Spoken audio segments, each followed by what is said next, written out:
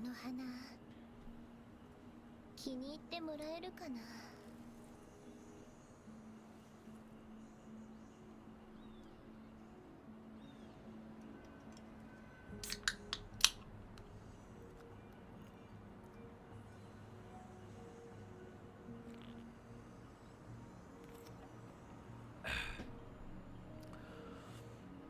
Hey, welcome back, everybody. How's everything? It's going alright. I meant to stream yesterday, like I said 2 days ago, but I forgot it was Thanksgiving. I had plans for to eat with the family on Thanksgiving, so gotta take advantage of that free food, I guess. Hey, Mass Nightmare, welcome back on YouTube. And yes, I did see Chloe's retirement in January. I think I saw it earlier this morning before I went to sleep.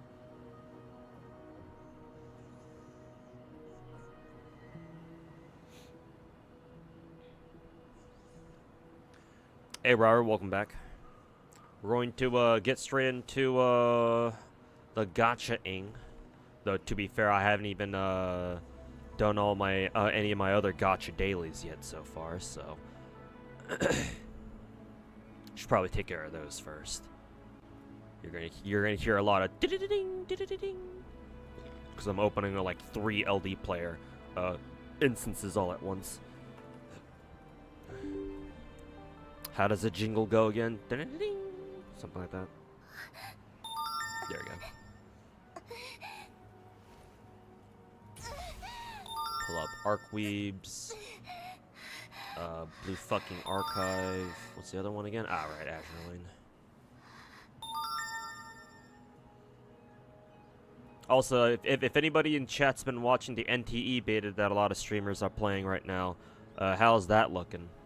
Normally, I wouldn't ask about how a game is, but considering NTE's the game that I know the least about, and considering who the fuck their developer studio is, sort of interested to know how well they developed this game. I would certainly hope they did it better than what they did for TOF.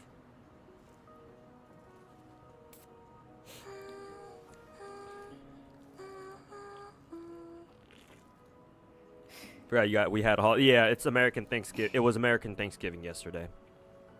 Normally, I wouldn't bother celebrating it, but hey, my parents called me over for dinner, and they even said that my brother wasn't there. And usually, I fucking refuse to do anything with my older brother, but they said he was out of town for work stuff. So I was like, all right, sure.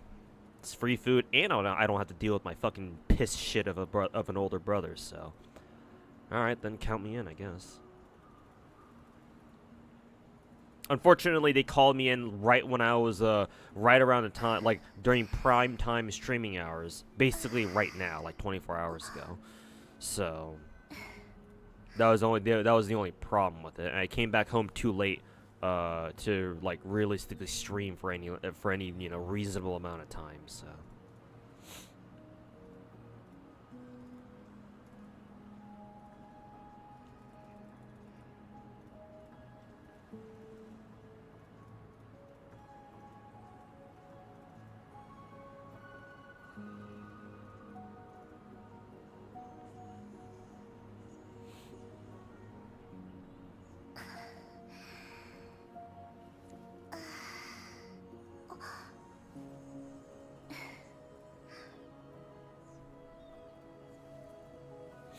Oh, God.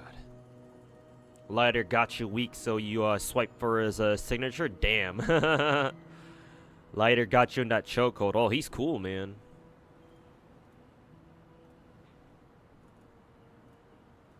He's definitely real fucking cool. I vibe with them quite a bit, man.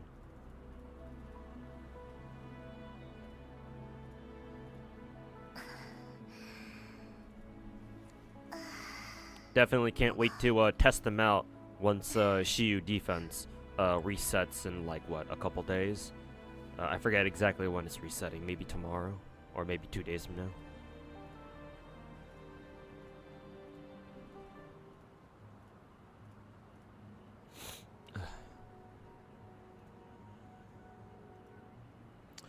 NT looks nice, but it doesn't really have any like new thing. I see. I mean, for me, at least for me, it'll be new because I haven't really played any like GTA style game. Those types of games aren't usually the kinds of games that I play. Obviously, I've watched plenty of other people play GTA or other games like it, but so that's kind of the reason why I ask. Re-downloaded Ether Gaze last night, got the free 5-star selector, so got your free Terra Hera. Hey, that's what's good, man. Just in time, too, because I think all of the 1.5 anniversary stuff, or like the event stuff, is going to expire like literally in like 2 days or something. So just in time.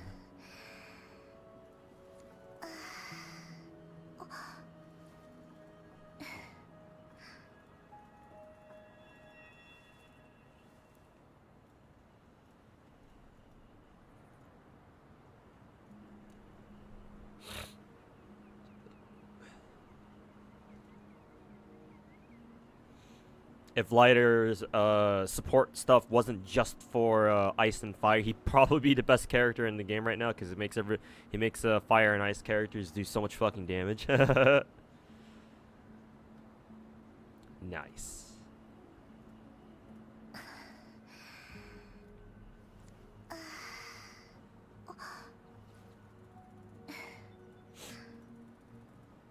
And you picked up Athena from the 40 pull gacha and then got Thor on the perma gacha guaranteed. Hey, that's what's good, man.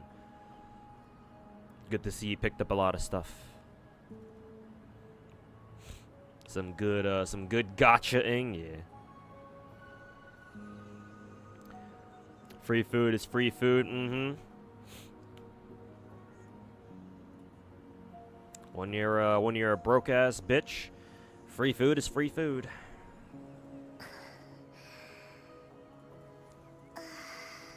Can't say nothing about it. Masamune Date, thanks so much for the 46-month resub. Welcome back. How's it going? Hey, what's going on, man? I'm doing alright. Hopefully you had a good Thanksgiving weekend so far. If you celebrated, of course.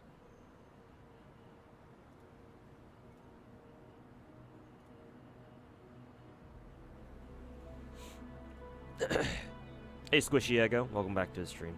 Gonna have you on the second monitor. Have a great stream. Hey, thanks, thanks for the kind words, man. And yeah, happy lurking. Let's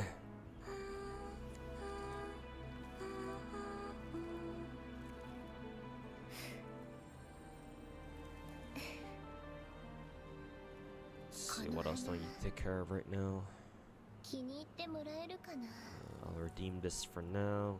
Okay. Okay, exit out of Nikkei for now. I can take care of all the dailies later.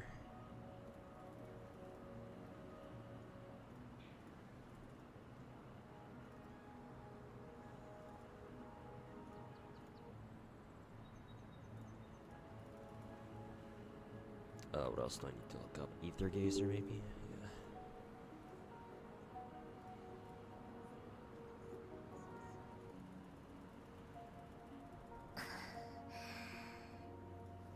Yeah. You're not having a great week because you have to go to work later because they change your shifts for the next month, and you're gonna have to work on Saturdays too. Ugh. Well, that fucking sucks to hear. Well, hopefully it won't be that bad, but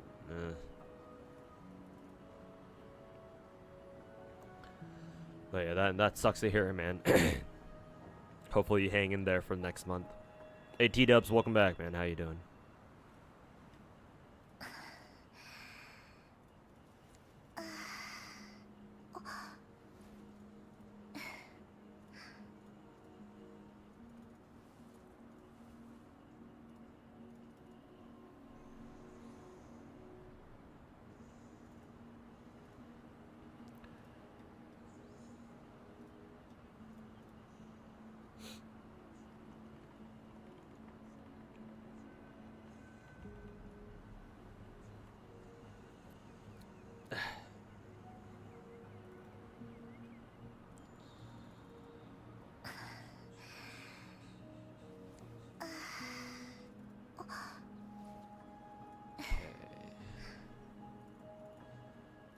Stargazer is done.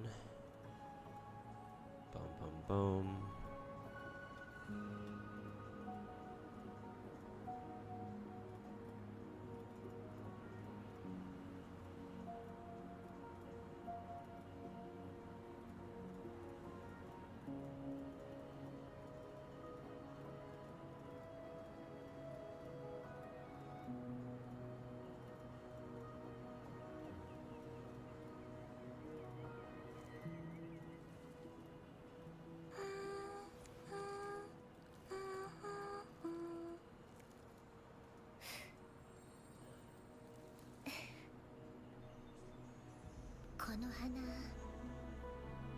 Doing FGO on the tablet.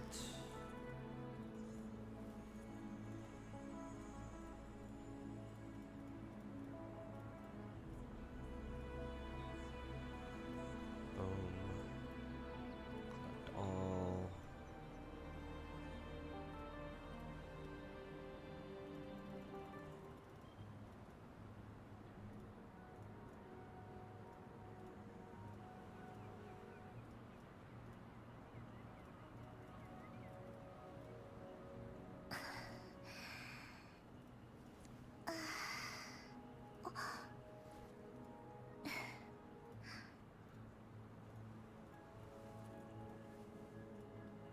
Do that.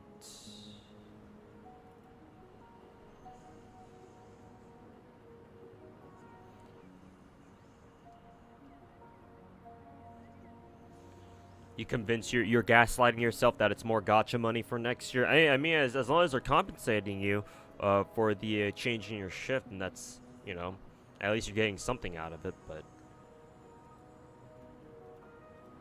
hopefully they are actually paying you more.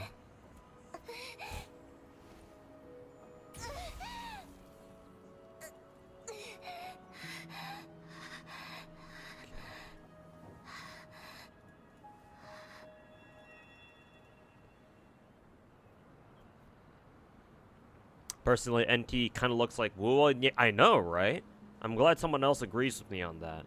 Because as soon as I saw NT's gameplay, I was like, this sort of gives me wuwa vibes. Like the art style and like especially how they do colors. I guess maybe NT does colors a little bit better, but like something about the way NT looks, color-wise, really reminds me of how wuwa looks.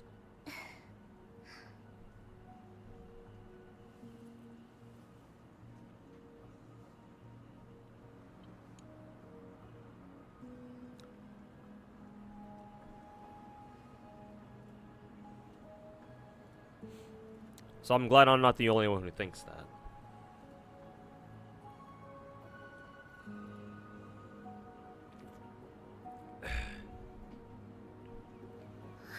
They are paying you more because you gotta do more, you're gonna be doing more hours? Okay, good. Do you log into your gachas multiple times a day to min-max energy, or do you just log in once a day? No, I'm log in multiple times a day. Though I try to be as efficient as I can about it. FGO requires multiple logins in a day if I don't want to get capped on AP.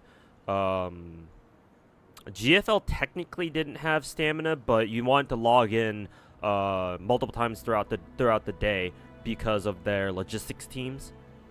Same thing with Azure Lane. Technically, Azure Lane doesn't have a stamina system, but you did have commission teams that you need to constantly reset. You need to constantly reset throughout the day. But those two games I no longer really care about min-maxing their logistics or daily commissions for. One, because I've dropped Girls Frontline once, so what do I care? And for Azure Lane, I already have so many resources that I don't really need to farm daily commissions anymore, so I just kind of log into Azure Lane whenever I want. So Azure Lane is no longer, you know, an issue, or a concern, I should say. What else?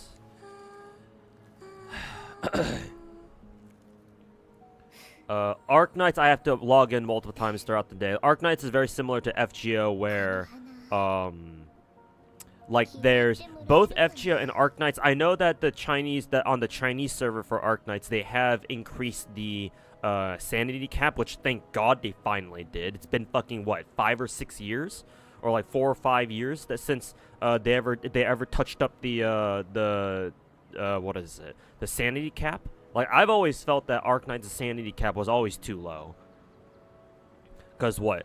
Oh, you're capped at 135 sanity, and you refresh one sanity every 6 minutes. So it's like, shit, man. You have to log in basically every, like, what, 7 hours or something like that. Maybe 8. I know it's like that for FGO. FGO, it's if you're at max account level, and so you have the max amount of AP that's available, then it should be around, like, you need to log back in once every, like, 8 hours. Assuming you've completely used up all your AP. And I believe Arknights is similar, where it's like you need to log back in every 8 or 9 hours, something like that. So thank God, eventually NA will get, or the Arknights Global will also get the what they increase it to now, 180 stamina.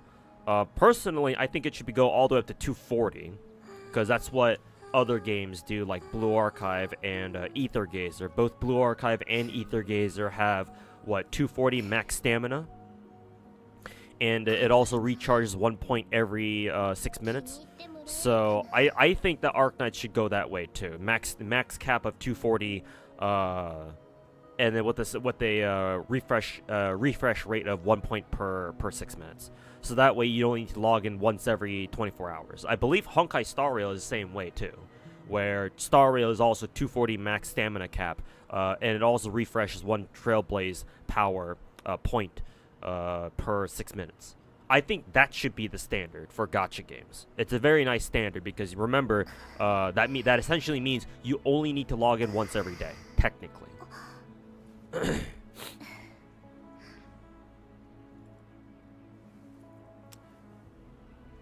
I think all gacha games should fall. If you're gonna have a stamina system in your gacha game, it should at least be 6 minute refresh rate per stamina point, but with a 240 max stamina cap. And also, also even better if you do what Star Rail does, where Star Rail and Zenless do, where they have the reserve stamina bank, or whatever you want to call it, right? Where if you cap out your normal max stamina, then you can still keep accumulating stamina, just at a reduced rate, like that and what wuwa does. Hey, wuwa also has the 240 max stamina cap and 1 point every 6 minutes, right? So yeah, I think that should be the standard. Again, because that means you need to only log in once a day. Yeah. Who has the which is what I just mentioned. Yeah.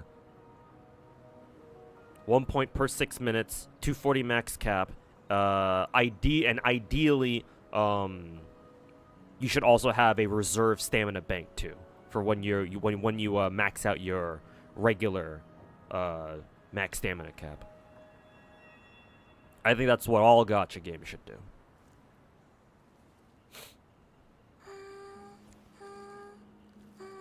But yeah, point is that some gacha games I only need to log in like once, maybe twice a day. I usually log in twice a day for even for the gacha games that I play that technically don't need to be logged in twice a day, just once a day.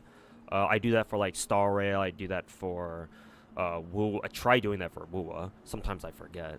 And main reason why is because sometimes I just don't log into my gacha games like right when reset starts. So oftentimes I find myself getting capped on stamina because I forgot about logging into them because I'm busy doing something else, either watching YouTube videos or playing like Call of Duty or something.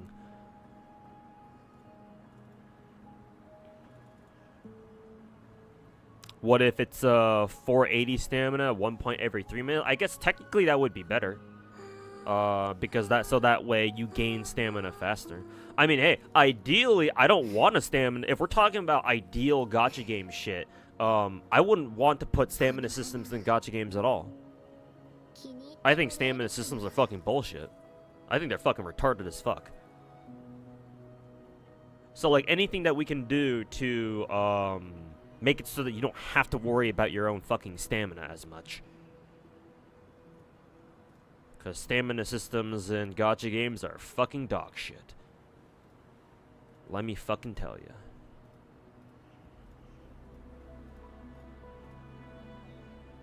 Okay.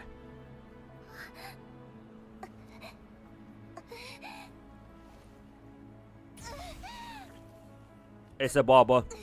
You seen the NTE Gacha? I know about it. I've seen people stream it. I haven't really watched a lot of gameplay of it. But yes, I know that people are being sponsored to play its beta right now. Project Mugen named their new game as Ananta. Oh, finally we get some Project Mugen news. At least it's nice that they haven't abandoned the project, because some people were fearing that maybe the Project Mugen devs were probably like abandoning it, and it looks like they're updating us, even if it's let's see. Oh yeah, they're gonna give us more news on December 5th. Cool.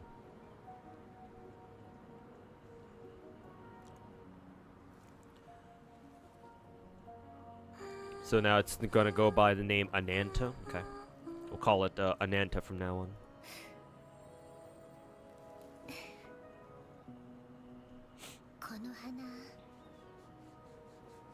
In Arknights, you could probably log in just twice a day. I think ideally for me, yeah, you can probably get away with logging in twice a day. Yeah, it just feels like it just feels like the current 135 stamina cap in Arknights just feels too it just feels too low, at least in my opinion. It's so easy for me to forget about Arknights and have to log back in like once every 8 hours or so.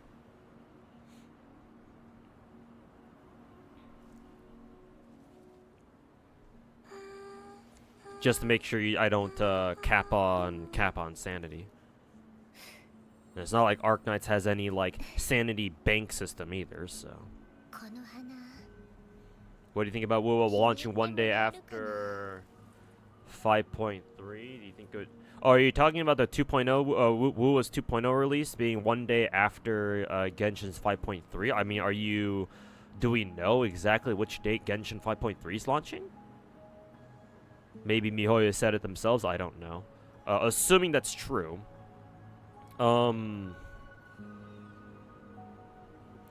Yeah, I don't know how to feel about that. I think at this point, I think it should be okay. Because now, Wuthering Waves has been out for long enough where it's like, wuwa and Genshin have their own core player base now. I think. Because tribalism is so strong on the internet, I think a lot of people, it shouldn't really matter that much anymore. Yeah. Excuse me. Yeah, I think it should be alright. I don't think it should be that big of a concern anymore. Because now that Wuthering Waves has established its own player base, and seems like they're here to stay. I mean, they've been doing a good job so far during the past, 6 or 7 months. Yeah, I think now at this point, it should be alright. It shouldn't really matter when they decide to put out their when they decide to put out their new patches, relative to like the MiHoYo games or whatever. So personally, I don't think it'll really be that big of a difference. I mean, you have to now that we know how wuwa is handling their its patch cycles, and how wuwa's patch cycles are much longer than Genshin's or just MiHoYo's games in general. I think that's okay. Because people can be like, oh, they'll hop on Genshin first because Genshin's patch cycles are shorter, right? Because they're only 6 weeks, whereas WoW's is more like, 8 or 9 weeks, maybe even 10 weeks. So WoW's patch cycles being longer gives people more time to go hop on it later.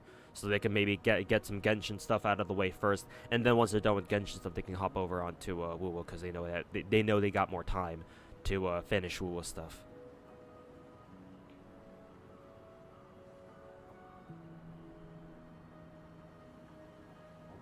So, yeah. I don't think it should be a problem. Hopefully it's not.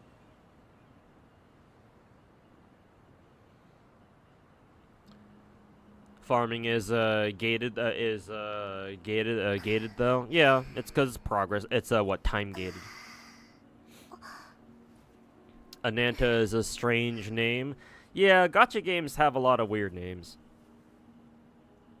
I mean, hey, personally, I think it's pretty refreshing that we're finally getting a gacha game that's literally just one word. Because if you think about it, all these gacha game names can get pretty long, right? I mean, we can go down a list of the gacha games I play. Like, Fate Grand Order is 3 fucking words, you know? And so we abbreviate to just FGO. Girls Frontline is kind of a long one, too, if you think about it. So we abbreviate it to just GFL. Azure Lane is pretty short, but it's still 2 words. Arc Knights is actually is 1 word. But hey, it sounds cool. Blue Archive is 2 words. Genshin Impact is 2 words. Nikke. I mean, Nikke is short and sweet. But technically its full name is Goddess of Victory Nikke. So, you know, if we're going by its official name, then, you know, it's pretty long right there, no? Honkai Star Rail HSR, or we shorten it down to HSR. What else after that? Ether Gazer, that's 2 words. Snowbreak Containment Zone. I mean, technically Snowbreak is 1 word, but it's not even a real word, so.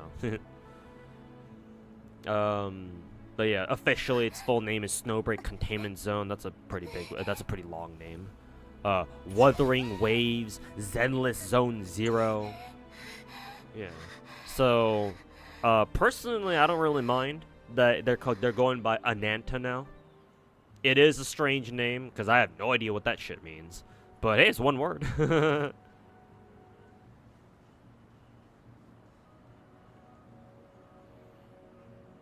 New Year's for 5.3? Really? Is that is 5.3's patch gonna launch exactly on New Year's? That's pretty funny.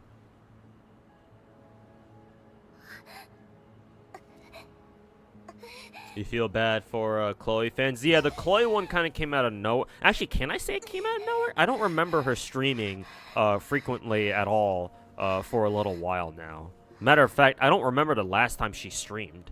So, like, I just earlier this morning I saw that she put up a cover or like original music video on her channel. So I saw that and I was like, oh, okay, cool. She finally put something up. But yeah, I wasn't quite expecting a retirement announcement on Twitter, that is. Then again, I don't really follow the JP girls much at all these days. It's like whoever's streaming is streaming. I mean, obviously I keep up with Toa, duh, but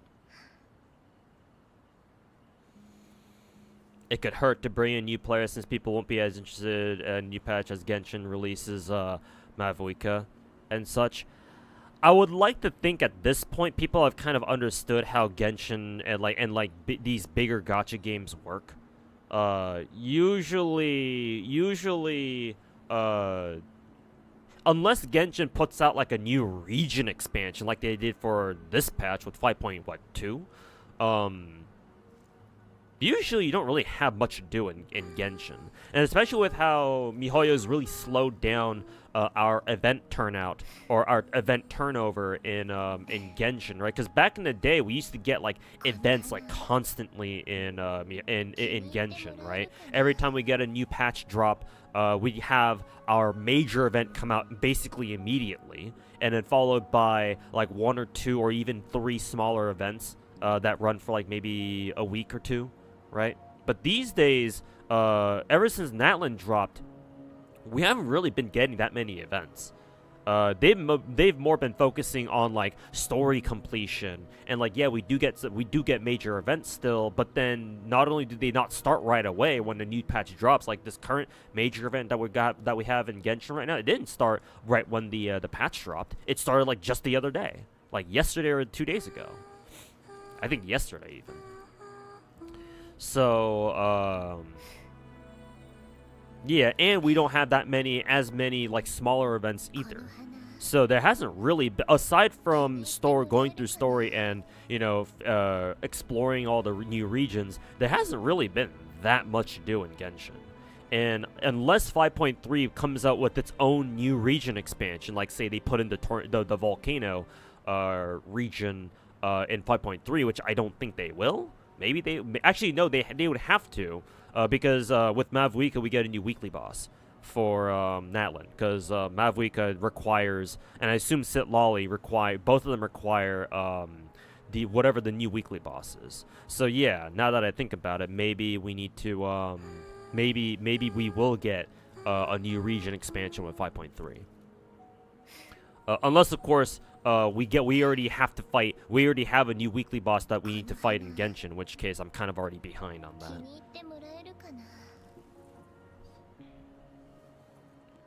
But no, I don't think it should matter that much. To be honest with you, wuwa's 2.0 patch probably has a bit more of a pull even over Mavuika, because at least with wuwa it's a whole new region, and we haven't seen a whole new region yet. I guess unless you count Black Shores, I guess, but Black Shore is more like a. I would compare that kind of to like Dragon's. Actually, no, it's not Dragon Spine. I guess Mount Firmament would be the equivalent of Dragon Spine back in Genshin. So I guess I don't know what Black Shores would be. But like, personally, I feel like a whole new region where it's like a whole different people, a whole different culture, right? Instead of the usual, the the Chinese-inspired people. A whole new region in wuwa is a little bit more interesting right now, because we've already gone through that many times over in Genshin. So I think it'd be more interesting for me personally to see how wuwa handles a whole different region. So I want to say people, if they had to choose between the two, I want to say people would rather check out the wuwa patch over the Genshin patch. To be honest, they can just like roll for Mavuika and just go over to playing wuwa if they really want to.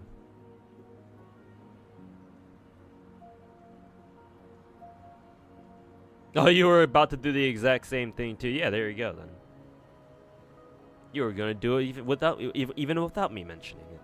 There's a rough translation of why she's retiring. Yeah, something to do with like, her own health factored quite heavily into it, because she was constantly sick and her throat is basically killing her. But also, I believe I read that it was due to creative differences as well. The usual bullshit. But she also had ongoing health issues that contributed to it.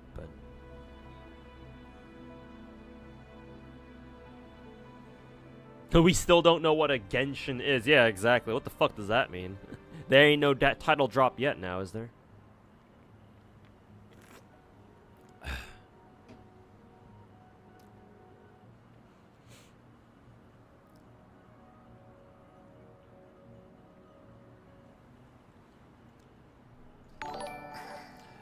Let's see. Caliente Tortuga, thanks so much for the 10-month resub, man. What's going on, man? Hey, what's going on, man? Hopefully you enjoyed your Thanksgiving weekend, if you celebrated, of course. If not, hope you had a good week so far. Hopefully you're looking forward to the weekend. But yeah, I'm doing alright.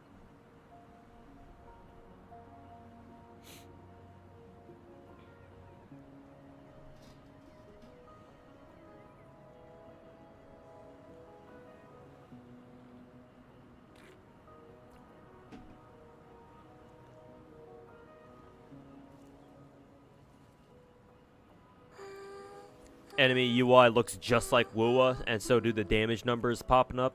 Not gonna lie, so are the ultimate animations.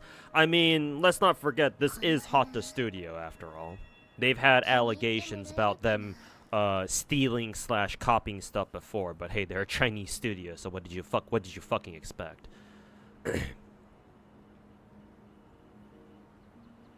Honestly, it just feels like a complete wuwa reskin, just with the driving and a slightly different setting.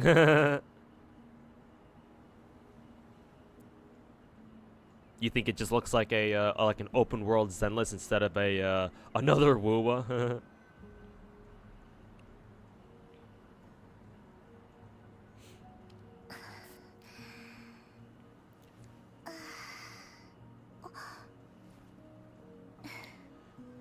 FGO gives too many refreshes, as in like it just gives you too many golden apples. Well, if you think that, then clearly you don't really care much to farm a lot in FGO, which, you know, there's nothing wrong with that, but, you know, it's kind of necessary if you want to be able to level up a lot of different characters, you know, over time.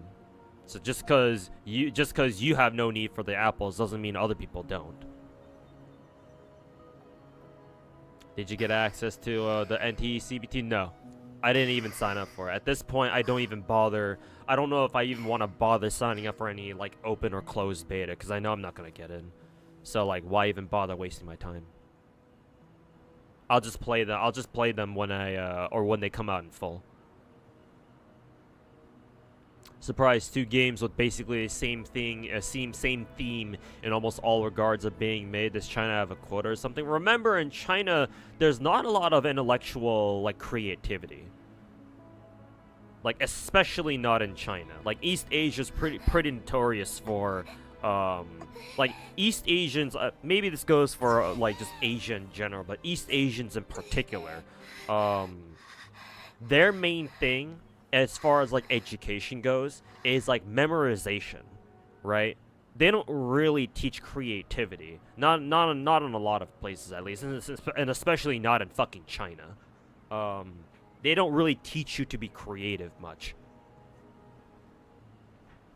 They just teach you. The main thing that especially the Chinese teach their kids, or just teach people in general, is memorization. And so when it comes to, you know, like intellectual creativity, you're not really gonna find much in over in East Asia, especially not in China.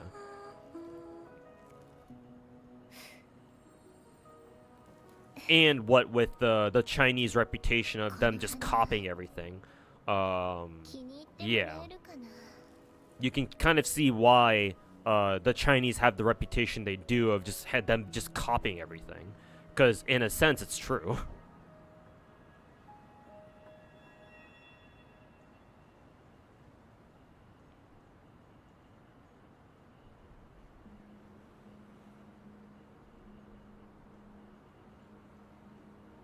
And hey, to be fair, obviously it's not just the Chinese who do that, right? Just people around the world, you know. If you see somebody else come out with, like, a very successful product, and if there's a way for you to be able to emulate that, just, you know, put your own spin on it so that way you don't get your ass sued into the ground, of course people will do it. Or, of course people will do it.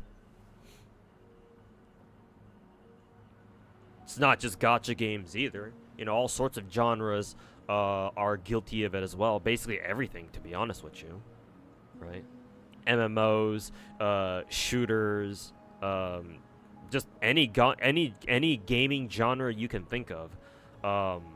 You can point to, like, several, like an evolution of games where you can point to that and say, hey, look, that's an example of people copying this one really successful game, and everyone just went with that.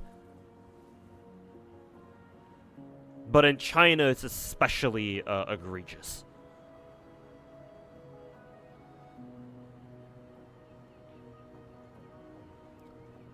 We'll get a Christmas lottery on NA. We'll get a rerun, but not an infinite lotto.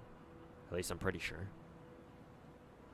4 days into GFL2. Wow, is it really only 4 days? Jesus, it's coming up on us faster than I thought. NT versus Mugen, who wins? I want to say Project Mugen. I like how Mugen looks a lot better than I do NTE, to be perfectly honest. Not really that excited for NTE because of their devs. Yeah, we'll see how they handle NTE this time. Maybe they've learned a couple lessons from TOF. I don't know. We'll see.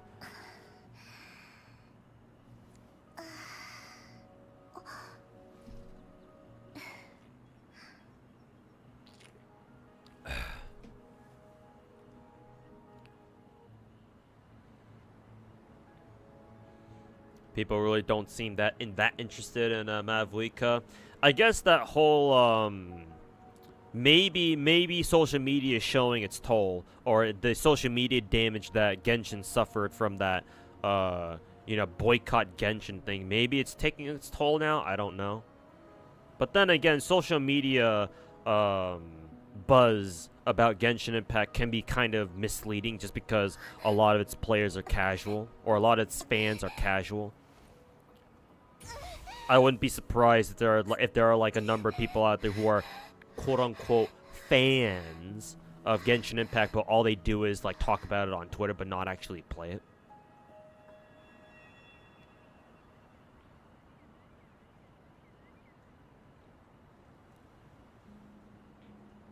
Government needs to get their shit together. Creative differences is a prominent factor as of late. Yeah, I don't know what's going on over there. Yeah. Like an agency like Niji Sanji, them losing talents doesn't really matter as much, just because of their tendency to shotgun out talents like every fucking, every like 4 or 5 months. I don't know if they still do that shit anymore. So if Niji Sanji loses a talent, like individually, that's not really gonna affect them much. But Hololive doesn't fucking guzzle fucking talents every like 4 to 5 months. So they don't have as many people. So that means that every retirement that they have to go through is a much bigger deal individually. And yeah, so far we've had what, like 3 retirements so far. And it's like, huh, all right. Like Amelia left. Chloe announced hers most recently. I forget who the other ones were from earlier from this year. Oh yeah, Mel didn't even retire. She got her ass terminated. Whether or not it's her fault, I'm not sure. Oh, it had to be her fault, but whether or not it was completely justified, I'm not sure. I don't know the full story behind Mel's termination yet.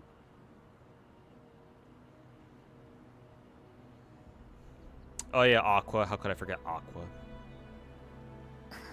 So yeah. Whatever's going on over there, yeah. Clearly something's going on. My guess is that Cover is starting to slowly forget its roots and where it came from. Or maybe not Cover, but Hololive management slowly starting to forget where they came from, like their roots, and they're trying to chase the whole Corpa thing way too hard, and it's starting to show. Excuse me. But that's just speculation, obviously.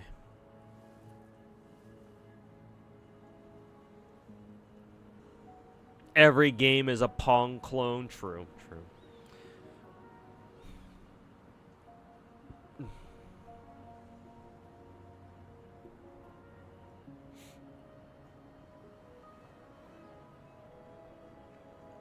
Everything went to shit when Achan left. Achan, the glue that kept everyone together.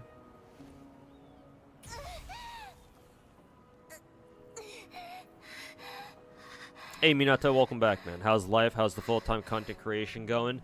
Not too good. In fact, very poorly.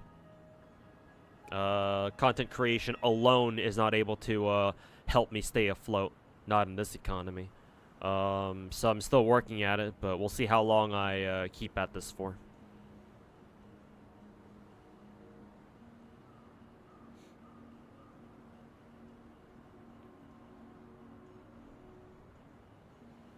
Altera's on a month-long hiatus. Oh yeah, I remember hearing about this. Hearing something about that on Twitter. Yeah, I haven't seen him. I haven't seen his streams much at all. Just browsing through my sub box on YouTube.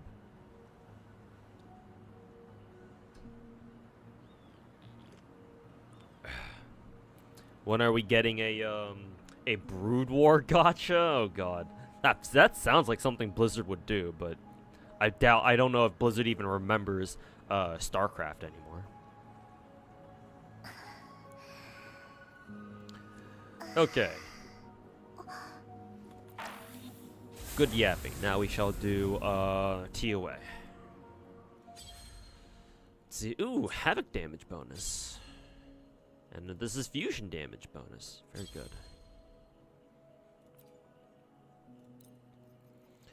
Ew, havoc damage. Havoc damage, you say?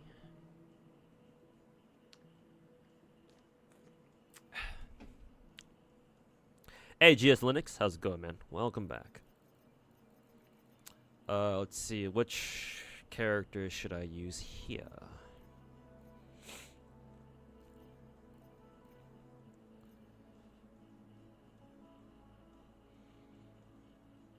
I guess we can go, Jian, maybe? Actually, we can go Yang, Yinlin, and, Jian, I suppose.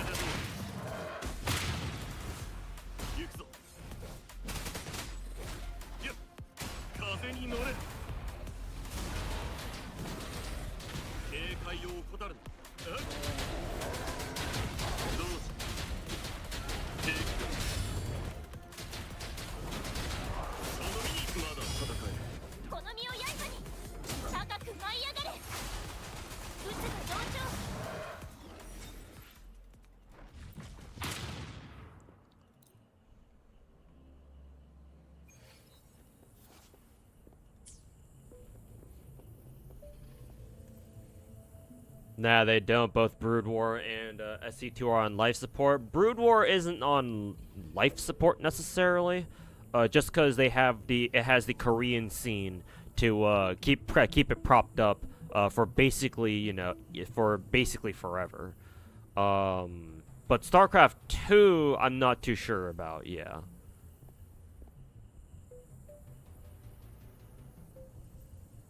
SC2 is more susceptible to you know, future changes, I guess you could say, than Brood War is. Brood War is gonna be fine. But StarCraft 2 is SC2 is a different story altogether.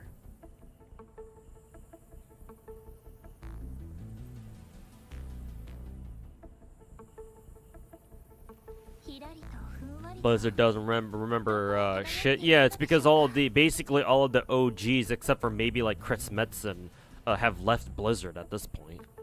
Yeah, all the original people who, or all the OG people who originally worked on all the Blizzard games, all the really good Blizzard games back in the day, they're no longer part of Blizzard anymore, I'm pretty sure. So yeah, of course, whoever they have on right now won't remember shit about their about their, you know, their most famous games. So, a damn shame, to be honest.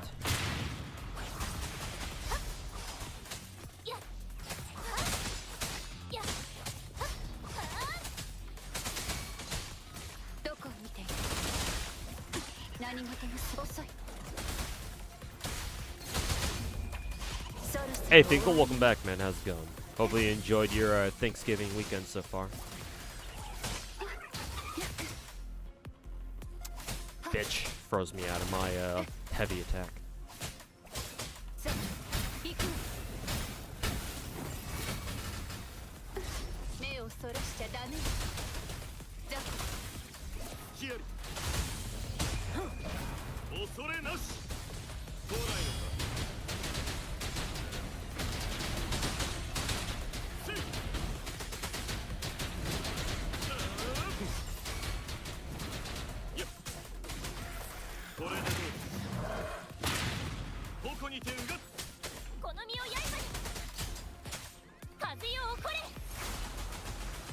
Current Blizzard is just Activision puppeteering the corpse. Yeah, something like that. It ain't pretty. 高く舞い上がれ。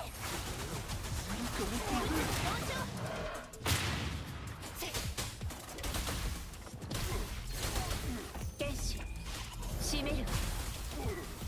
さあ行く。どう風に乗れ。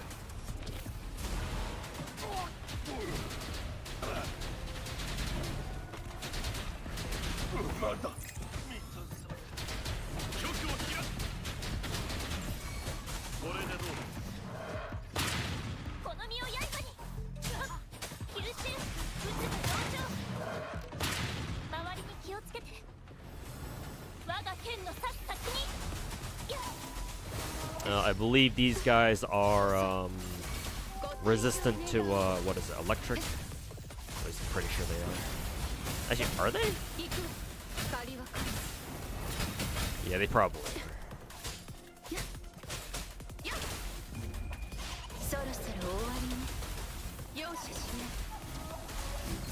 Switch to G and then.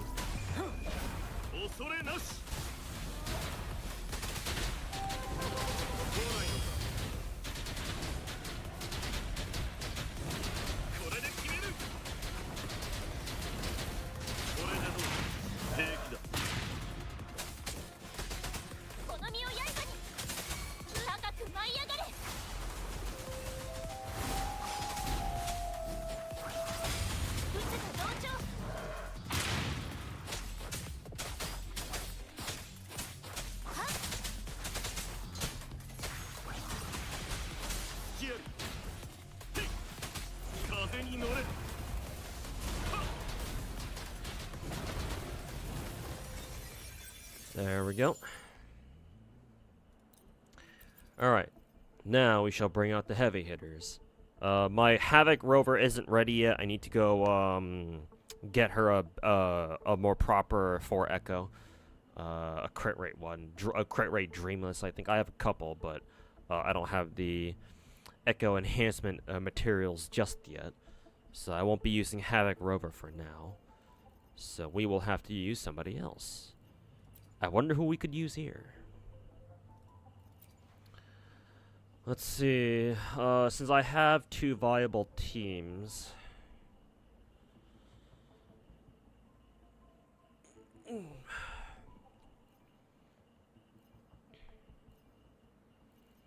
Maybe I can go Shorekeeper.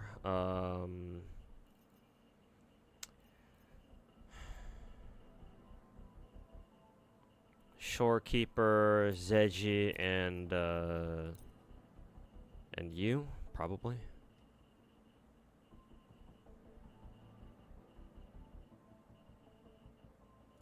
Sure, we can give this a shot.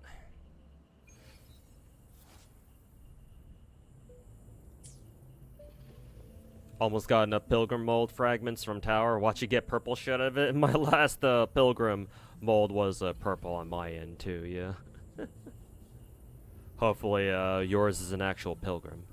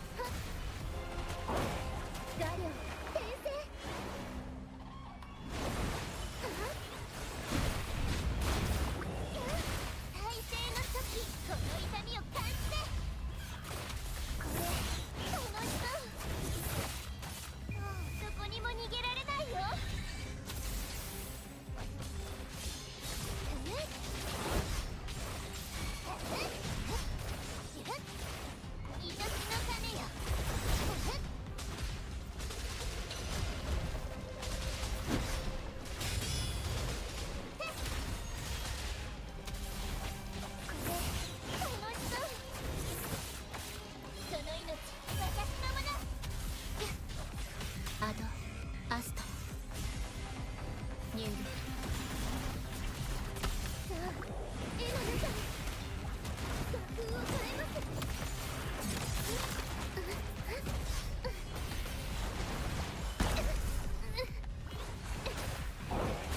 ひらめきました。これ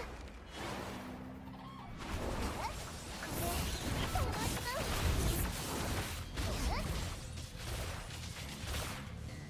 花の養分にしてあげる。咲き乱れる花々よ。 Okay, I'll have to play that one better, or maybe find a better team. Because I'm pretty sure my Camellia should be strong enough to 3-star this. Maybe I'm just not playing her right, and I'm probably not too. Because I'm still very inexperienced in playing Camellia, so I have to figure out how to play that better in order to get the 3-star. Get the 3-star clear. After seeing NTE, you realize exactly what you don't like about WoW. It's like a weird sci-fi, fantasy, post-apoc setting or whatever. Yeah, I do kind of agree with you on that one, Peepo. I think that's one of your better takes. Yeah, WoW was kind of weird because it tries to mix together like all these different genres when it probably didn't need to. I mean, it makes for an interesting like aesthetic at least, but yeah, in terms of like media clarity, yeah, it's not like, it's kind of confusing as to what exactly you're playing.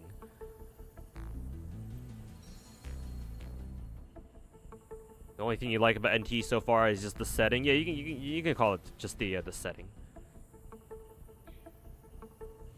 It's the reason why you're more excited for 2.0 because it actually has a it has a clearer setting, or like a sort of, it has a clearer vibe, I guess. Yeah, I see what you're trying to get at. So yeah, hopefully you enjoy 2.0 more than you do current WoW then. Kind of stupid not only gathering, it takes forever, but again, you can get fucked on it also. To be fair, if you do end up getting a really, really good Pilgrim, that's like basically game changing for people. Though at the same time, by the time you can even get a full like Pilgrim mold, yeah, it's like at that point you probably already have a lot of Pilgrims anyway. So yeah, the mold system in Nika is kind of fucking retarded. Yeah, I can't say I really like it very much either. Like, I can kind of see what they were trying to get at, but yeah, it's like functionally, it's like you might as well not even have it. Maybe the regular molds you can keep, because obviously whales can exchange like all their gacha currency for more gold molds, I guess, and they can just pop them all at once, see what they get. But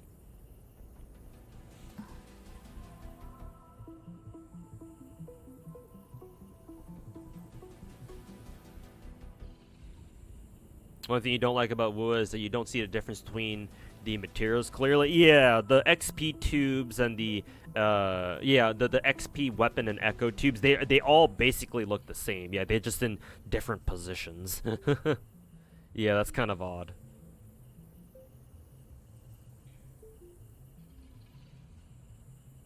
Like, you can always click on them in your inventory to make sure you're looking at the right ones, but yeah, like there should be they should be made like visually distinct so that it's very easy to tell which ones are which.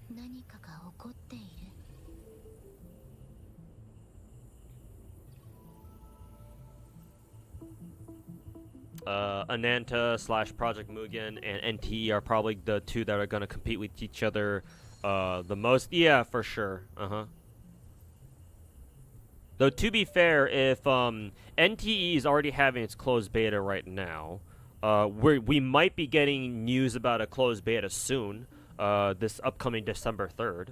So we'll see. We'll tune back in and see what they say, or what they have to say on the 3rd. Hopefully, it's a closed beta announcement, so we can finally get our first real taste of the game. If it's a closed beta announcement, then I would consider the two games to be like close enough with each other in development to be competitors. But they also have to release within a reasonable time of each other. Like if for example, NT comes out next year and Ananta comes out in 2026, then I think that the two games are just spaced too far apart to really be considered competitors, maybe. Though I'm sure people will still compare the two anyway. But yeah, assuming that the two games kind of release together on like a similar enough time frame, then yeah, they'll definitely be competitors. Their main competitors will be each other, for sure. Is Camellia good enough without her weapon? I want to say so. As long as you give her at least some sort of crit weapon, and what is it? And her echoes are good enough.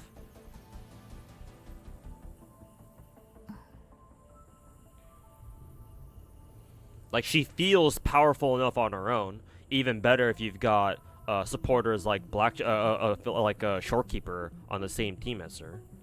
I actually don't know who her ideal support is. Actually, I forget if it's Farina or Shorekeeper, because apparently the Jinshi Zeji team actually prefers Verena as their support over Shorekeeper. So I don't know if Camellia has a direct preference or not. But she feels strong enough even without her weapon, but I couldn't tell you for sure. I just kind of play this game for fun. I am definitely not a meta slore. Slore? I tried combining the word slut and whore together. Because my brain didn't decide on which word to use, so I just went with meta slore. But yeah, I'm definitely not a meta slut in this game, so I don't know, like... I don't know if Camellia, like, absolutely wants her weapon or not. I mean, having used Shang Li Yao, the free 5-star dude we got, like, a couple months ago, and I don't have his signature, and I just gave him, like, a Battle Pass weapon, or the Battle Pass gauntlet, he seems alright. I don't use him for, like, you know, middle tower or anything. Or like stage 4 side towers, but he seems alright. He gets the job done.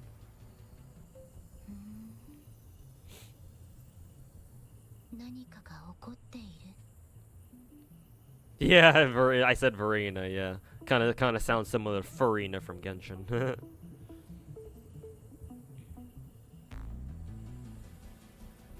She's good without a signature. Of a good alternate is the free one from Somme Noir. Okay, there you go then. Makes sense because I believe Camellia is supposed to come from Blackshore or something. Lore accurate weapon. Camellia likes Sanhua. Really? She actually wants Sanhua? Is this kind of like a lighter situation where a completely different element supports another one element supports a completely different element or something?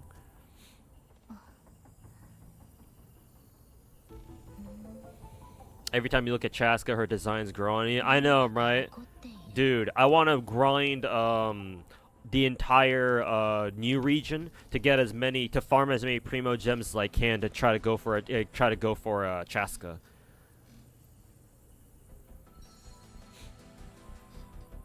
It's because Sanhua buffs basic attack. Ah, I see. I see. I guess I know who I want to work on next after who is it? After Havoc Rover then.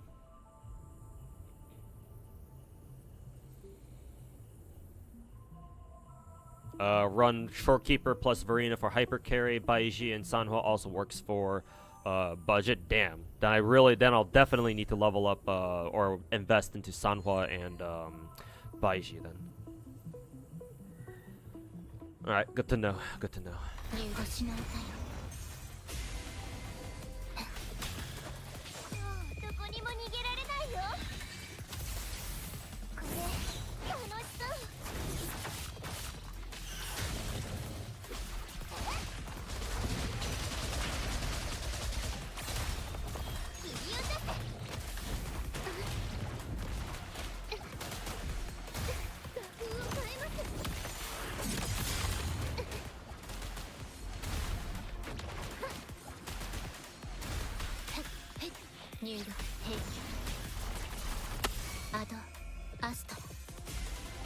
Alright, let's try this. Boom.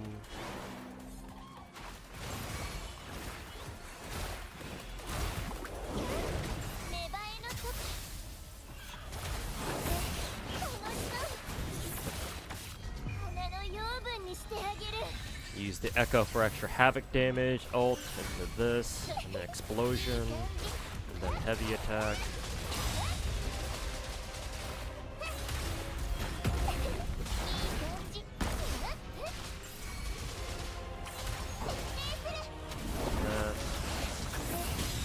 Again.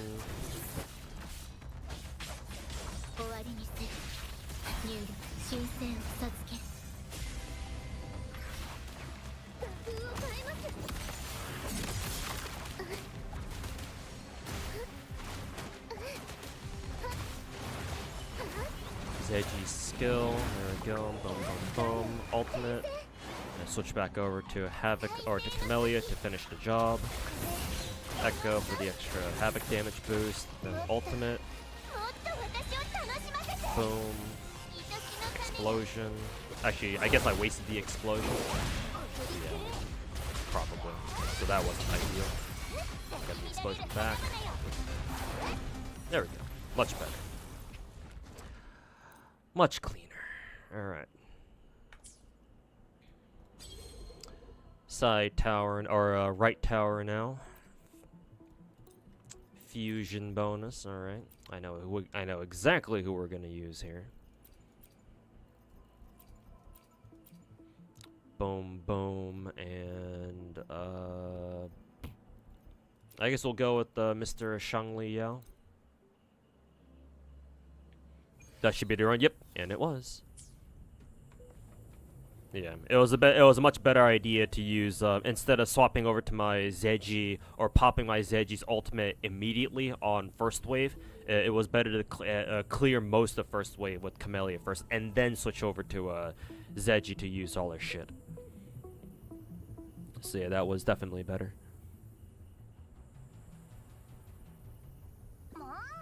First Pilgrim mode you got you Crown, and second one got you Modernia. Yeah, obviously some people are gonna get very lucky with that, but most people won't. I mean, that's precisely why the Pilgrim modes are as rare as they are, and they're such a bitch to work with. Yeah, because like if everyone got easy access to Pilgrims, then people wouldn't really roll on the Pilgrim banners as much.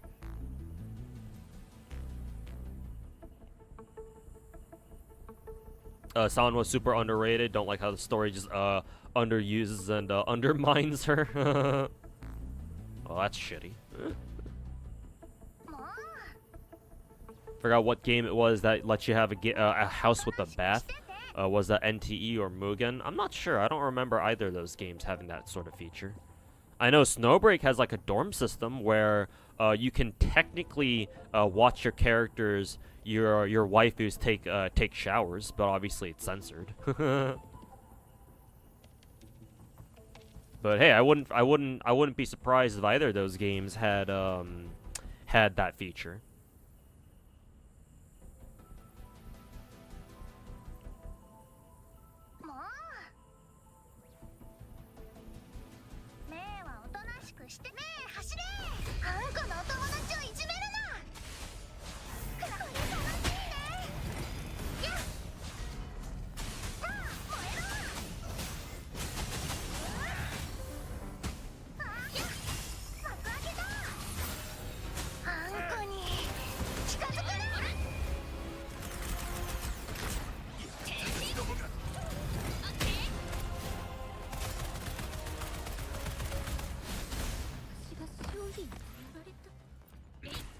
Brr.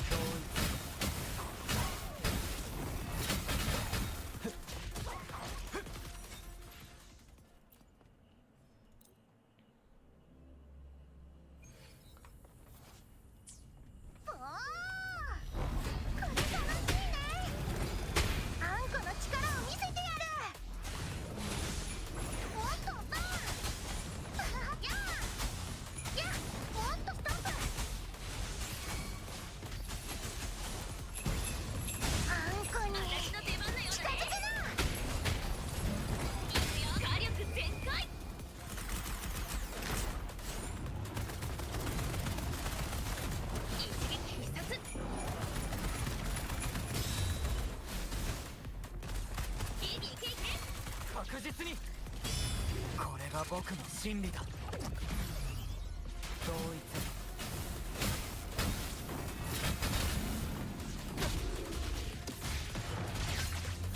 最高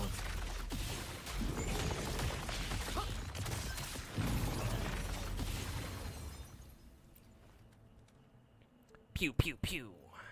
All right, time for the time to pull out the big guns here. Who do I want to use here? Verena, Changli, and Jinshi. I'll go with them. You've only learned three names of wuwa characters. Your three wives specifically: Camellia, Jinshi, and Shorekeeper. Nice.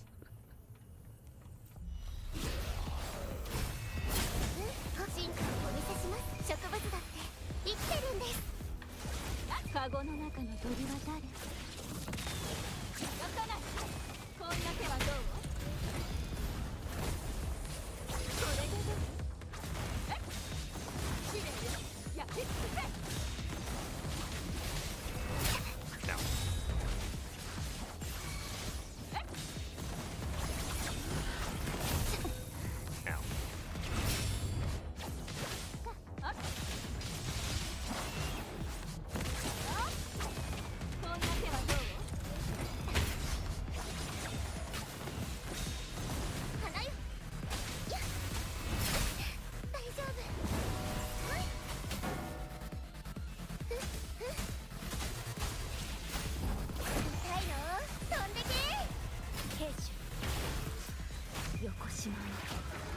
Yeah, Mikey, Mike.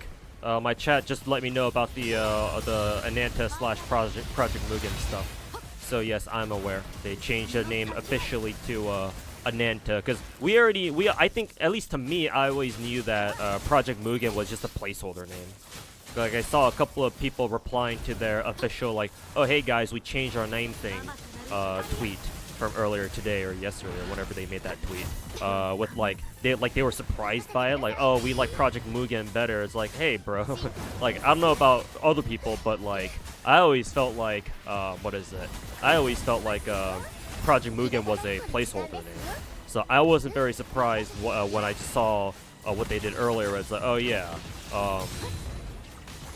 we're gonna change our name officially to Project Mugen or whatever.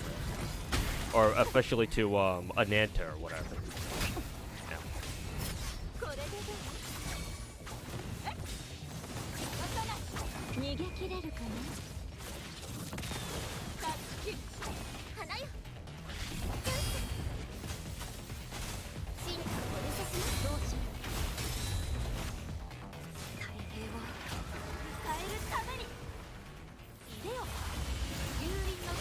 I think I'll be like a couple seconds off on this one.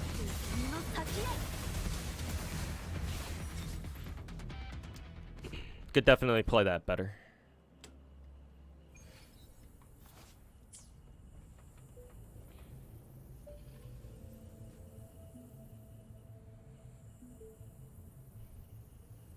Did you look at the leaks today? Leaks for which game?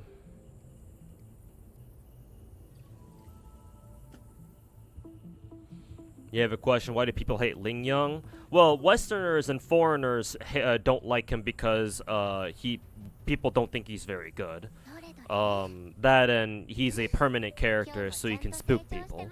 So he kind of has that Yanqing reputation, like in Star Rail, where it's like, oh, he's a guy. He not only is he a guy, so he's not a waifu, but he can also spook your rolls and make you lose your 50-50 or your coin flips. So us Westerners / foreigners don't like him for that reason. In China, the Chinese players fucking hate his ass for a much more vitriolic reason, or for a much worse reason.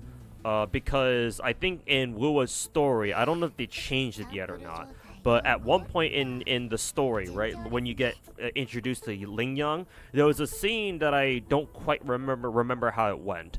But there's a scene in Wuwa's story where Ling Yang shows up, where the Chinese players really didn't like it, because they perceived him as, like, almost NTRing the player? Or something like that. They had a really big issue with him, like, being a fucking prick towards the player, I think. I forget why exactly they thought that, but I know that that's what they thought. So the Chinese players fucking hate his ass, much more so than the us Westerners do. We just don't like him because, oh, you can spook your rolls, and, you know, whenever you lose your 50-50, obviously that's very frustrating, but we don't fucking... I don't think a lot of us hate him. Certainly not with the same vitriol as, say, the Chinese players do, but I know for a fact that a lot of Chinese players fucking hate him.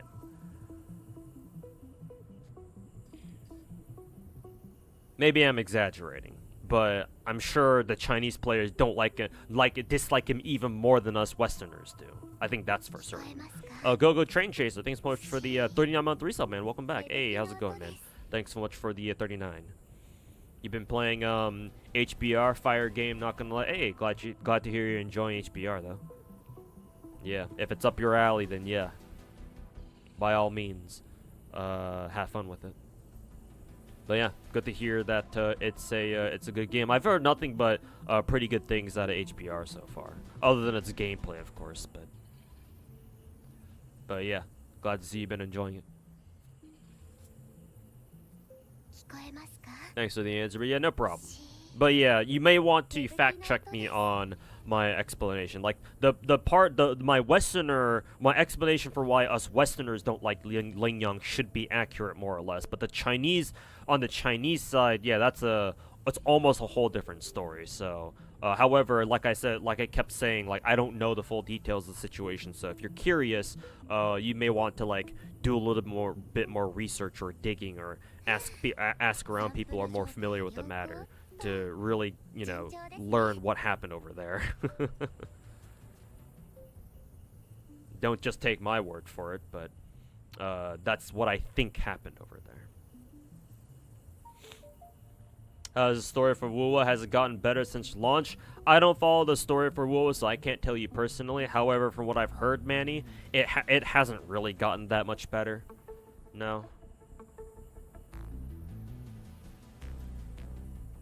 Between what my chats told me and whatever little I see on like Twitter or Discord or whatever, I haven't really seen much discourse on like how good wuwa's story is. So I'm gonna go out on a limb and say that it hasn't really improved that much, unfortunately.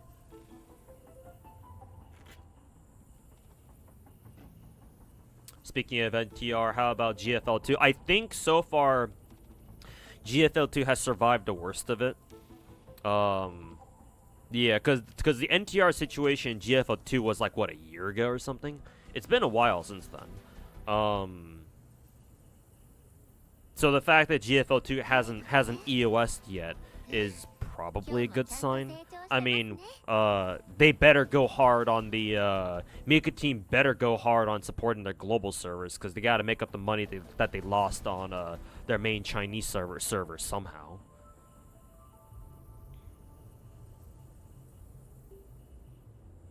But yeah, GFL2 so far is doing all right, I guess.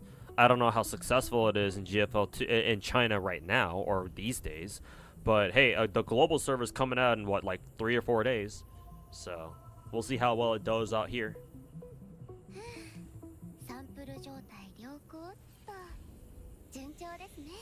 You never really see people talk about Z3 lore, just going over the characters. I mean, doesn't that go for all the MiHoYo games though? I guess people talk about Star Rail lore a little bit, but like, not too much, to be honest.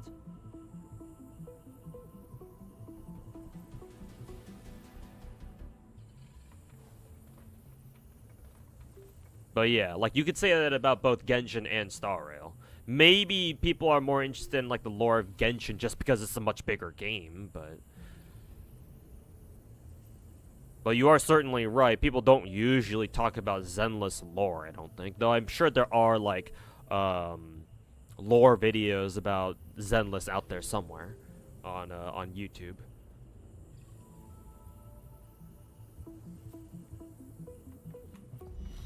Oh, wuwa leaks? I mean, you can, if you want to talk about leaks, I don't really mind.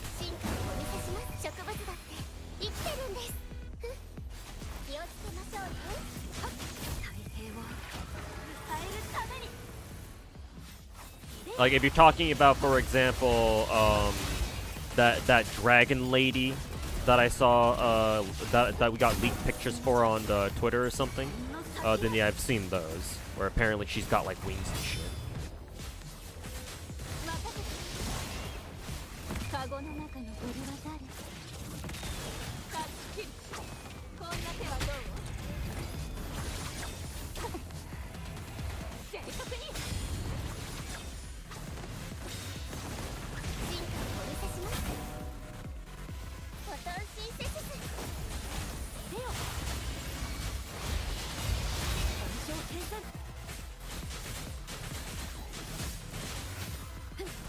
任せて。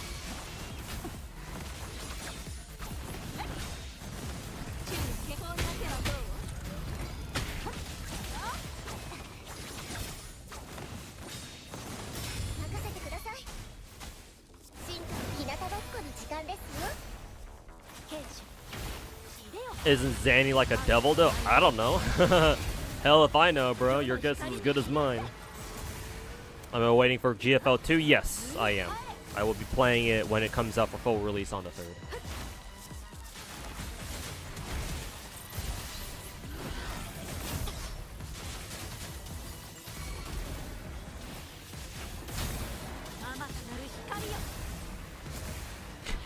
Oh, that last dragon laser is completely fucking missed. Is NTE cooking? I don't know. Hopefully it is, just for the sake of the studio.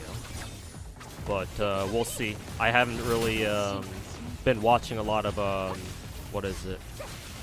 I haven't really been watching a lot of NTE streams, admittedly.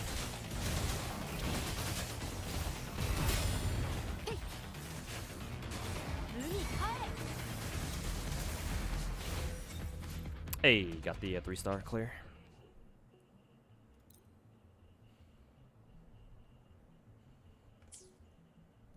Alright, middle tower now. Morning Ache second side, and then the fallacy robot on the first side.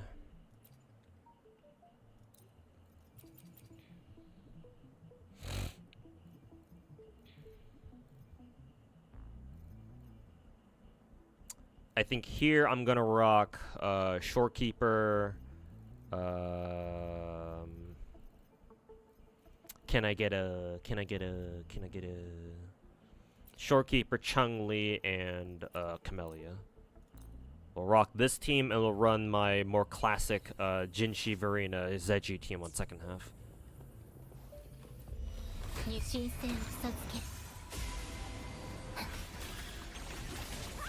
カゴの中の鳥は誰？こんな手はどう？逃げ場などない。火の雨が降り注ぐ。最低の時。これ楽しそう。もっと私を楽しませて。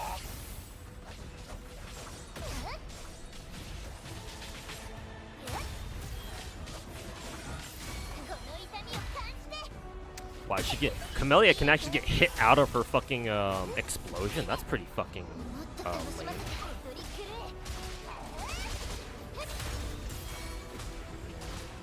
I'll restart that because losing her skill explosion is a huge loss of damage because she just does so much damage with that thing. Hey KS Lord, welcome back, man. How we doing? We're chilling.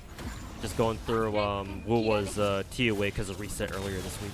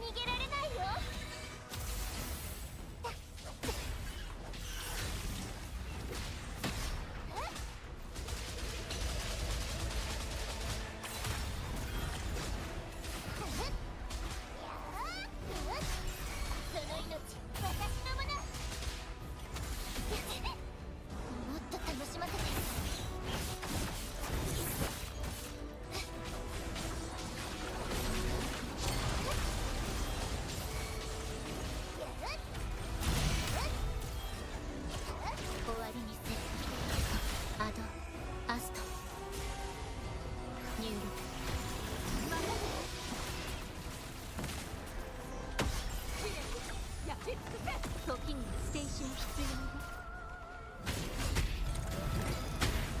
時にはステーション必要よ。心配しないバレバレカゴの中のドルは誰？わからない芽生えの時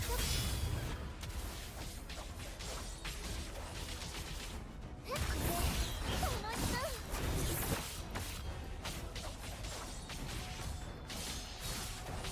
花の養分にしてあげる咲き乱れる花々よ早見せる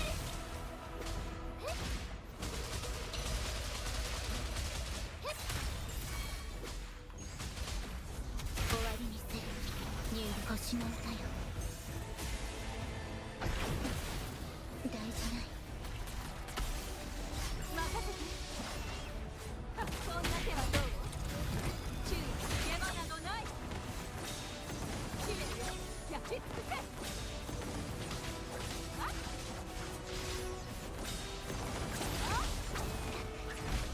これで逃げ切れるかな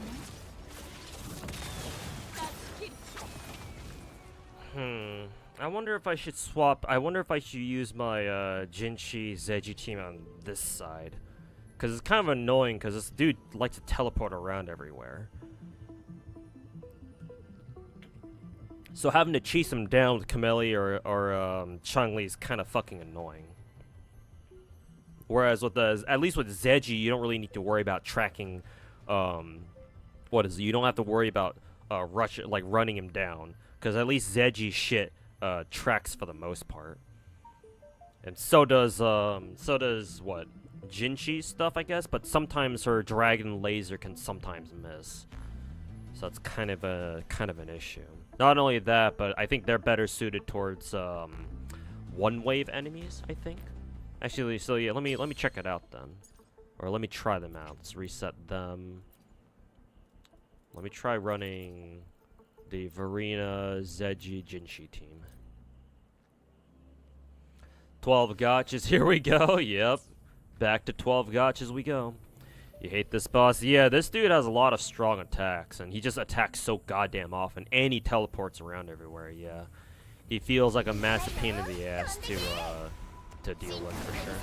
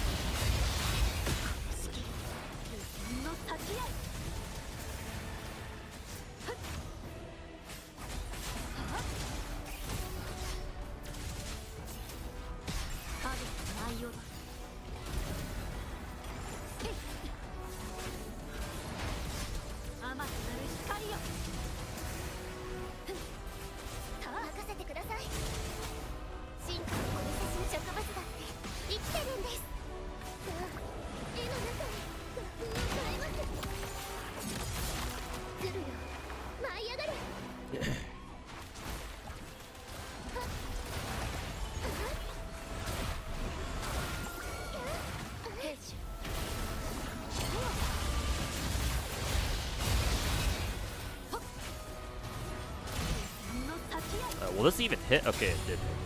Good. We got some good damage out of that at least.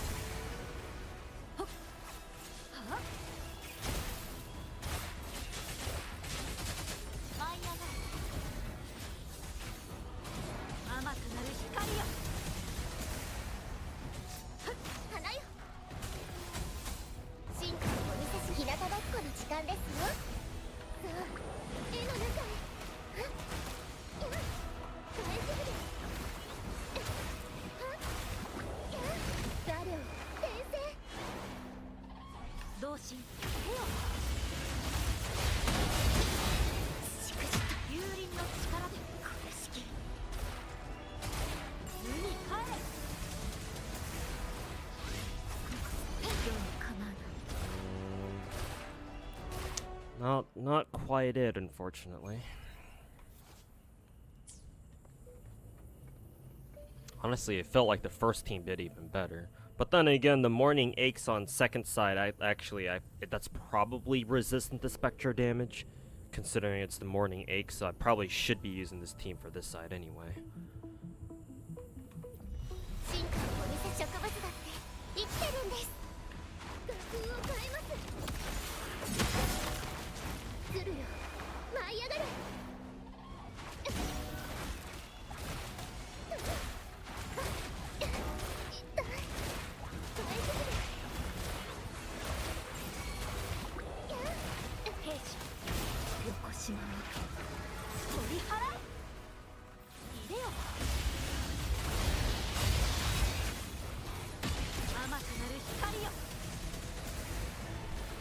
Yeah, that didn't do a lot of damage there, unfortunately.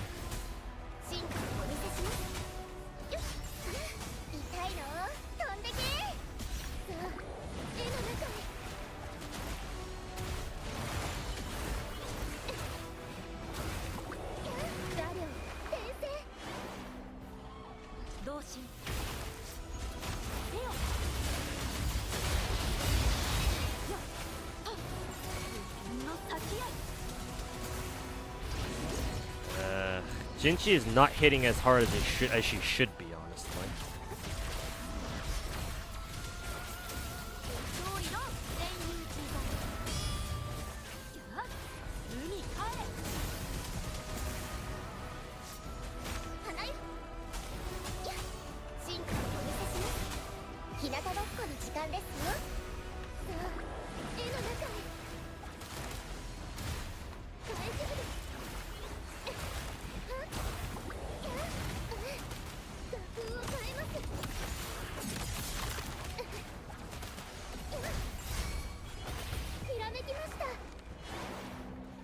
Does the boss have Spectro resist? It could. I actually don't know.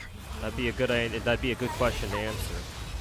But if this boss has Spectro resist, then shit, man. I would expect the Morning Aches on second side to also have Spectro resist then too. Okay, that's some good damage right there. 121k. That's what I'm more used to.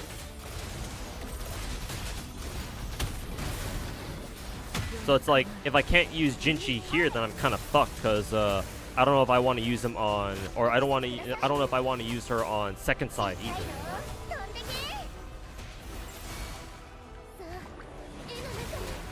This team isn't quite cut out for it either. Ow, fuck.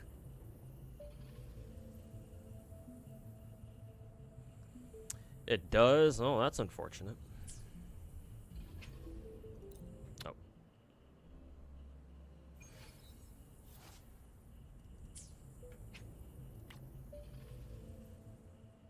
So yeah, I guess it makes sense why it felt like my my Camellia and Chun-Li team it felt like it was doing better at that time.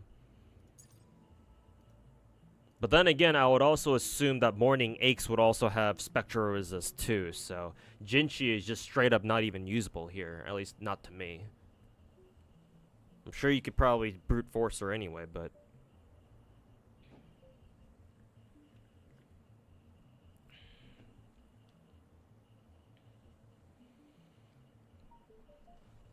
you hate time-gated challenges so much you don't even want to try them. Yeah, Gacha, FOMO, and all that shit, you know. Yeah, it's annoying. I get it.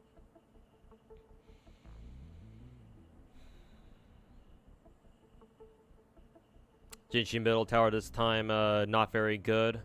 Yeah, don't seem like it, yeah. Because both the Morning Aches and the Fallacy have Spectral Resist, so yeah, that's unfortunate. I think I'll drop Genshin, but I'll run these two anyway. I'll just have to figure out who else I want to put in here. Probably Camellia, maybe. We can try Camellia. I just don't know who I would use for next turn or for second half though. Guess I'll find out after this. Hey, Otter Claus, how was your Thanksgiving? Just got Camellia on. I like how we've shortened her name to Camel. I better see some fan art of a camel wearing like Camellia's hairdo or something, or like Camellia riding a camel or something. As a new player, her essential materials aren't even accessible. Yeah, you have to get to Black Shores, I think, and that's our latest region so far. I mean, hey, you can skip through all the story in wuwa, so it shouldn't take you very long to get there in the first place. At least I don't think it should take you a long time. You would think they would make Camellia good for this to promote the character. I mean, one of the side towers, it does give you havoc damage bonus, I believe. So, I mean, technically they have.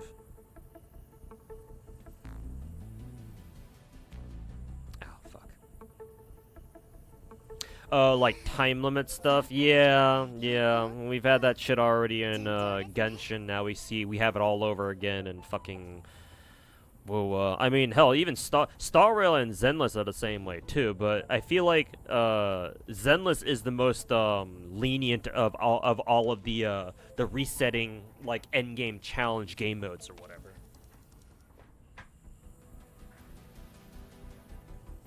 Probably, actually, no. Technically, Genshin would be the most lenient because it gives you what, like, even at the hardest difficulty or even on the highest floors, it still gives you what, like 3 minutes per side. Whereas Zenless only gives you like 2.5 minutes. Wuwa only gives you 2 minutes per side, I think.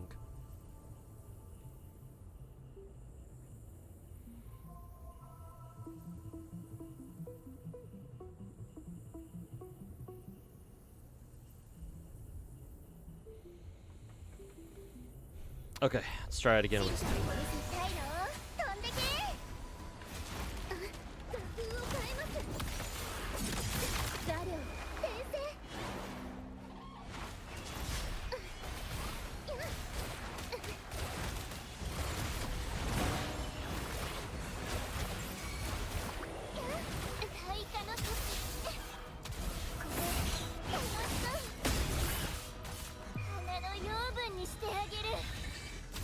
Boom.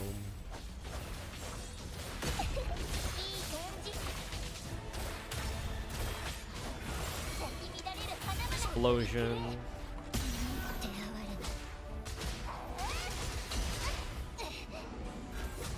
There's Verina's revive coming in clutch.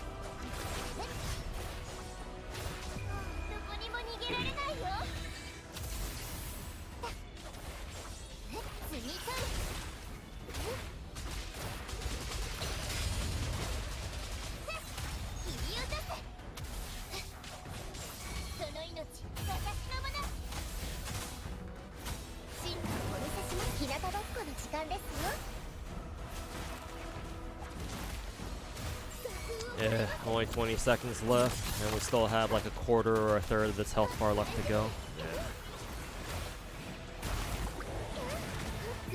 This one's feeling like a bust unless Camellia can really pop out a fuck ton of damage at once right here.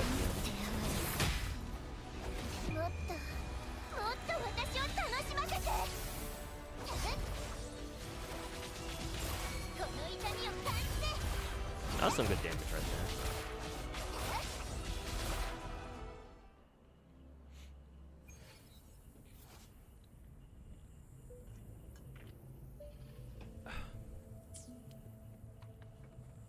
Encore story was good in your opinion? I think people have said that the character stories are better than the main story for sure.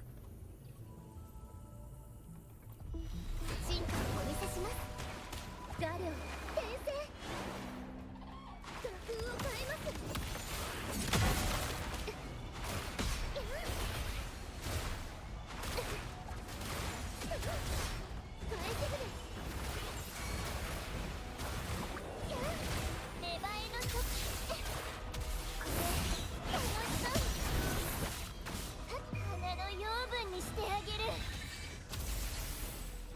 やっ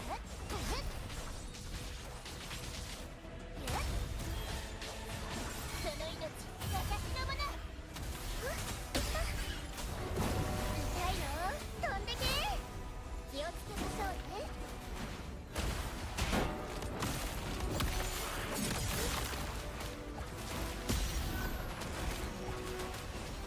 ずるよ舞い上がる。 Hey, Cotton Candy Corn, welcome to the stream. How's it going? Hope you're enjoying your Thanksgiving weekend, if you celebrate it, of course. もっともっと私を楽しませて。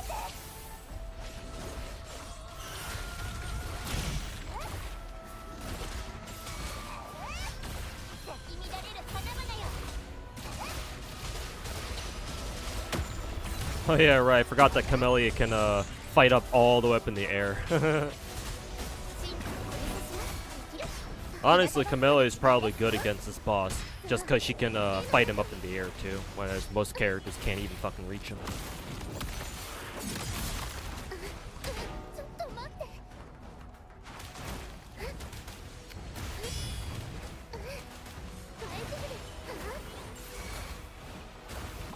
Still only 20 seconds, so we still have this long to go. Yeah. 再生の時この痛みを感じて。これ楽しそう。どこにも逃げられないよ。 Is C1? No, this is just C0. C0, whatever the weapon indicator is. C0 with unique with the R1 signature. い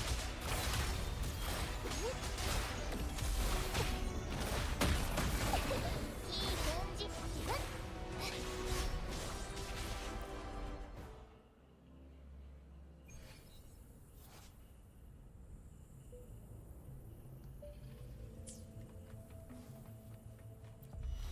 進化をお見せします。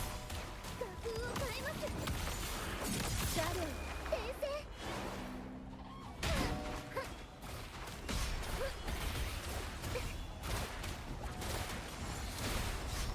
変えてくる。芽生えの時。これ楽しそう。花の養分にしてあげる。 絡み取る。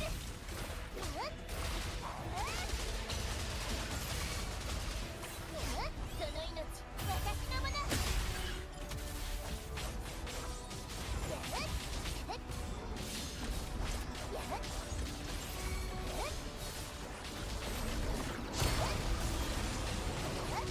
任せてください。進化をお見せします。ないの飛んでけ。絵の中に。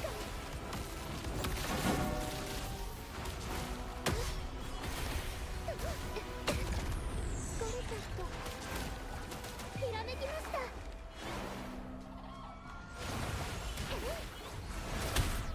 失敗の予感。再生の時。 Well, that's good. I actually got Camelia's intro skill, I think, there. Or intro skill attack thingy, or whatever you want to call it.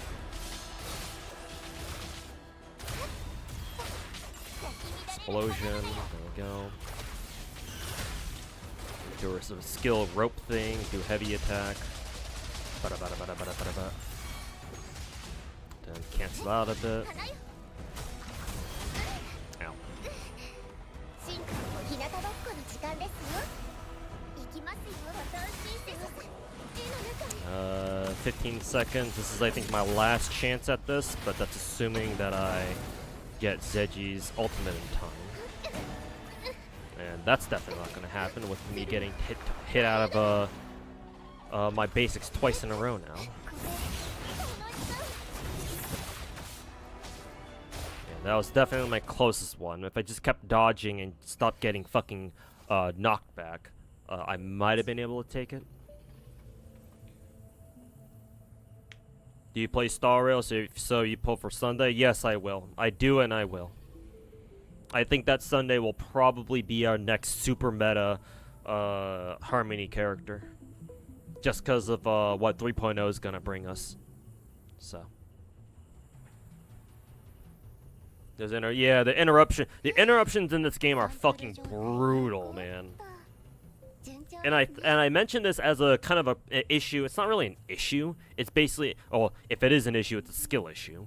But I did mention this as being one of the more annoying things about this game in my last WoW video that I put like what, a month ago at this point, where in this game, if your character gets hit by a heavy enough attack or like a strong enough attack and it sends them flying backwards, there's no way for you to break your fall like you can in say Genshin, right? Because in Genshin, if your character gets knocked back or they get knocked up into the air and they land back down, you can cancel your fall by dashing right as your character hits the ground. It's not particularly like hard either. Just spam your dash button when they hit the when they're about to hit the ground, and your character will dash out of their fall animation as soon as they hit the ground. That is. So in Genshin, there's a way to mitigate your mistake by dashing out of your fall, because if you don't do that, then obviously your character will do the whole tumbling on the ground animation to get back up to their feet, and so that wastes, like maybe a second or two. In this game, there's nothing like that. There's no way for you to break your fall, no matter how much you spam the dash button. Like, if you get hit, you're going to get launched, and that's like a fucking easy 2 or 3 second time loss right there. And like, I kind of wonder why that's not the case in this game. Like, it feels horrible getting your ass beat in this game, and there's no way for you to break your fall. You just gotta have to sit there and hold that L. And like, for me personally, it's like, okay, it's one thing where like, okay, you're getting punished for your mistake. Like, I get that part, but like, it just feels bad just seeing your character just kind of tumble it through the air and you can't do shit about it, And especially in TOA where you only have 2 minutes, right, in order to beat the boss, as opposed to 3 minutes in Genshin Impact. It's like, okay, that's a little, to me anyway, it feels a little bit much for the game to not allow you to break your fall at all, and like at least dash out of it like Genshin does. Turtle Echo doesn't do it. Yeah, I know. I'm very much so aware. I see Verina's Turtle Echo like main skill as more of like a damage mitigation thing, so that way I can afford to go a little bit more unga bunga with my characters and not have to dodge as much. I never thought of it as like a global protection against all hits. Yeah, it was never like that for me anyway. So I'm well aware. You still need to dodge. Yeah, in short, basically, dodge. Dodge. If you can dodge a wrench, you can dodge a ball, kind of thing.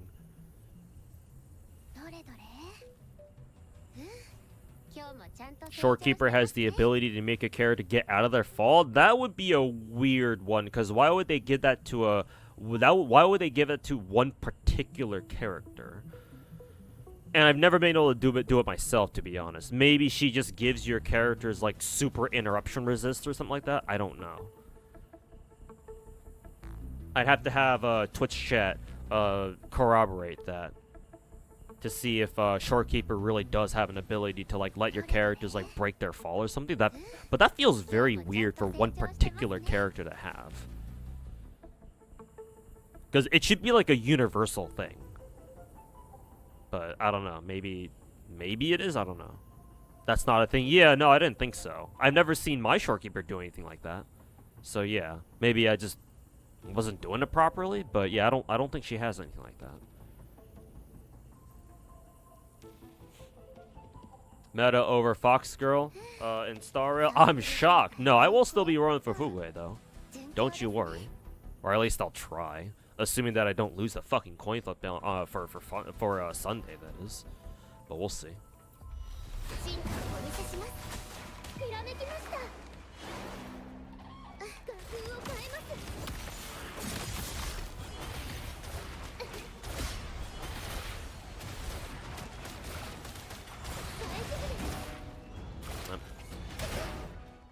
Got hit out of Zeji's skill summoning animation. Normally she doesn't get hit by that. She can't get hit out of that, but he caught me at the tail end of the animation, so.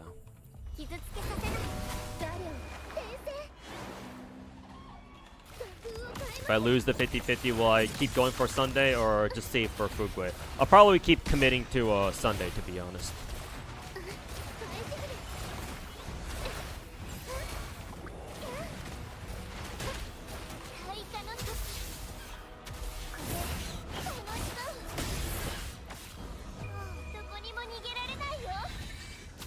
Boom.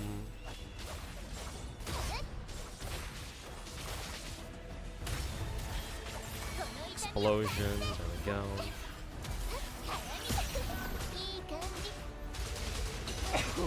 Excuse me.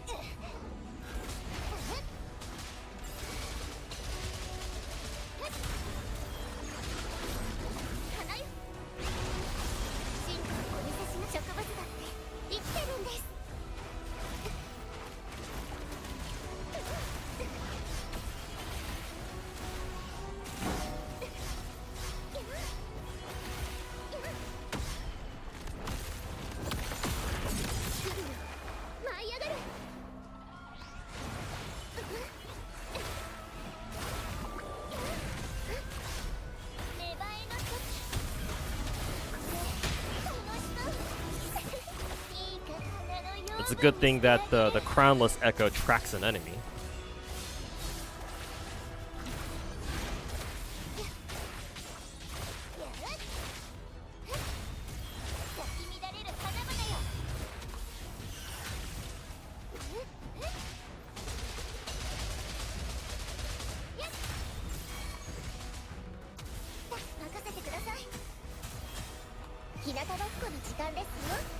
Only 20 seconds. I think this is a wash too, unfortunately.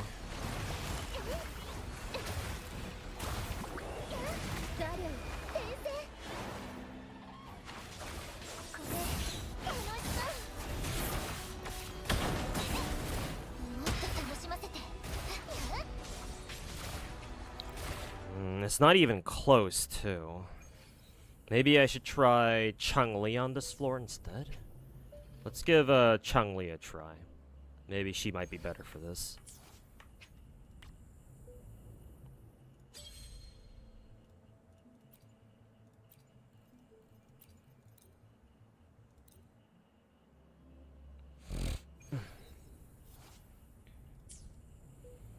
She does have that ability. It's on her outro. You can see it for yourself in game. Her outro? If you're saying it's her outro, then doesn't that imply that every character in the game can do that?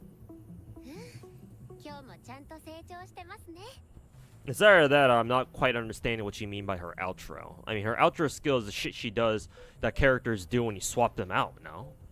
Because every character in the game has an intro and outro skill for when they get swapped in and when they get swapped out or whatever.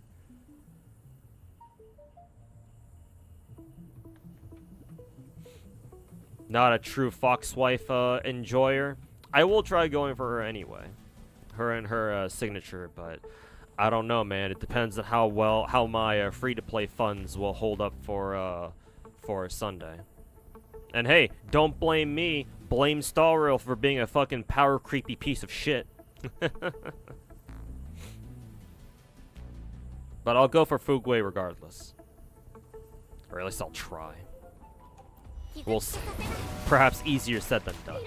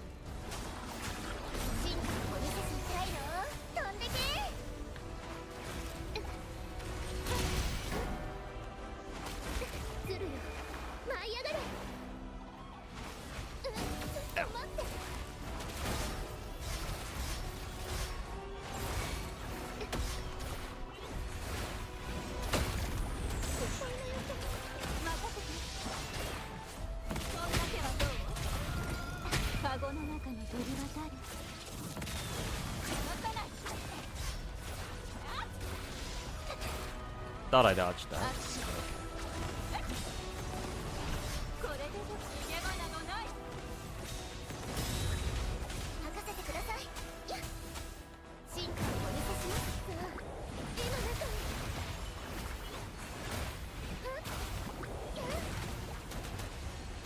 誰を転生。こんな手はどう？ 20 seconds. 雨が降り注ぐ。烈火のきらめき。断ち切る。植物だって生きてるんです。いけますか？風を変えます。任せて。 Wow, Changli can even get hit out of her fucking intro skill. That's fucking lame. This boss is a little fucking bitch.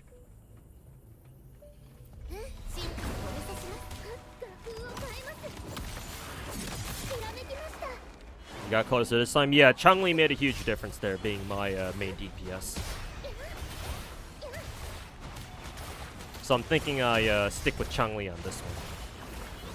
And then we pray to God that Camellia will be able to do get the job done on second time. Considering I can't use Jinshi for the most part. Wow, really? Fucking hammer hit Changli out of her heavy attack animation. I would love to call the fallacy boss names that I cannot use on Twitch.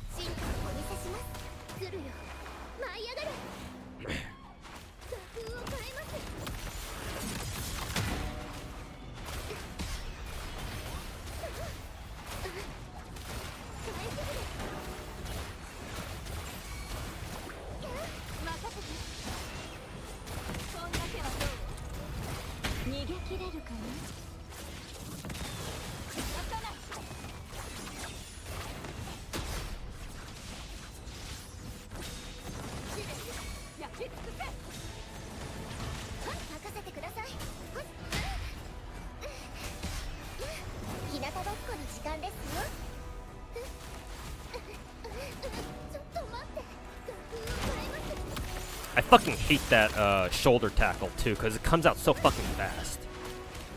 Literally can't fucking react to it. Not when you're also trying to attack him at the same time.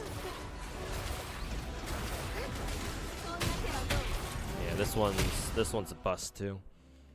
Ideally, I should be, considering it's 2 minutes long, we should be down at what, halfway through his health bar by the time it hits the 3-minute mark, or by the time it hits the 4-minute mark.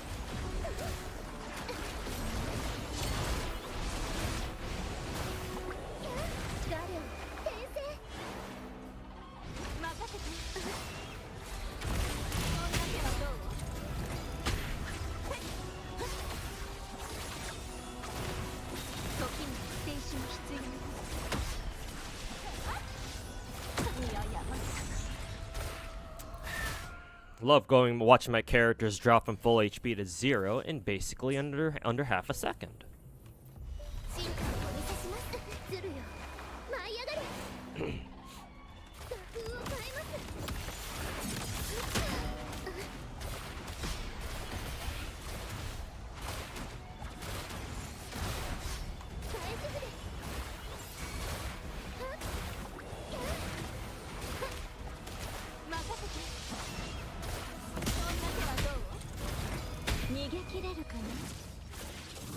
Did you see jiggle physics in wuwa? Yeah, of course. Oh, she got hit out of her heavy animation again.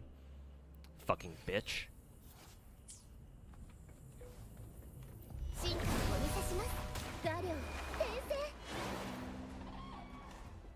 Why does the game not register your forward key, the W key, after a character uses their ultimate? That's kind of fucking annoying.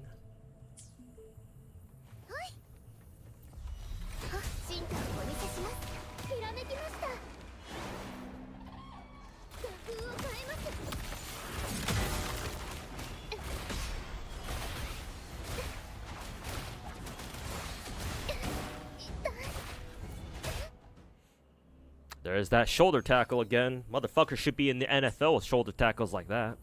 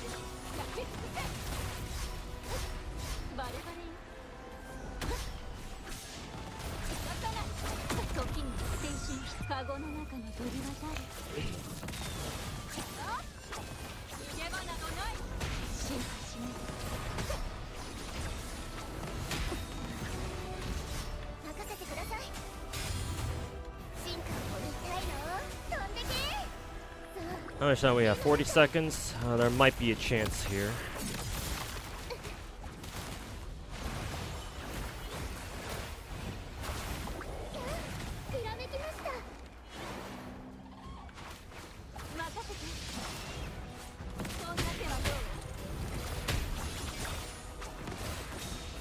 This combo has to do a ton of damage though.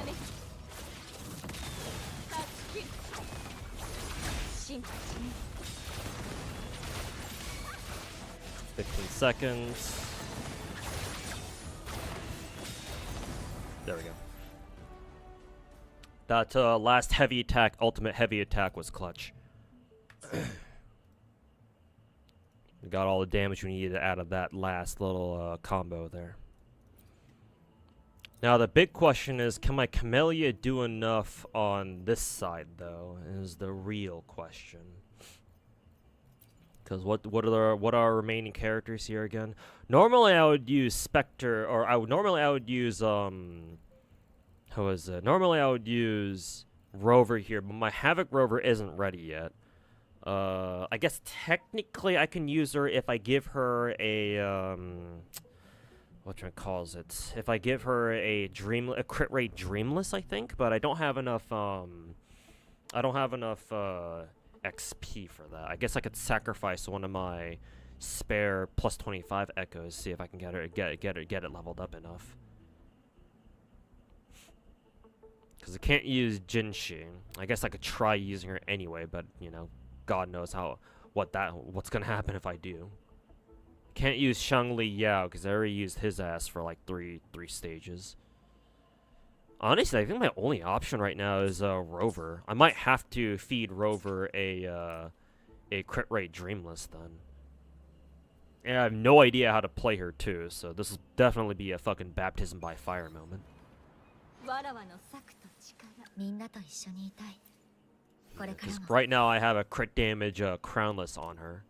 But in reality, I think she actually wants Dreamless, I think. Because I think Dreamless specifically has like a bonus effect on Rover if Rover uses her. Damage of echo skill increased by 50% during the first 5 seconds after Rover casts her ultimate. Yeah, there you go. So I have to remember to use Rover's ultimate first and then use Dreamless, which is not usually how you use 4 echoes in this game, I don't think. Or at least I know that Crownless gives a havoc damage boost and a resonance skill boost after you use him. So you want to use him first to initiate your havoc character's attacks, whereas Dreamless is the opposite way around, or the other way around, I think. Can't you share Camellia, as in like take a support Camellia? No, I don't think you've ever been able to do that. Gian is good too, I guess, but that means I can't use him here. Though to be fair, what I can do is maybe I can get him or use other characters, because I think he's at 4 energy, and so what I could do is maybe I could reset this floor specifically. Yeah, we can reset this floor, so we can give Gian 1 energy back, and I can redo this floor with like another bullshit team or whatever. These all only cost 1, so yeah, I could just bring everybody here that only costs 1, like these ladies right here. Shorekeeper's outro gives the character a butterfly, which you can use to interrupt her fall, and it'll count as a perfect dodge. Can be triggered up to 5 times. Oh, okay. I'll try to learn how to use that. I don't know how to trigger that, though. Hell, I don't even know how to use characters' outro skills. I know about intro skills. What the hell are their outro skills? How do you even trigger them? But I'll try to figure that out.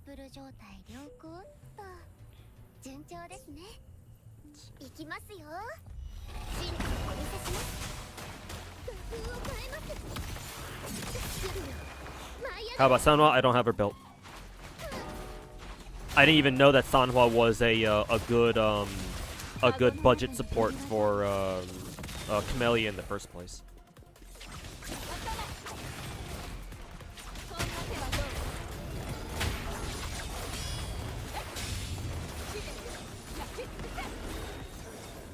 So yeah, I do not have her built at all. But now I know who to build to give Camellia decent support, though. How was your Black Friday? Considering that I'm too broke to buy anything, it went pretty uneventfully. I hope you had a better Black Friday than I did. Did you see the leaks? I think somebody earlier in Twitch chat was asking me if I saw the wuwa leaks at all, and I was like, you can go ahead and talk about it. I don't really care. What? The only leaks I know about right now is the fact that Xena has wings or some shit like that. The dragon horn lady from Renacita.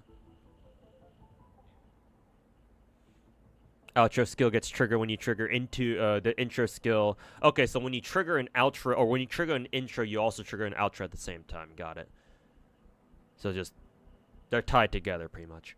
So when you swap from Shorekeeper to someone else with full Forte gauge, okay. Because usually whenever I see Shorekeeper's Forte gauge full, I immediately heavy attack with her. I have no idea what it does, but I assume it does something. So you're saying next time, don't use her heavy attack, but keep it for her outro. Okay, I'll try to keep that in mind then. And you can trigger the effect when you're by dashing while my character is in tumble animation. Okay, if it's that simple, then yeah, I'll definitely try to keep that in mind and test it. Use it or test it out for myself to see if it works.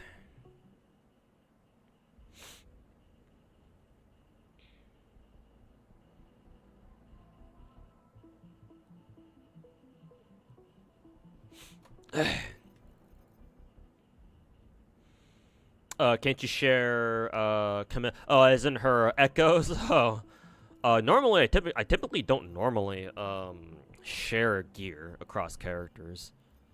Maybe I should consider it though. Who are we using here? Shorekeeper. I guess we can run Gian first and then Camellia. Oh, we'll try that. That one from Xena was actually fake? Ah, I see. Fake news on my social media platform? No, say it ain't so. Say it ain't so.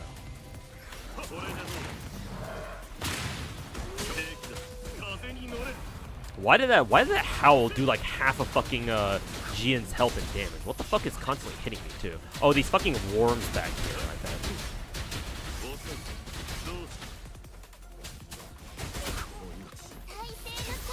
It's like, oh yeah, that's right, these motherfuckers.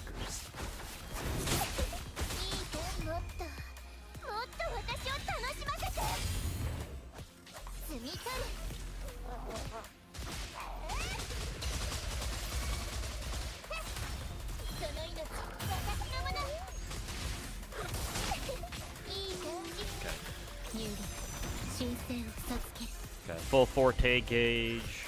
There we go. Boom. Jian missed with this fucking echo skill. That's unfortunate.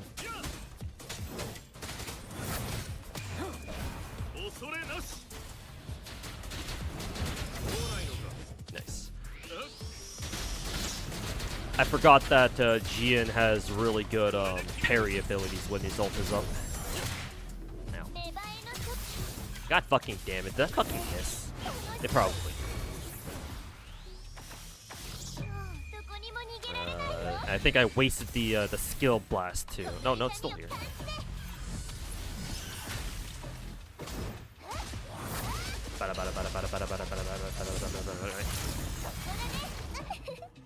Fucking.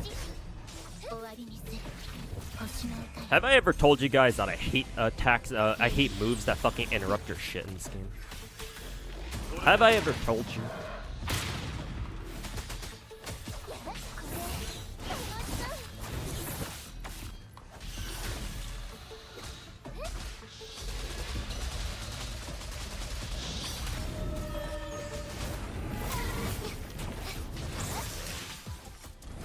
Definitely gonna have to restart that. Those worms are trolls? Yeah, those guys are kind of fucking annoying. I'm not gonna fucking lie.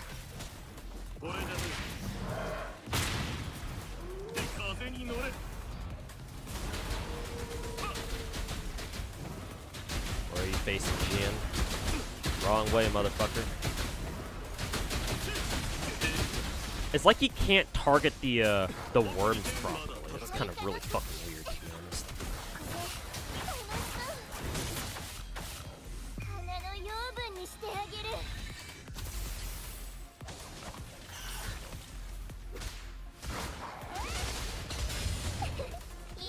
I don't know. I have no idea what interrupted me there.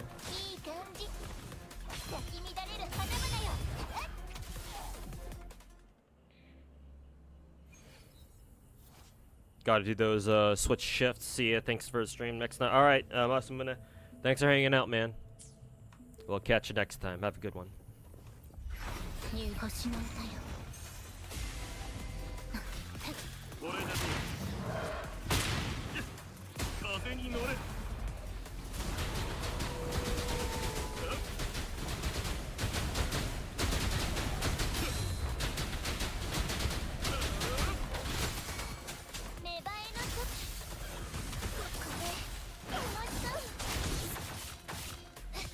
Okay, at least the worms are died really quickly that time.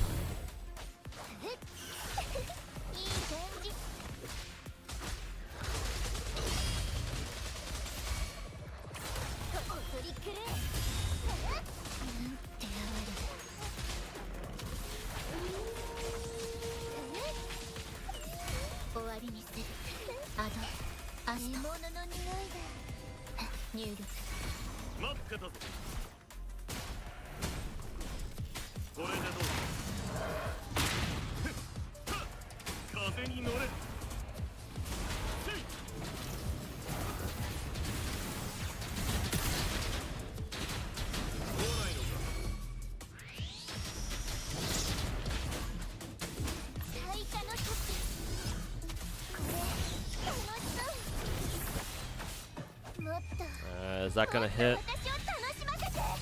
I don't think it did. Yeah, I don't think it did.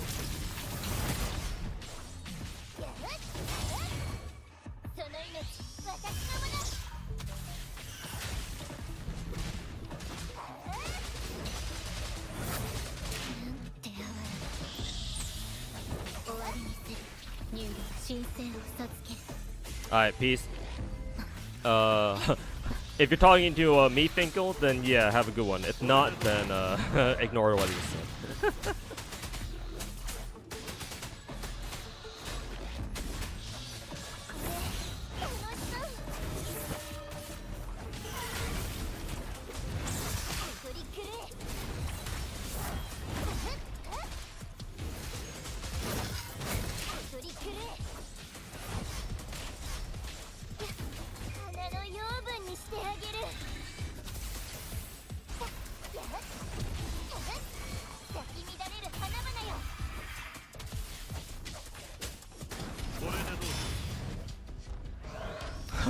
Feels weird parrying the command grab out of this dude with an echo skill.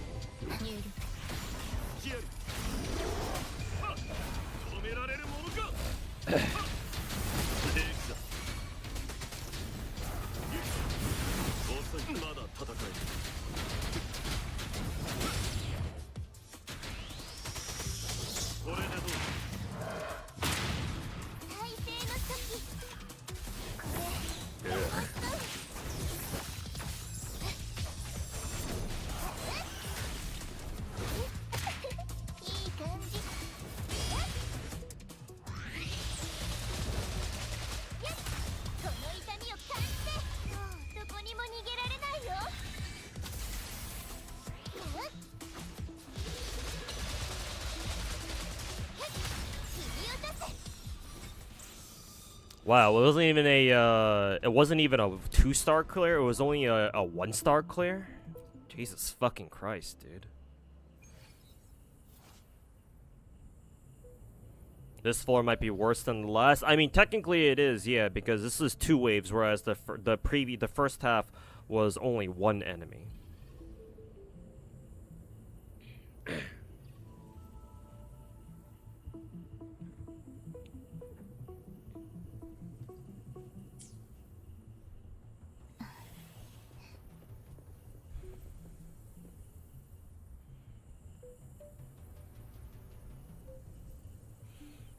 I wonder if I should clear first wave with Camellia first, then switch to Jian to clean up.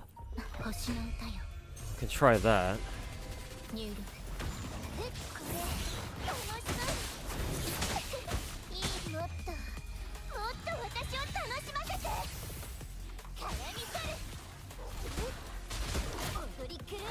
Well, until she gets interrupted by these stupid fucking wolves.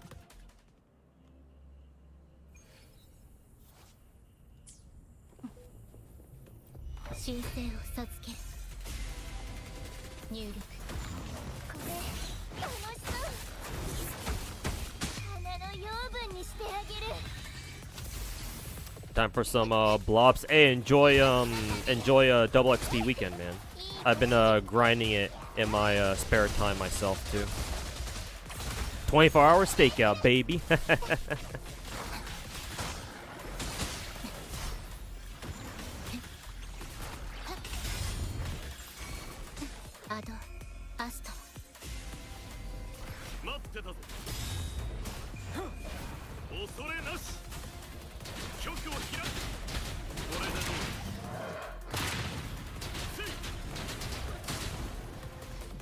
Really? Just freeze the. You can just. That asshole can freeze you just like that.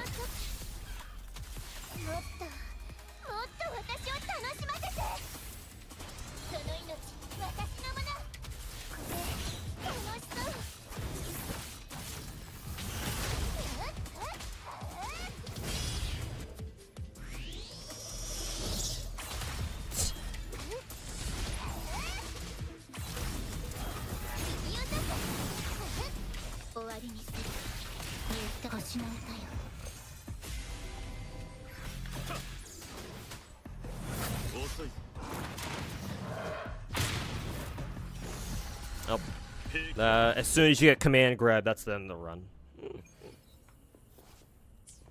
Command grab, the single most annoying fucking attack in the entire game. Holy fucking shit.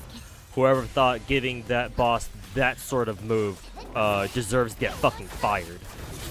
That guy can go fuck themselves.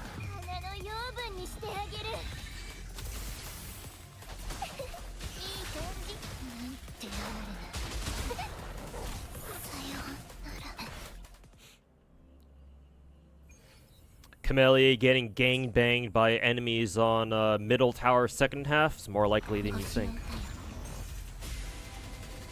There's some fan art ideas for you.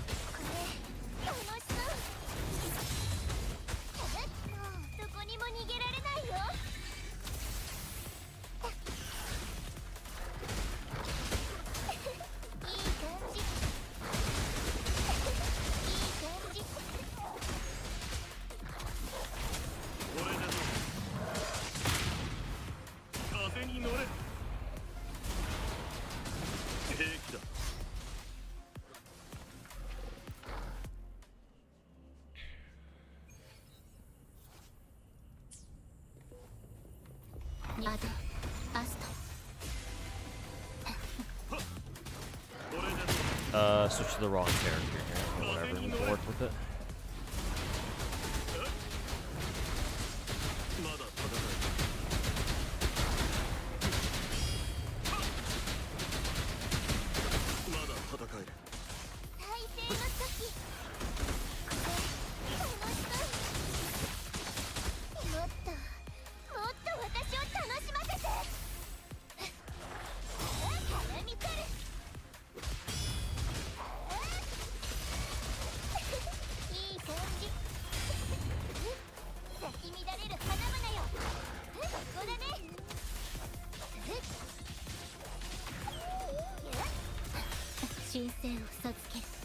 Is it harder than Dark Souls?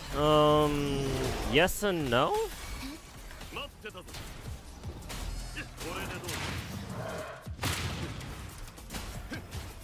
I guess ultimately it depends on what you see as quote-unquote difficult or as hard.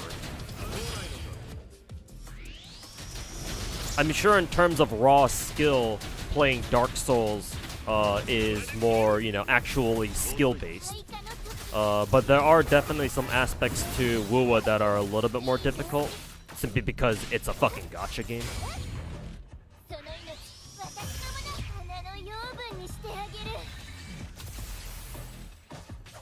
That did not do a lot of damage at all, what the fuck.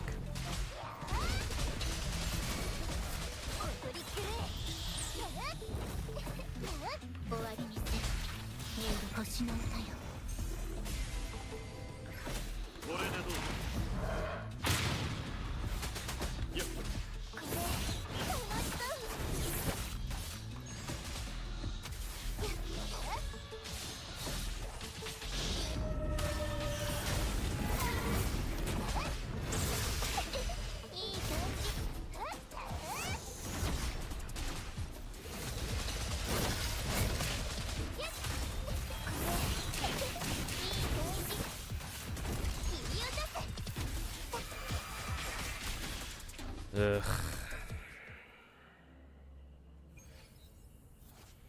Why are we comparing Dark Souls to wuwa though? Well, I mean, both of them are very dodge heavy. Dodging is your main form of defense in both games, unless there's like, I guess you can use shields in Dark Souls, I guess, but I don't really see anybody running like a shield build at all.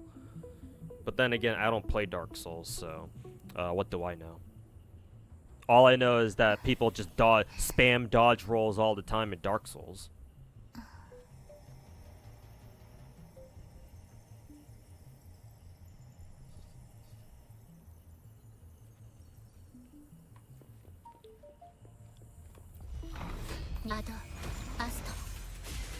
Ugh.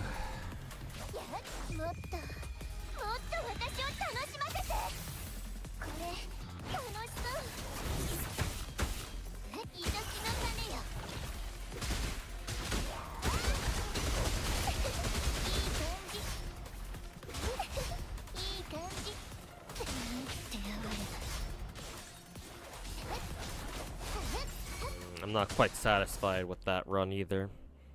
Camellia taking 2 tail whips to the fucking face? Nah, that ain't gonna do it. 入申請を授けるこれでどう風に乗れ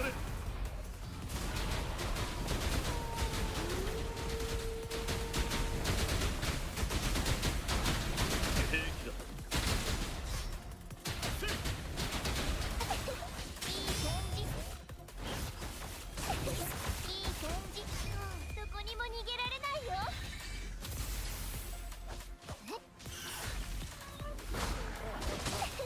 いい感じおとりくれな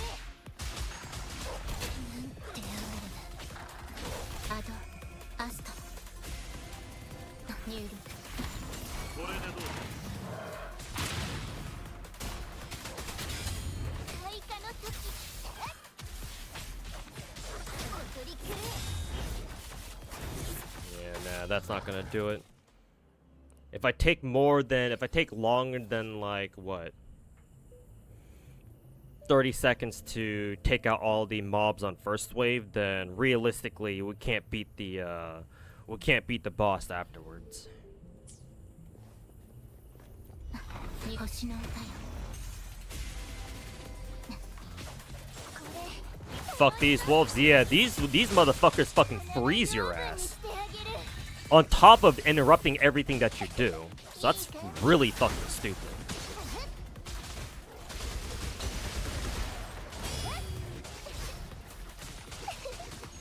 Yeah, like, see it right there. All those fucking bullshit interruptions. これでどう入力申請を授けるこれ楽しそう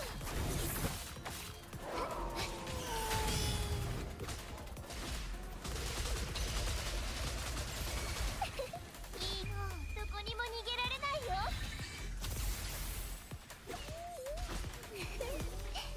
獲物のその命私のもの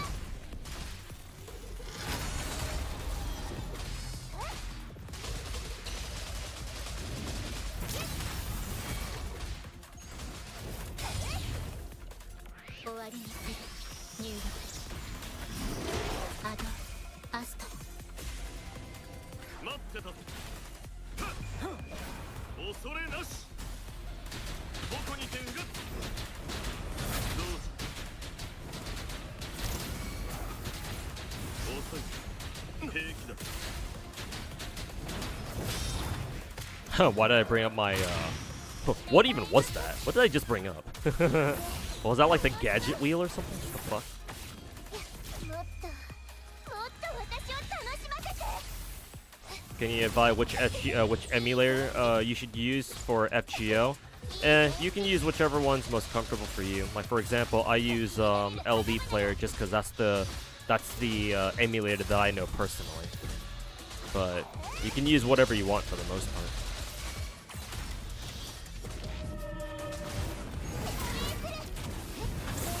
楽しそういい感じ終わりにする入力星の歌よ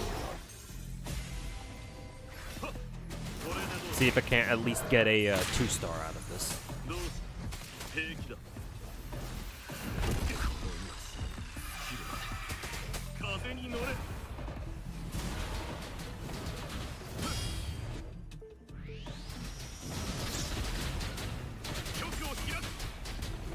Actually, I don't even think I can get a 2-star at this rate. 楽しそう花の養分にしてあげるやだいい感じ Yeah, can't even get a 2-star because 2-star is 2.5 minutes.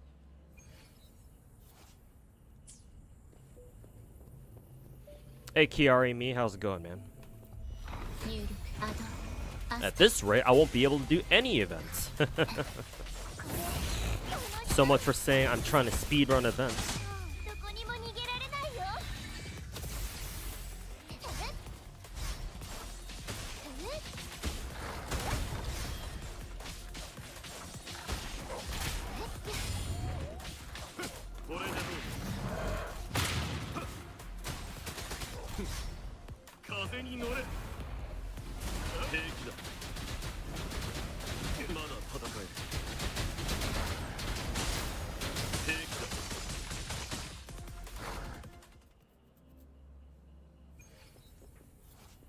Not a fan of how Wu implemented the parry. Yeah, not a fan either.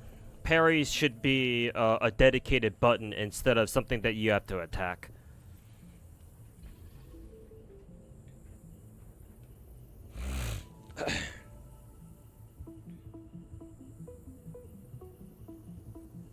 Yeah, I wish parries were better in this game, because as they currently stand, they're just a flex and nothing else.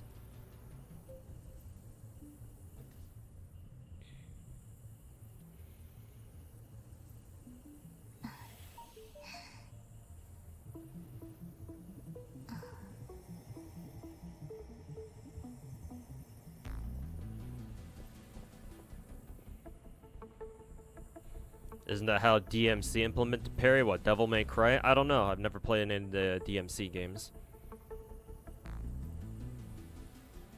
Hey, KDMC, welcome back. Looks like Mabuika's current state has caused a civil war, I assume over on the Chinese forums, due to its shift to Star Rail power creep kind of levels. Well, that's not good. I mean, it's not as impactful as, like, say, as it is in Star Rail, but yeah, it's not a good sign.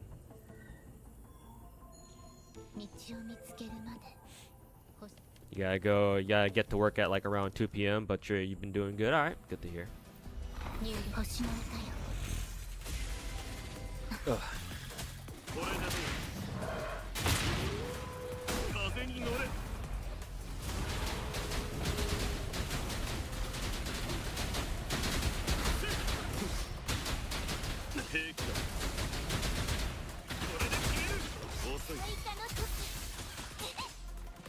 'Cause she even got hit out of the air from a fucking ice laser beam or whatever the fuck the wolves do. Wow, that is such bullshit. God, these enemies are fucking hilarious. Also, was Camellia only hitting that wolf in front of her? Are you telling me her fucking heavy attack does not reach, didn't reach the other side, the other wolf in time? That is some bullshit, bro. Actual fucking bullshit.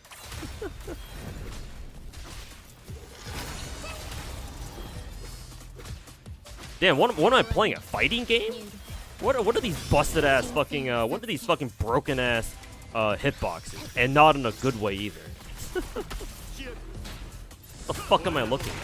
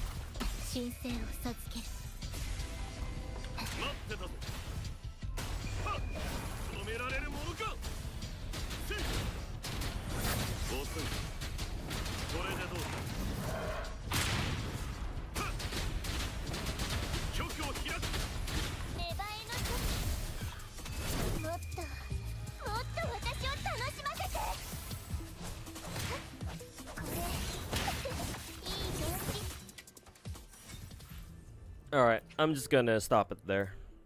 Clearly my Camellia is not good enough. It's either that or I need to focus on raising Sanhua, but I don't know if I can do that in time before this rotation, the cycle ends. So, fuck that TOA, I guess. I'll come back to it later. Maybe I'll do it off stream and see if I can't grind it out, but something tells me that this team isn't quite cut out for it.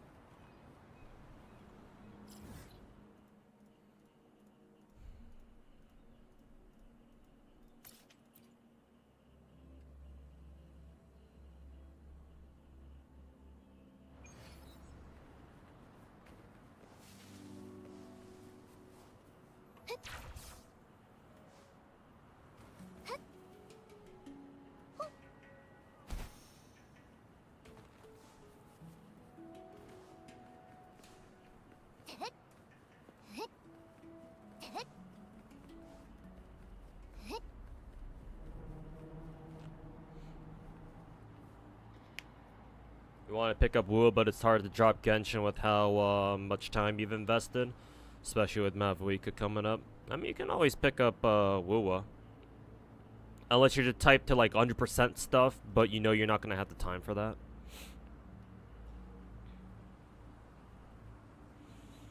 Use Shangli Yao. I'm betting my own Shangli Yao isn't quite good enough for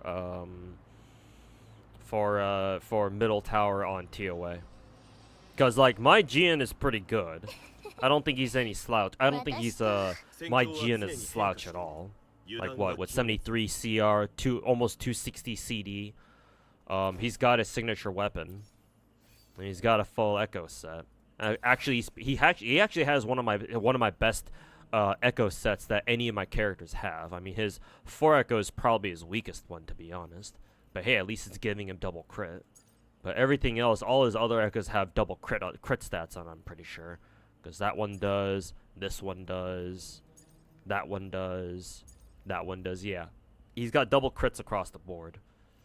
The only thing that could possibly be better about him is me raising his skills to maybe maximum. Which honestly, at this point, considering how much I have to use his ass, I'm seriously considering getting him to max level anyway. Would certainly be useful here.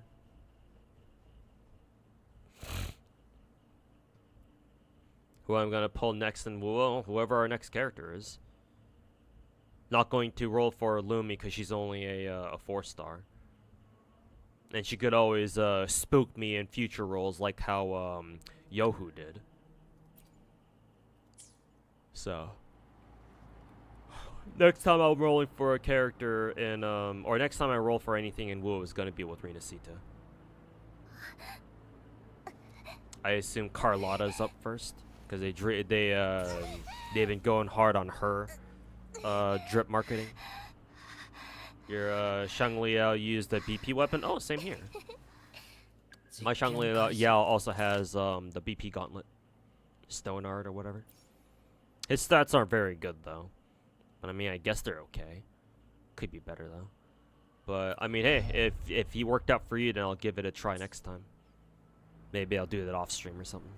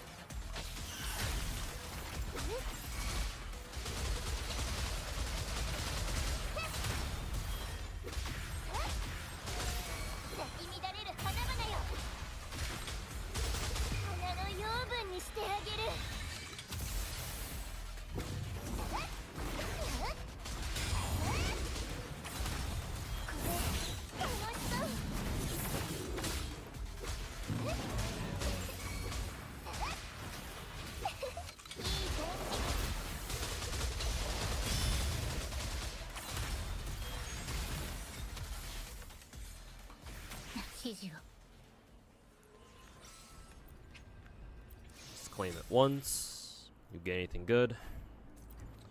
Trash, trash. Well, I don't even know why I'm checking that one.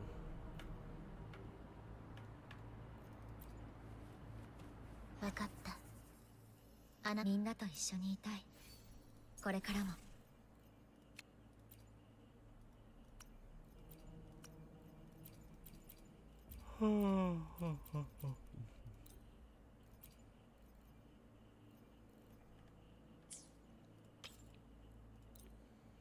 Equip this one. We can almost get it to, actually, no, we can get it to maximum level here.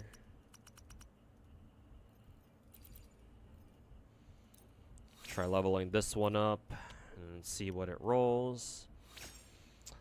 The subsets are trash, but at least it rolled double crits, so I guess it's serviceable for now. Ugh, these stats are fucking trash though, compared to her what is it?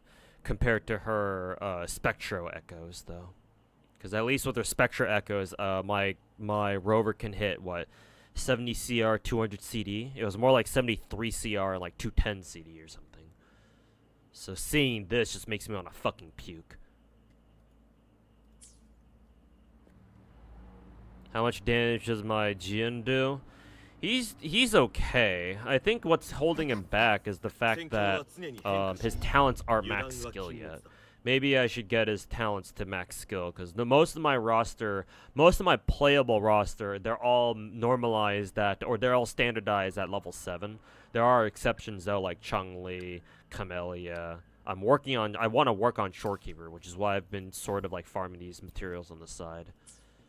But Zeji, Jinshi, I think these 4 are the characters that I've taken the time to get maximum talent levels on, or skill levels on.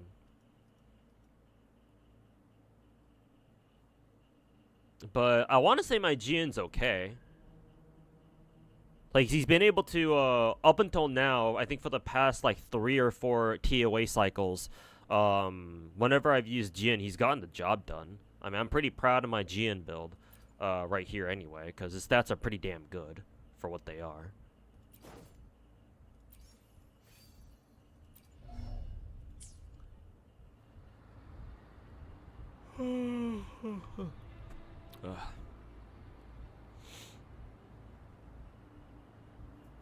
They announced Maiden Altar. Oh, really? Did they? I didn't see a tweet out of Nikkei yet.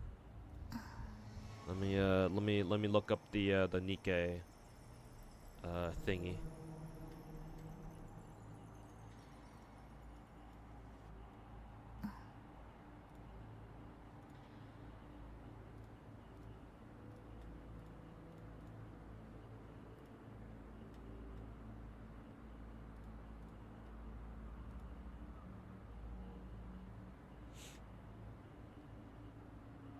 Oh, they also released the Killer D ASMR video.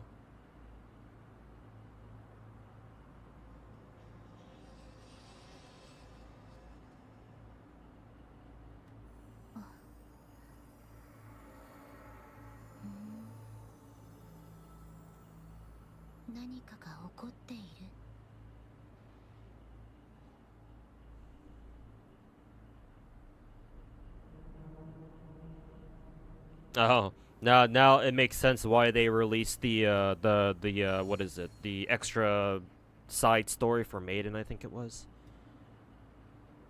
Now it actually makes sense.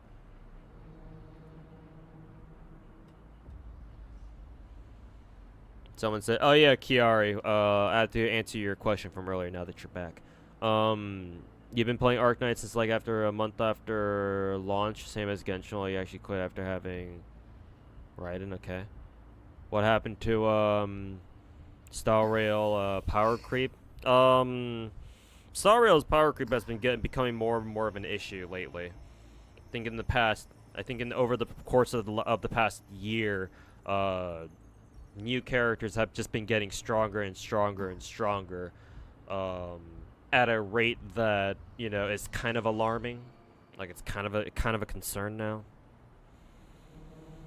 And I used to say that, oh yeah, MiHoYo games, you don't really have to worry about power creep. but now I'm kind of forced to change my stance on that with how Star Rail's been pumping out characters where it's like, oh my god, this new character is now the meta, and it's like that's like happening like basically every other patch. So it's kind of like it's kind of a head scratcher as to why MiHoYo is doing that.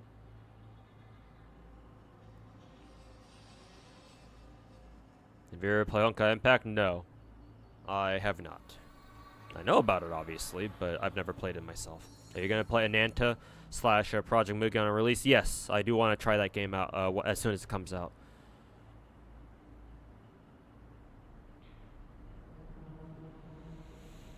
Weekly gatekeeping talent materials is brutal. Yep. Yet another reason why Genshin wuwa is just a glorified fucking Genshin clone. People can hate me all they want for calling Wuthering Waves a Genshin clone, but am I fucking wrong? Like, sure, yeah, the gameplay is quite different, obviously, but like the gameplay alone, you know, doesn't make a game entirely different. It should be the main reason why you play the game, sure, but like if only the gameplay is different, but like basically like 90% of the rest of the mechanics of the game is like ripped straight out of another game, it's like at that point it's like, bruh.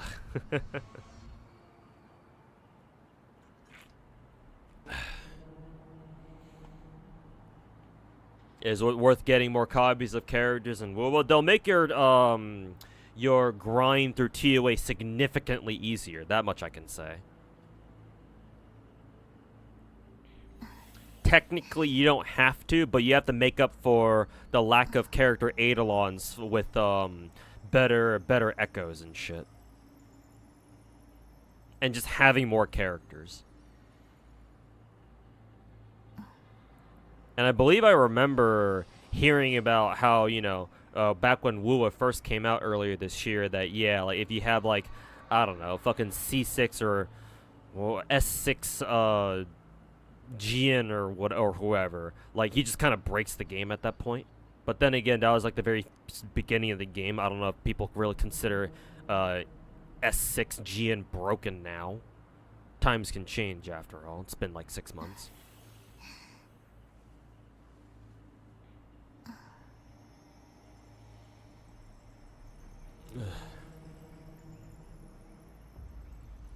Carlotta would be voiced by Kana Ueda. Yeah, that's what I heard too.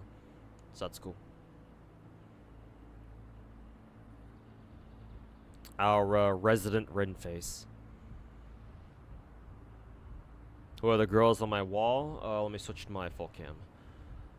Those are just various either blankets or like tapestries or Dakimakura's body pillows of various VTubers and Gacha characters. Where my hand is pointing at right now, that's Tokoyami Toa, Hololive 4th Gen JP. She's my Kamiyoshi, my favorite VTuber of all time.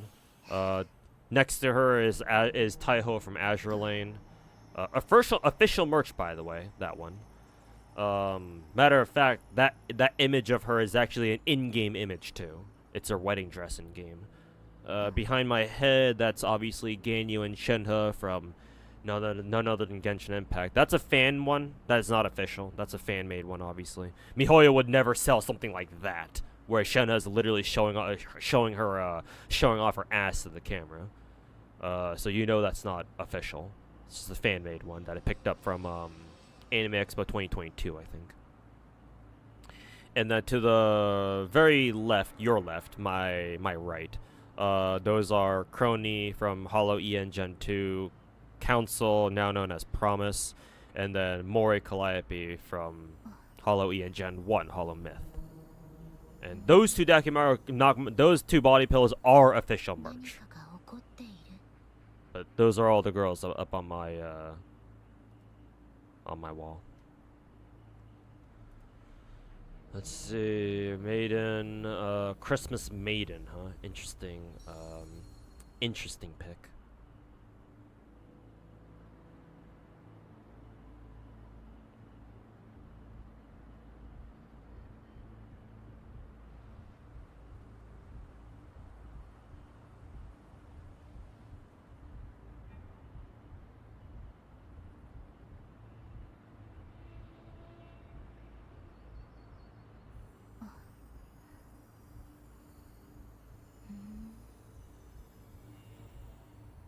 何かが起こっている。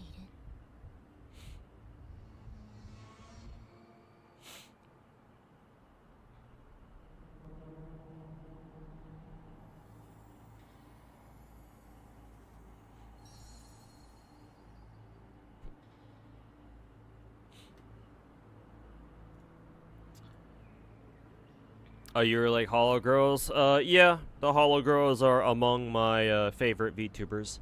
Though, admittedly, I've been watching more indie VTubers and English-speaking VTubers than corpo ones. The exception being the Phase Girls. But I still do keep up. I do try to keep up with the Hollow Girls as much as I can, and stay tuned to whichever news that I hear on the Twitter, the streets of Twitter, the online streets of Twitter.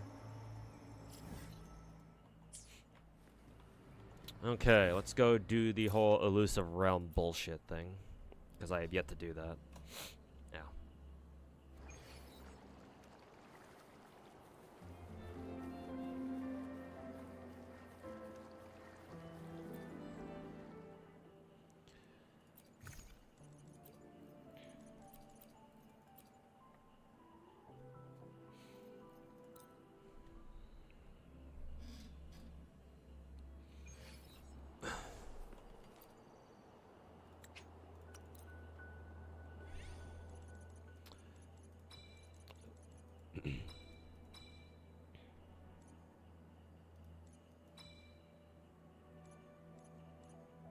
I guess we can go for a skill for more spin to win.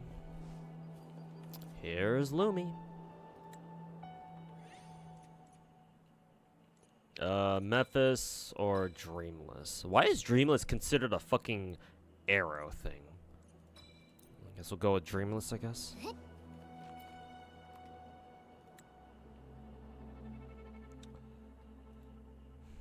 Reduce max HP, unlock Resonator's Resonance Chain.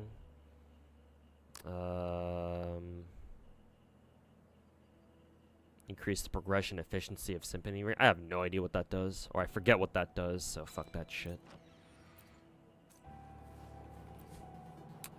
R1 Camellia it is, then.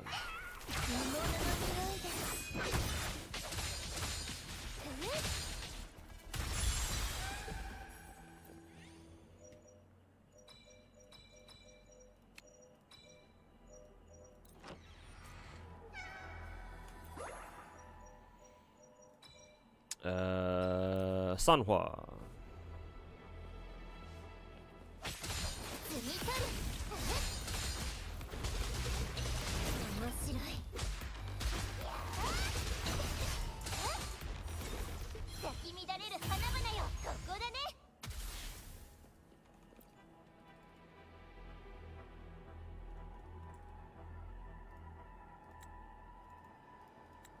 Why can't you skip? Oh yeah, right, because you have to pick between these two. I was about to say, why the fuck can't we skip this? You want to play Wizard of Oz? Is that a gacha game? Because I know about the book, or I know about the play. Is there a gacha game out there called Wizard of Oz? Because if so, then I don't think I've ever heard of it.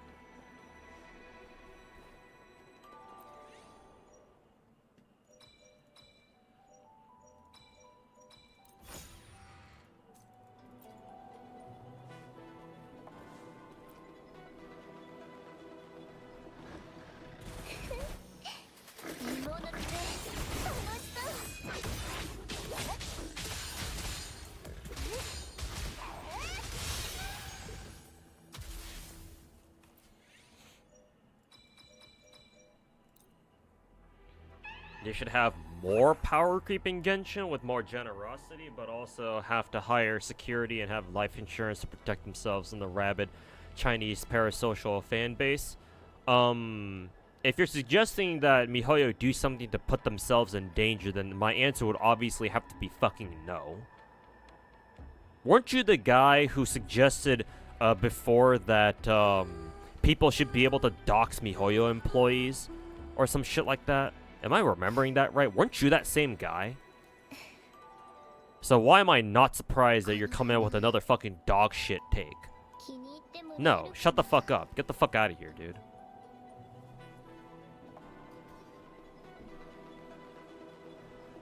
Oh, the Wizardry Variants Daphne. Yeah, I've heard that game. I've heard of that name actually. Yeah, I've heard of that name. I have no idea what that game is about. I've just been told that it's a gacha. People have asked me if I was gonna play it or not. The answer is no to both. So yeah, I don't know. I don't know what it's about. I've never seen any gameplay of it. I've only ever like briefly heard about it, but no one's been able to tell me what that game's about. So, is it good? I don't know. Like I said. No, and what is a joke? Haha. Good one. Nice try, buddy. Putting XDD at the end of your sentence doesn't make your suggestion any less shitty. Shut the fuck up. Stop giving dog shit takes.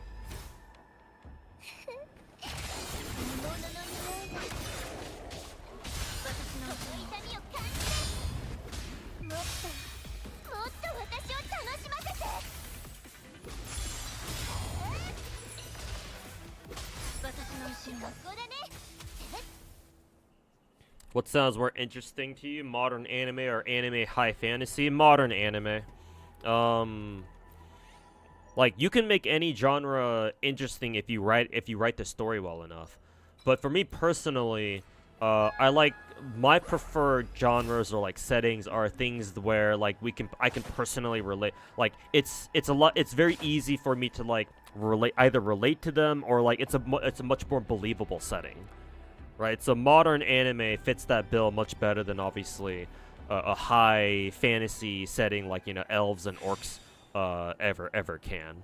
Now, if you were to put, say, like high fantasy characters into a modern setting, now that might be a bit of a different story. Maybe you'll get my attention there, but for the most part, I prefer more modern slash grounded in reality settings. I don't want to say realistic, because, you know, anime being realistic, good one. But, like, something that's more grounded to reality, I guess. Yeah.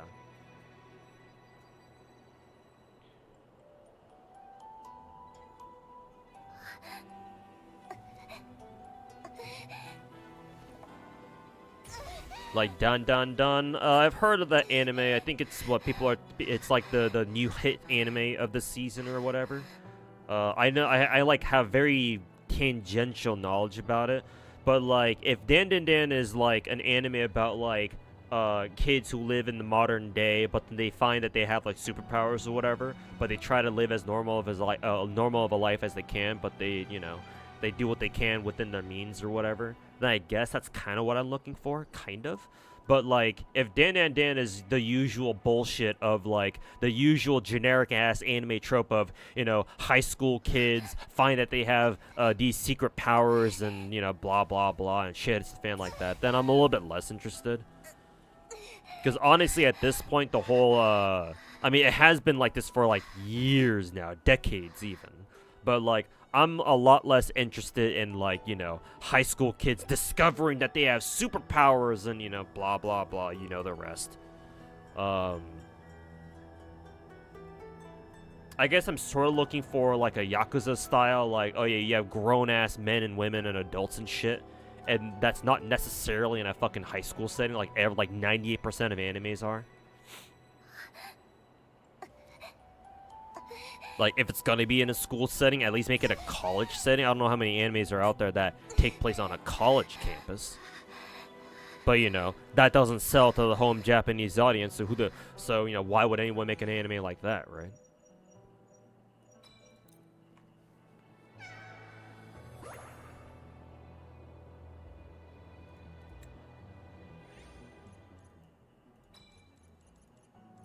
Forte circuit, sure, I have no idea what this does.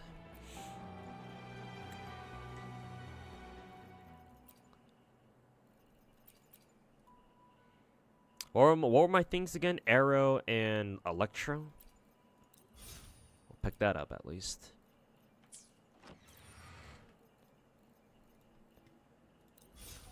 Guess we'll get that one too.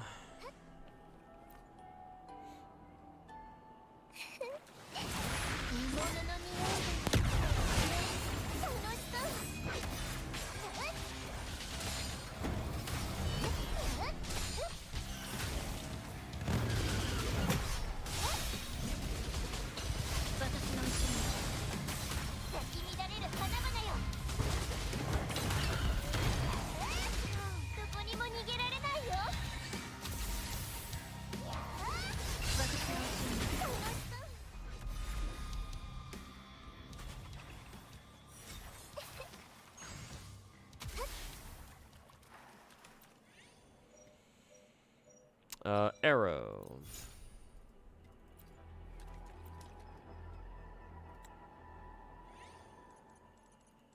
They're all basic attacks. Alright, cool.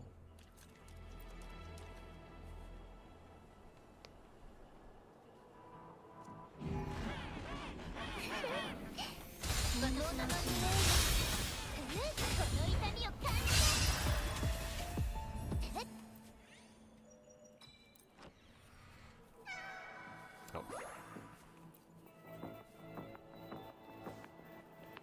Hello, shorekeeper. What are you doing here?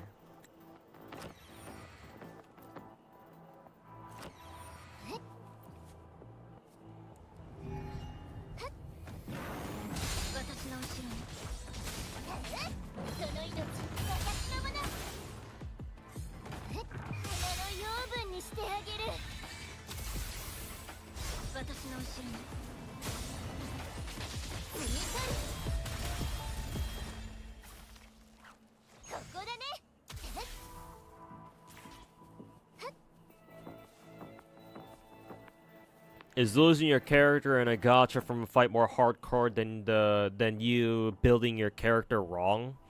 Building your character wrong in a gacha game, like if you're talking about like miHoYo style gearing, then no. People I know it's kind of a thing in like especially the Hoyoverse communities to like, you know, like talk about like how people have built their characters wrong and shit, and how their accounts are quote unquote bricked because of it. If they think that that's bricking your account, they have no idea what bricking your account really means in a gacha context. If you're talking about a miHoYo game, or a miHoYo style game of gearing, then you can't really brick your characters. You can't really brick your characters in any of these games. Because there's no downside to leveling the talents on characters, even if a character in any Genshin style game has like a skill or a talent where it's functionally useless. Even if you level it up, it doesn't really matter, right? All you're gonna get out of it is like a stronger, you know, for example, if a character in Genshin doesn't really use their basic attack, but you level it up anyway, it's like that doesn't really hurt them. They don't really need it, but it doesn't hurt them either. And if you give them the wrong gear, okay, well, like, yeah, it sucks, especially if you're a newer player and your resources are a lot more limited than if you were a veteran player. Then yeah, obviously that shit sucks, and you're stuck with whatever build you gave that character for a little bit. But it's not like it's impossible for you to re-gear them. It'll take you a while, maybe a little bit less time if you're like a more experienced player, you've been playing for longer, so you have more resources. But you can eventually get around to re-gearing them and give them better gear, right? And give them a better build at the end of the day, after, you know, however long it takes for you to get them a new gear set, right? Gear, weapons, whatever it is.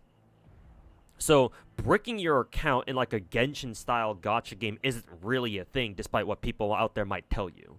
Because let me know if a miHoYo game, maybe Honkai Impact does this, I don't know that game, but none of their big three gacha games right now have a thing where if you level a character's skill, for example, past a certain level, you are fucked.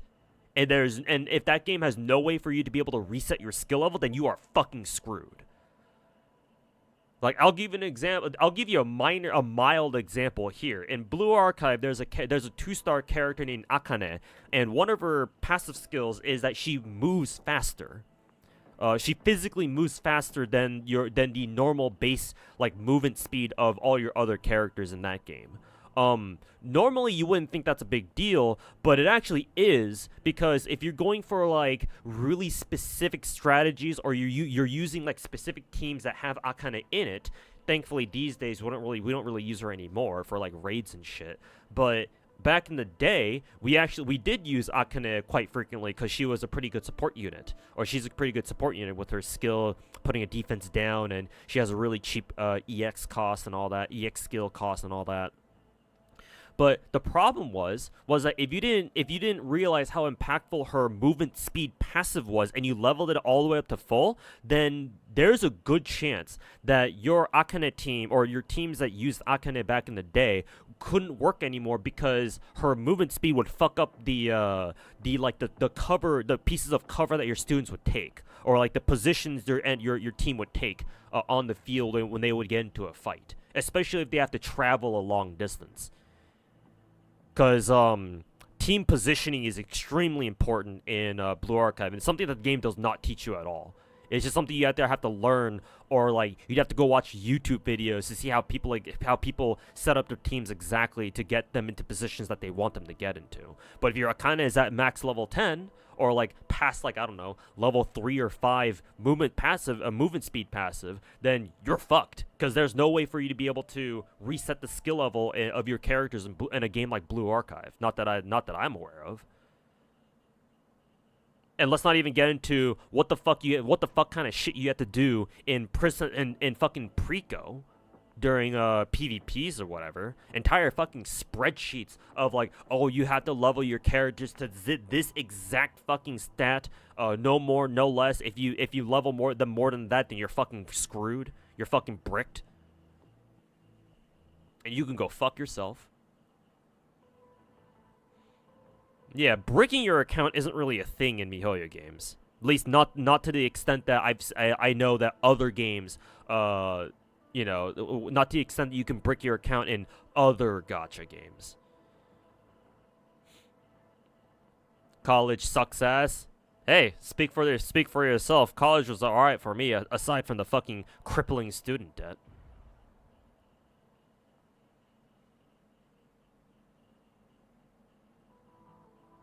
You would set your characters in high school because then you don't need to explain why they never. You don't need to explain why they never drive. I mean, you can drive at fucking 16, my dude. At least here in America, you can. If you live outside America, then maybe teenage driving laws might be a little bit different. But if you're an American, then shit, man, high schoolers can drive too. I was driving by the time I was 17.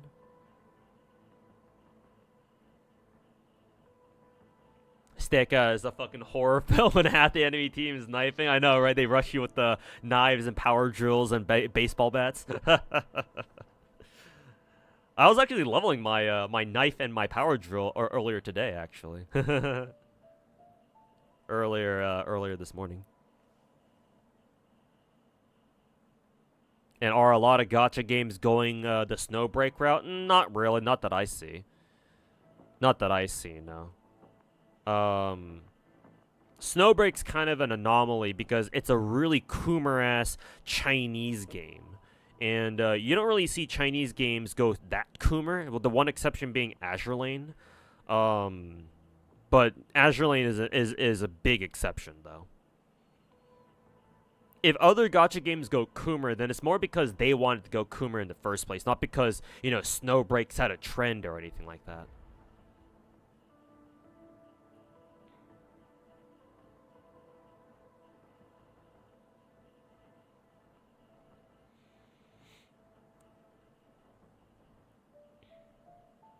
In Texas, it's 14? Really? What the fuck? Why is the driving age so low over there? I mean, it's Texas, so I shouldn't really be that surprised, but... reduce base defense by 60%, gain 50% more dream fragments. Doesn't really matter right now, because this is just the first level of Elusive Realm. But sure, we'll take it.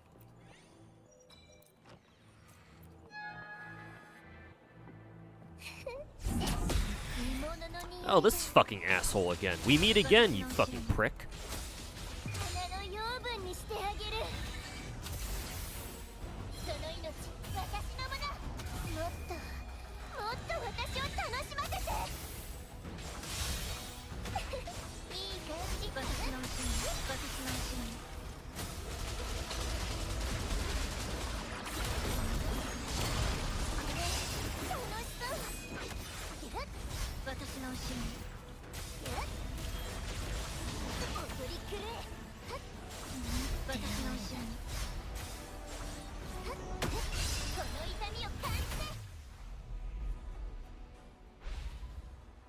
Not so strong anymore now that you're outside of TOA, huh? Now are you? Little fucking bitch.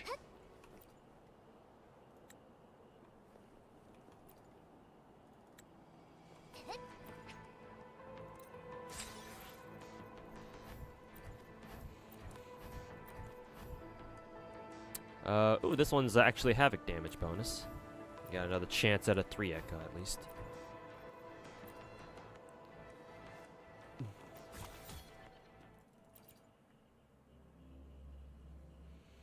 Can't keep up on playing a lot of gachas and like trying out new gacha games. Yeah, most people can't handle a ton of gacha games at once. That's completely normal. You have to pick and choose.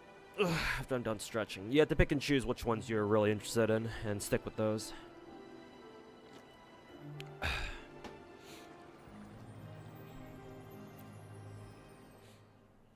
It's actually not legal. Yeah, it's Texas. People do whatever the fuck they want down there. You knew a girl when you were in 7th grade who drove her dad's truck to school and she was only 14. Hey, cool dad though. Do you see the leaked skins? Oh, that's something I haven't heard of. A leaked skin for Genshin. Oh, so it's confirmed they will be doing skins finally for Well, that's good. Hopefully, Kuro Game takes their skins more seriously than fucking MiHoYo does. But no, I haven't seen the leaked skin for Jinshi, assuming it's real. You were rereading a Nikkei chapter earlier, and now you're convinced they found certain Grimm's models units. You're wondering if you're being schizo. They've planned far ahead. You mean if you're thinking about the developers, or if you're talking about the developers thinking that far ahead? Yes, absolutely. Yeah. Remember that. Keep in mind that Nikkei was supposed to launch back in what, like 2020, but unfortunately the pandemic hit, so they had to postpone. They decided to postpone it, and so they kept cooking with the Nikkei, at least in development terms, for the next 2 years, and then they released the game in 2022. So yeah, the game was supposed to be out like 2 years ago. It should be 4 years old by now, but it's not. Instead, it's only 2 years old. But that gave them a lot of time to keep developing future content for it, and you have a really, really solid roadmap going forward. At least an internal roadmap. So yeah, all these characters that you see coming out, they were all planned out like far ahead in advance. If you're talking about like the developer side of things, if you're talking about in-game, like in-universe, like the story lore type of shit, then I have no idea. Beats me. You got me there. I was like, I don't know. I don't know. Let's go back in there.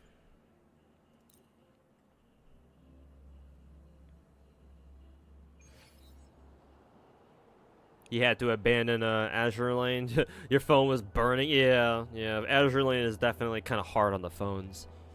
I know it is on mine. My phone and my tablet. Very CPU intensive, that game, or chip intensive, that game. If that makes any sense. Oh, I can just skip this. Dreamless again. Obtain that, or more fragments, sure. Whatever.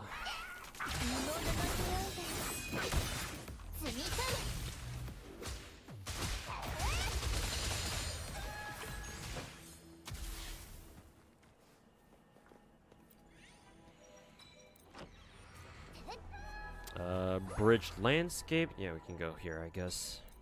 Sanhua again.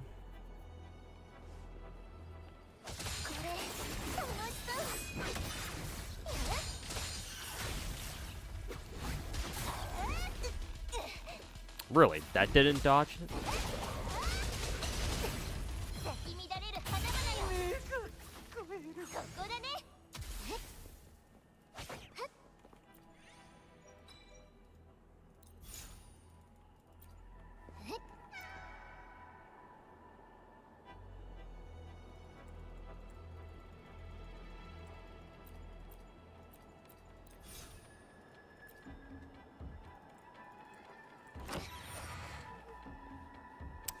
doors up here. Memory of training.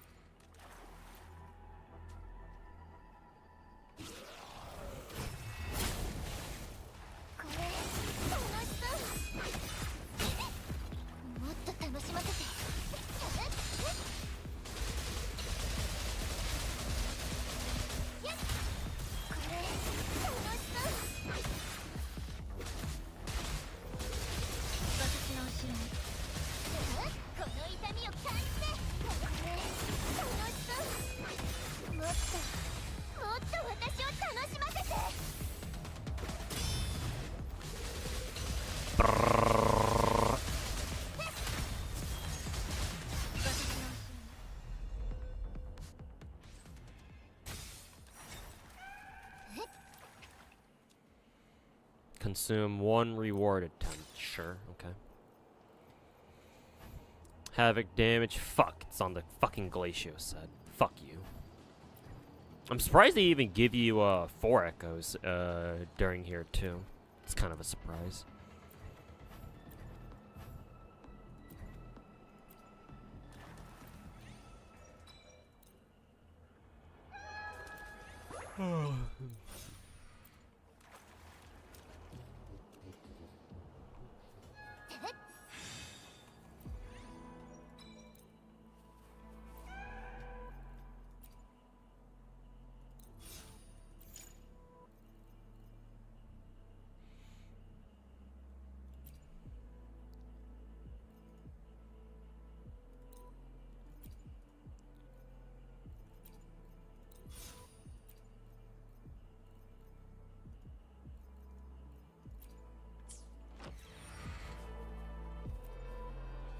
Fierce struggle.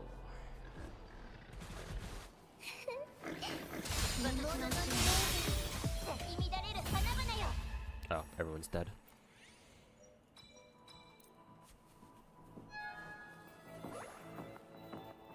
Ugh.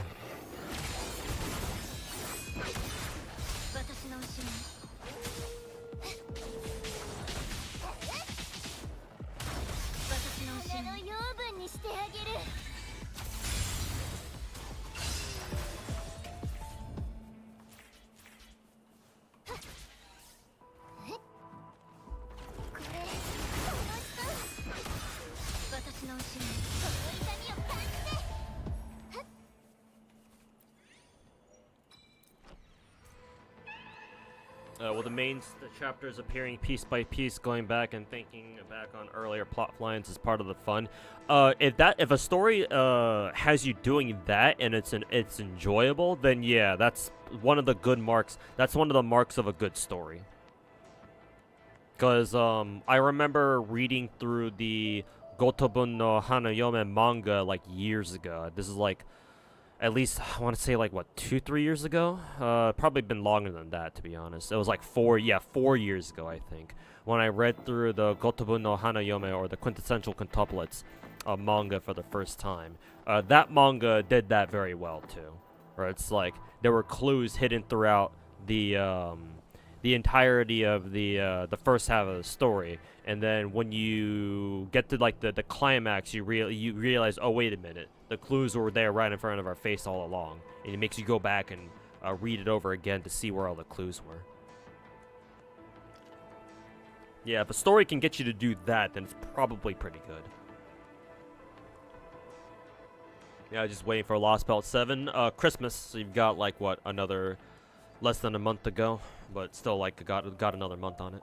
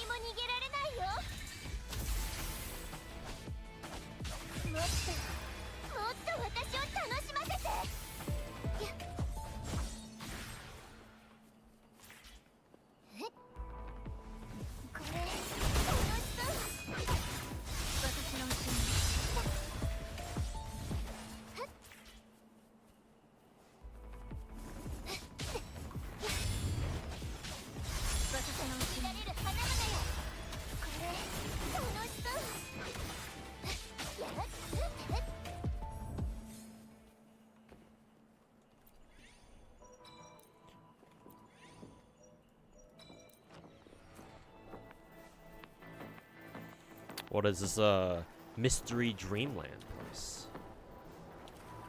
Can you go back here? Hello, it's Genshin.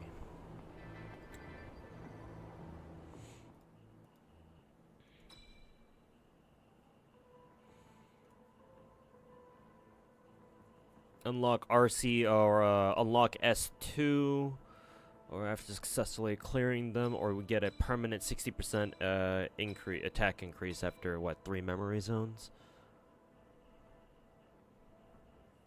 I can go for that. I have no idea what Camellia's extra chains do, but whatever.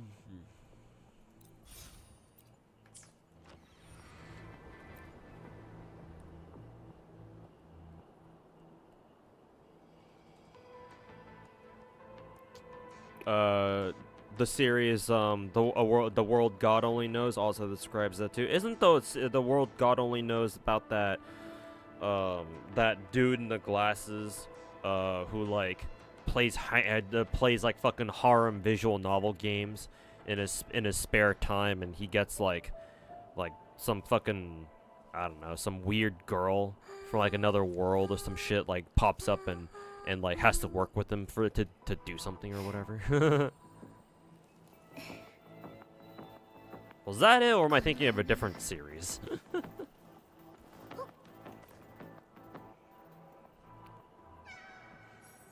What'd you miss? You didn't miss much. Still gotta finish 6.5. What, Trom? I see. I didn't bother reading Trom, but apparently it was actually pretty good. I just kind of bum rushed it though.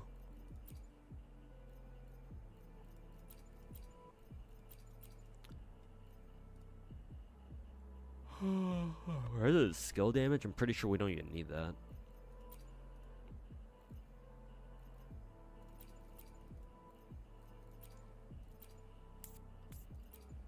Do I even fucking need anything here? Nah.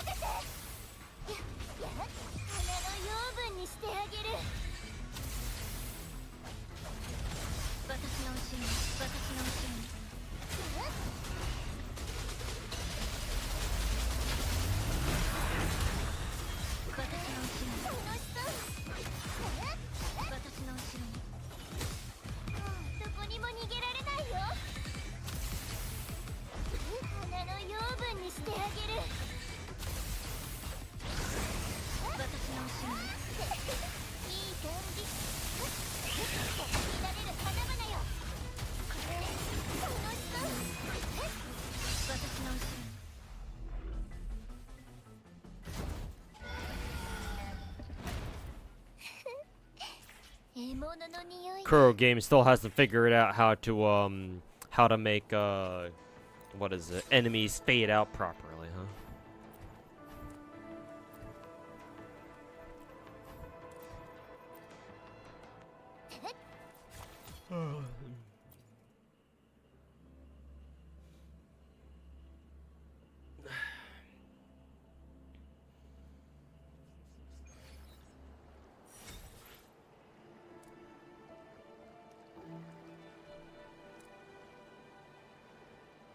Okay, so I was thinking of the right one. Okay, and it follows a similar thing where the girl who wins at the end, you can kind of see the clues sprinkled throughout the manga. Yeah, yeah. I really like it when stories do that, because you know that it was a premeditated thing, right?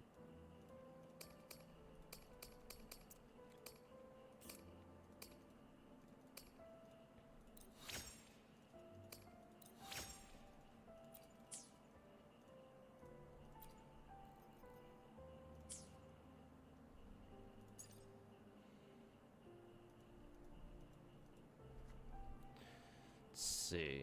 Oh, we have to clear Elusive Realm with the different characters. Ugh. All right.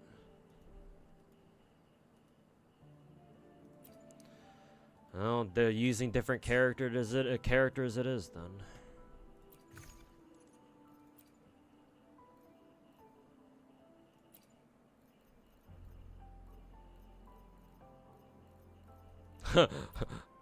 I like how they let you use a shorekeeper.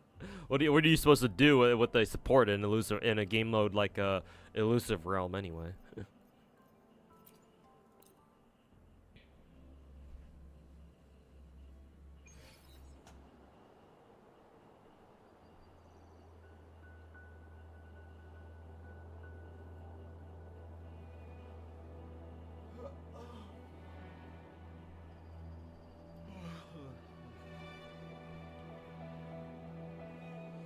Seeing all these open world gacha games and having like closed beta tests and announcements. Meanwhile, Azure Familia is still silent. Yeah, give him some time. Let him keep cooking. Like for a while, we thought Project Mugen was also going under too, because for the longest time we didn't get any announcements out of them, and they just put out an announcement like today or yesterday or whenever it was that they first announced that they were officially changing their name to Ananta. So give him some time, man. You gotta let him cook.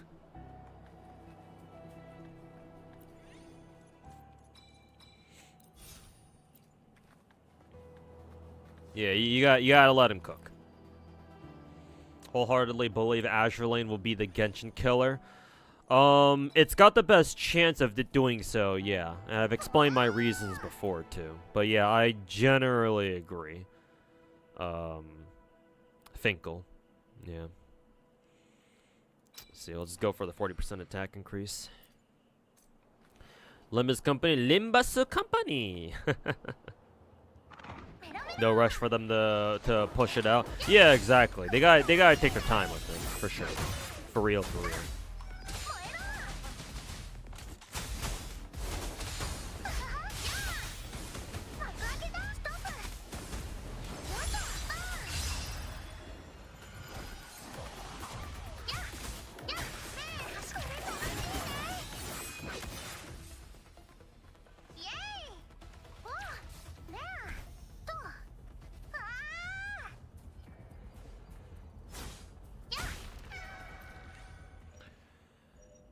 Oh, excuse me.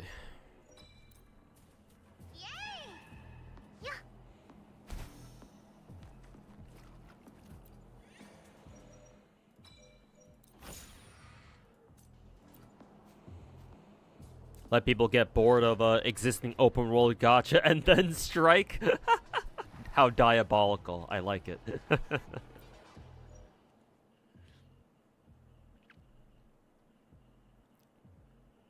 We don't need a Genshin killer. We don't, no. Yeah, we don't. But hey, it'd be funny if we do.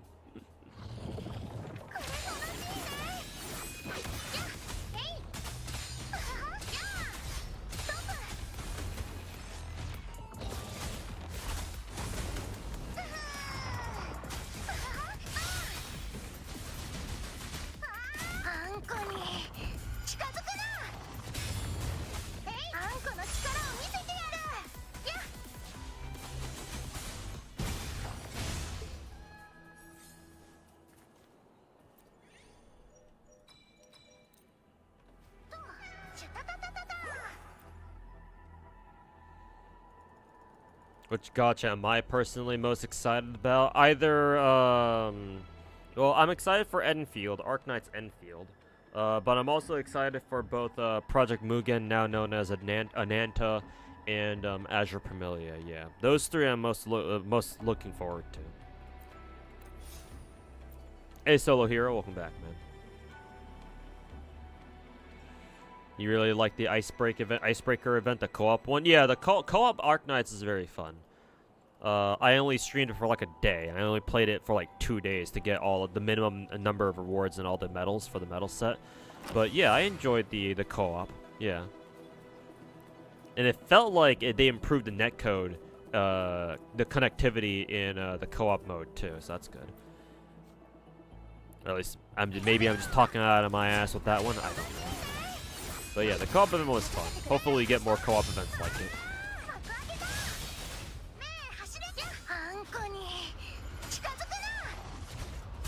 Whoever can bring MiHoYo to their knees will be one for the history books. Obviously, it won't be just MiHoYo. It won't be just an external factor alone. I've already explained before that in order to get Genshin, in order to topple Genshin as like the, the biggest or the most quote-unquote popular gacha game in the world, it has to be a factor of multiple things.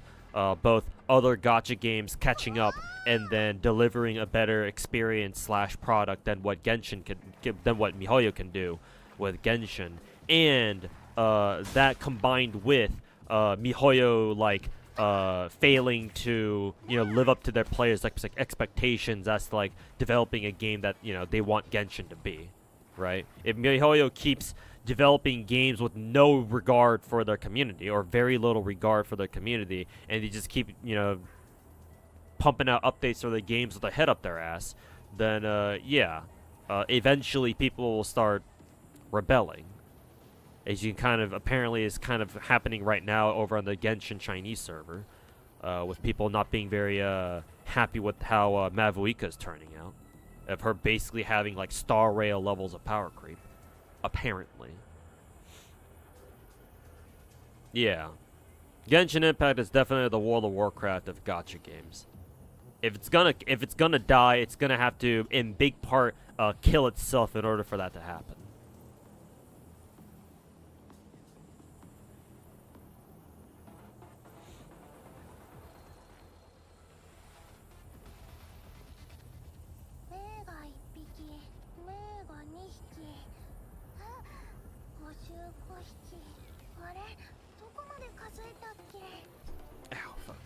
Genshin is too much money with so little utility for the game.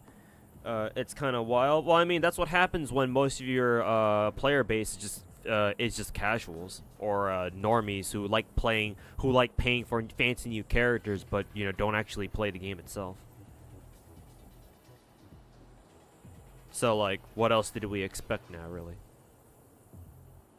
You plan to roll for Set Lolly, by the way, or you don't know yet? Probably not, simply because I really want to roll for Chaska.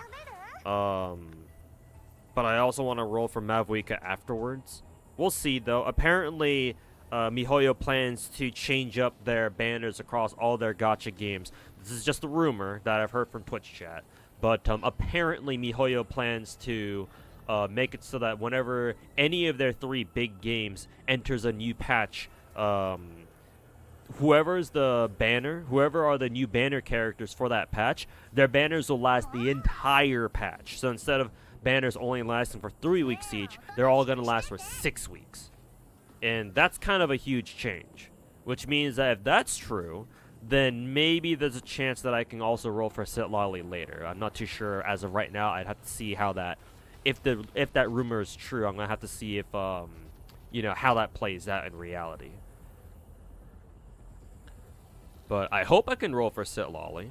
I just don't know yet right now. What do you think of PvP in Gacha?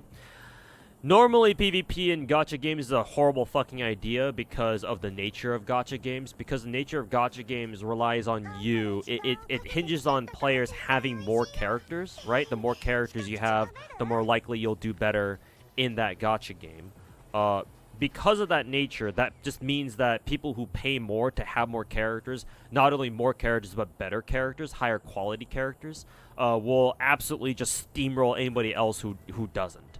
So PvP is extremely hard to balance properly in a way that their players feel is balanced and fair.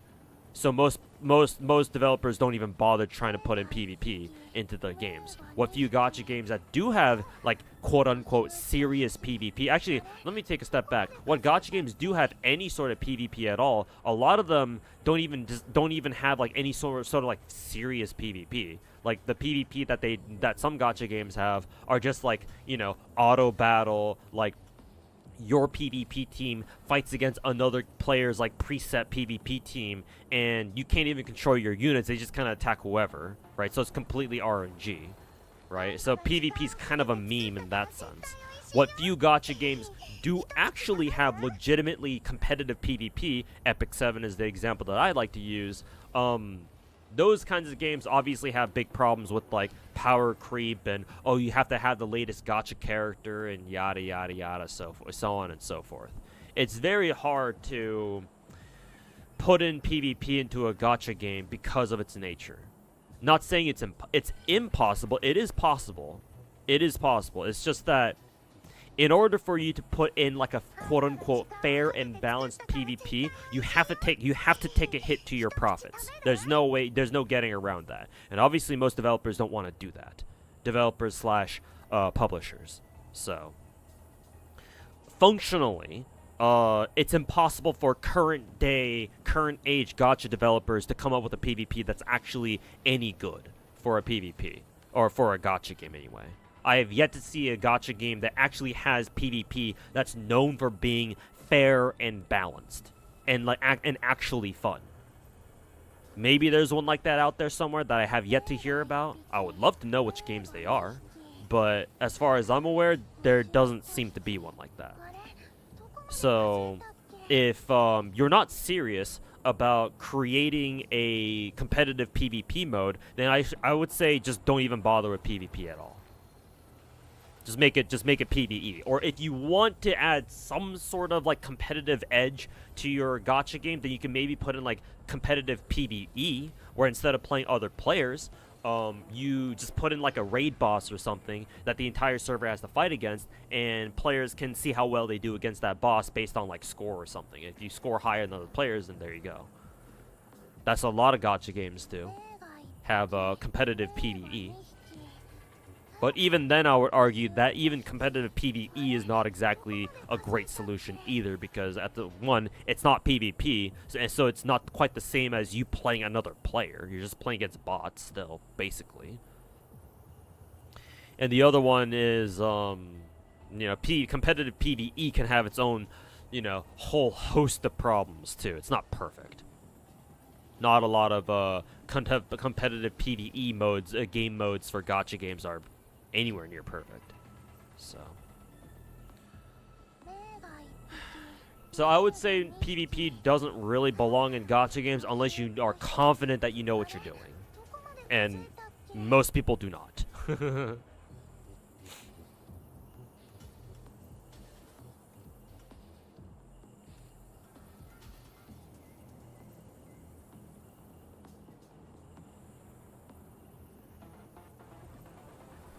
I actually think that ideally, if you want to have a truly successful gacha game, it should have PvP actually, which is kind of the irony of it all, right? Because people love PvP games. Especially content creators love PvP games because you can play against other players. That shit is cool, right? If you add, say for example, purely hypothetical, right? Not saying that, Genshin should add PvP or whatever, but I'm just saying if Genshin had PvP, then easily 100% it would be a lot more popular game to play and stream for content creators, and I guess just for viewers to watch too, because if you can play against other players, that's always entertaining. Usually, as long as the PvP mode itself is not just, a hot pile of steaming dog shit. As long as it's at least somewhat decent and it's fun to play, then people will always watch it. It's PvP is like the true end game, right? For any game really, and it's infinite, endless entertainment, or content at the very least for content creators. So I think that PvP should, like, gacha games should have PvP, but that situation where like a gacha game can have PvP is so fucking rare that I might as well not even say that, because it's so impossible for gacha developers to get PvP right in a gacha game. Because it's so easy. It's too easy to fall into the temptation of, if we put in PvP into our gacha game, let's just, fucking whore ourselves out, gacha characters out, and make them super fucking broken, at least the gacha ones, so that way we bait our players into paying or spending money on gacha in order to get the latest and greatest PvP characters. It's too easy for devs to do that. So at that point, I'm just gonna say no, don't even bother. Don't even fucking bother. Hey, AK, welcome back, man. How's your night? It's going alright. Hope you had a good Thanksgiving if you celebrate that.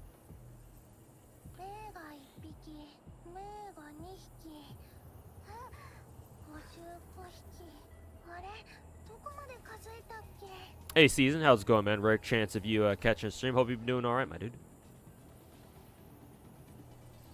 Gonna lurk while you do woo events. Yeah, same here, man. I'm just pushing through Elusive Realm for a little bit.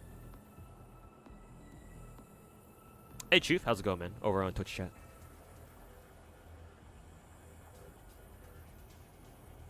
Counterside is frustrating. Yeah, Counterside's collab with Hololive. Yeah, I thought that was hot fucking garbage, dude. Yeah, it's so that collab was so fucking lame. As soon as I realized that the Hollow Girls were just skins for pre-existing characters in Counterside, holy fucking shit, that pissed me off so goddamn much. Fuck that game. Even worse because it's a Korean game too. They can go fuck themselves. Who's in charge? Who develops Counterside again? Because I know Counterside is a Korean game. Has to be.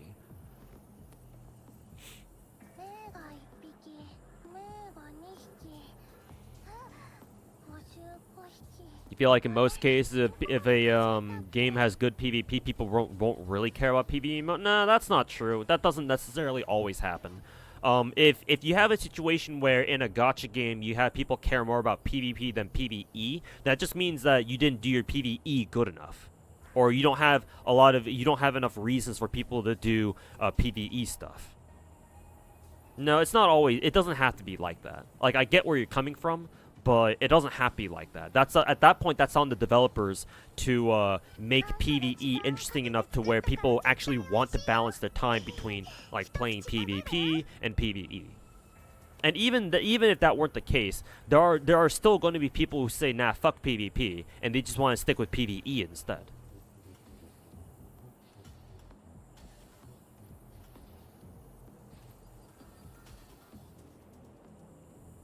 Like, I think that even if a gacha game does have like the best PvP a gacha game can ever have, I still think that PvP should be purely optional, because not everybody wants to have to get on to a game, log on to a game just to go play another player, right?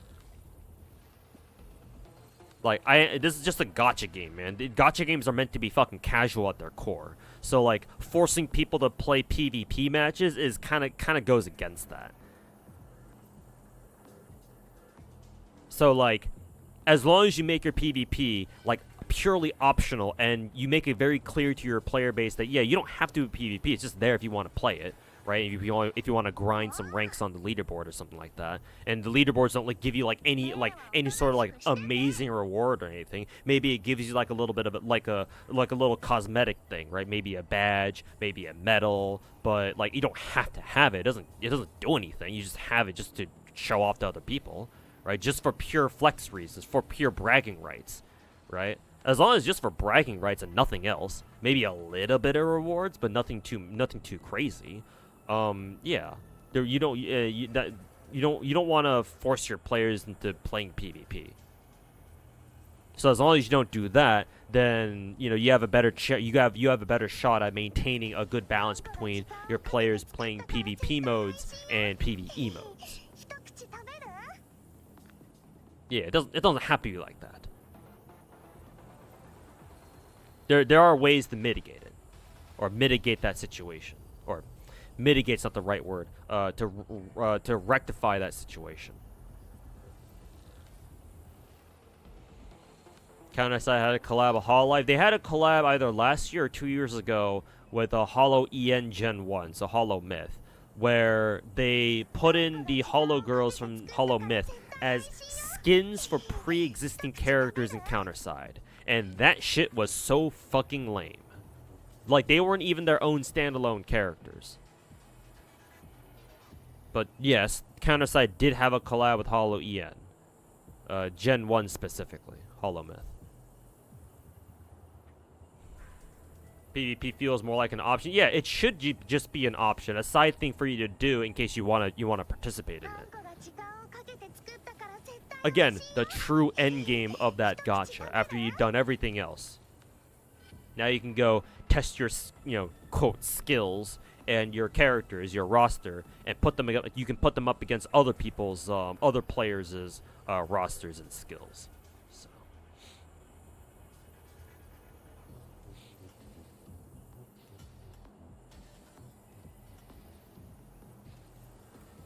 Genshin needs a skip button, then the player base will be way up. At this point, honestly, you're not wrong. Yeah, a skip button might legitimately be what... I mean, Genshin has needed a skip button. Genshin and Star Rail, and I guess to a lesser extent Zenless, they all need skip buttons, yeah. No idea why... Oh, actually, no, I do know why. But it's fucking bullshit that MiHoYo intentionally doesn't give their games, like, functional fucking skip buttons. And yeah, I have more than a handful of people in my Twitch chat alone who are like, yeah, I kind of want to get back into Genshin, but I'm not going to because I know I'm so far behind that it's going to take me God knows how long going through all the entire story to catch up. So they're not even going to bother coming back, even if they want to. Doesn't Zenless have a skip button? It does. It does, and you can skip like 2/3 of the story, but it's not a full one. There are still some parts of the story that you can't skip. You certainly can't skip the cutscenes, though. Why would you? The cutscenes are usually pretty amazing. But I mean, hey, if you want to skip those cutscenes for whatever reason, then yeah, you should be able to. But you can't.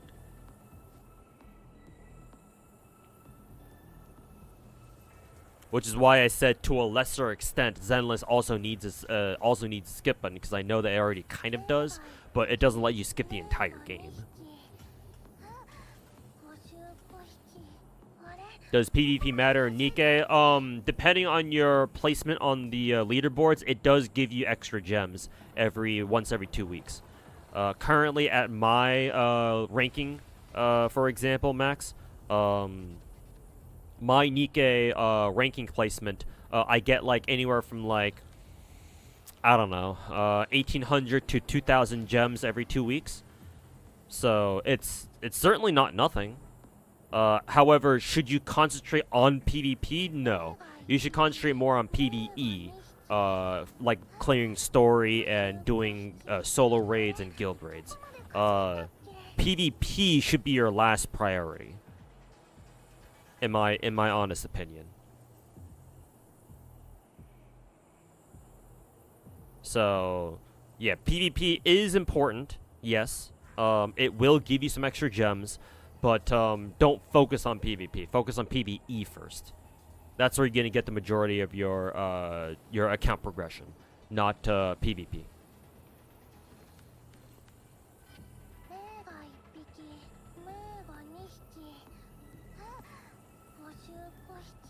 Okay. Let us continue.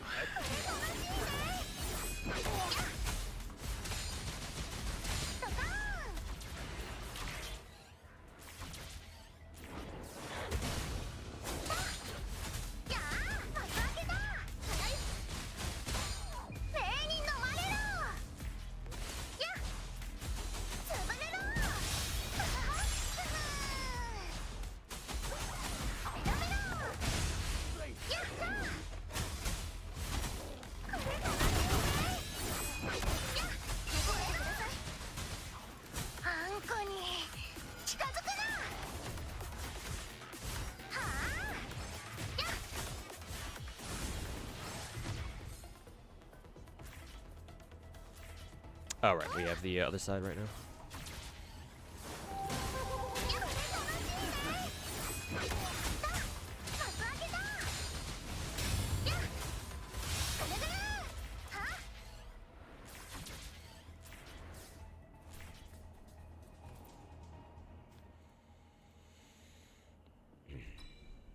Casting, blah blah blah. Okay, so extra, whatever. Lose all dream fragments? No, fuck you.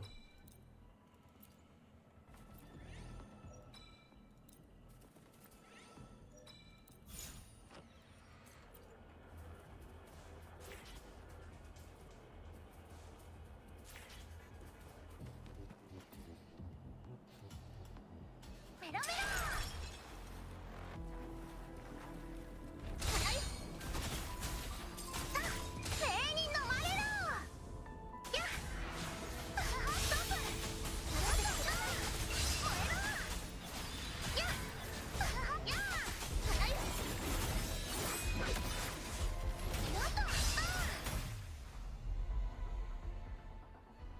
That guy just kind of blew up.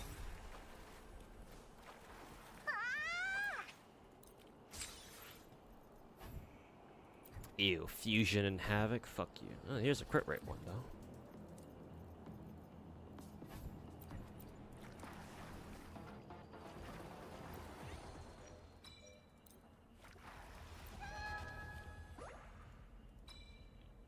Resident skill consumes 80 stamina. Well, considering I already have what is it, another skill buffing thing. You paid your cousin $20 to read through a 2.6 story for you.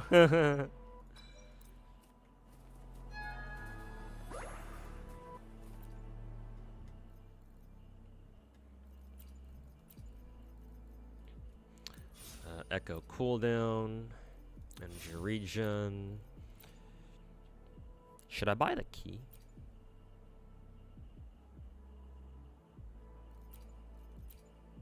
Let's see. I don't think we'll need Dusty Bug this time around, so I guess we'll just pick up the key.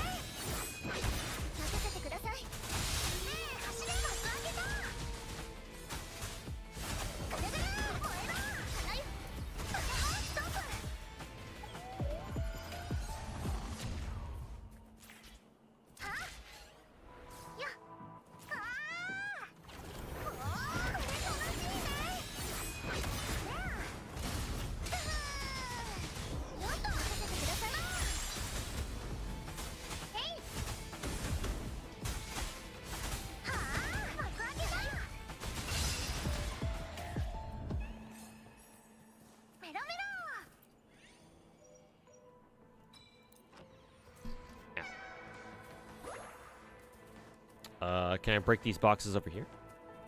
Yes, you can.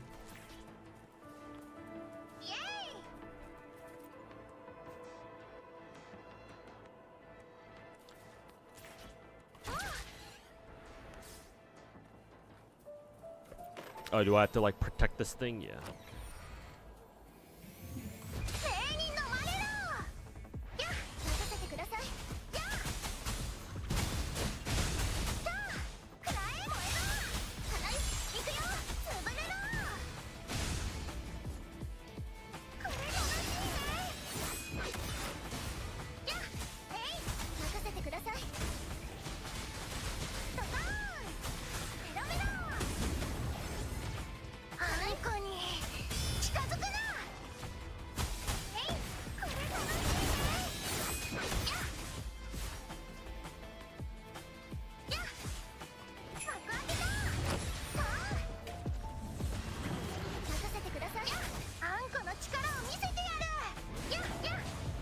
Got a lot of bad guys here.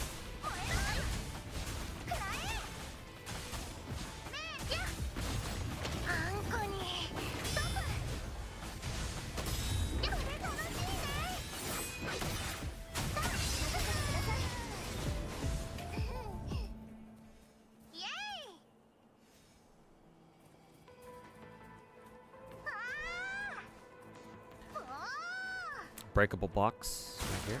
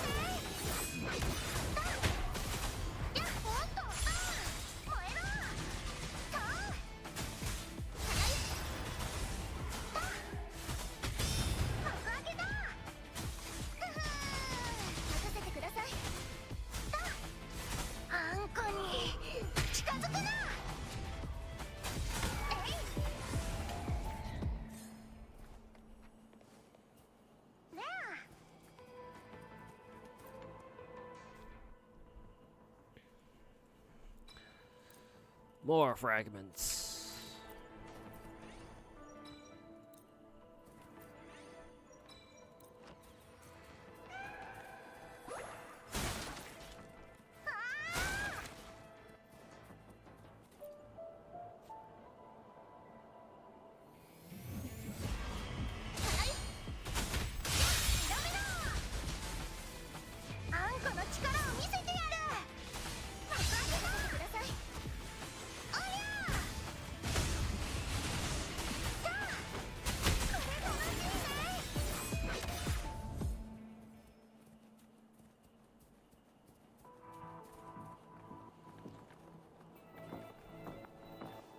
Make sure there aren't any breakable boxes that I'm missing anywhere. Okay.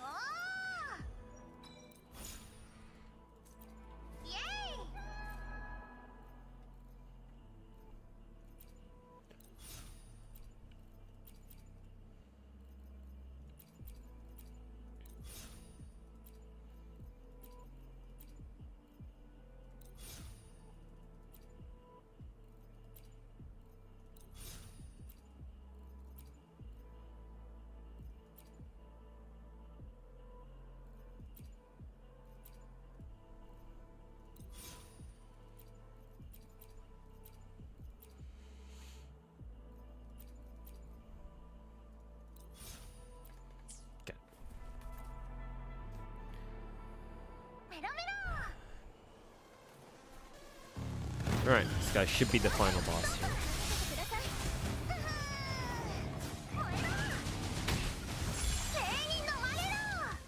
here. Damn, this child is hitting for a lot? Yes. Local fire murder lolly destroys Elusive Realm.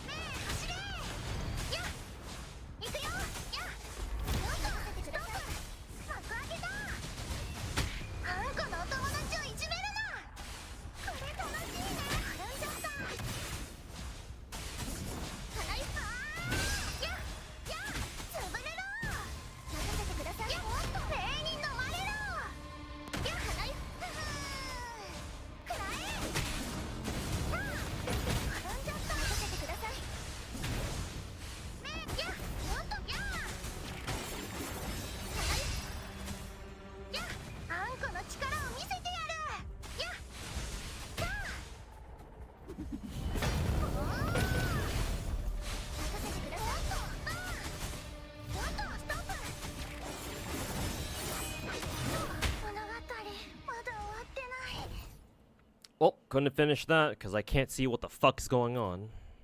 So that's cool.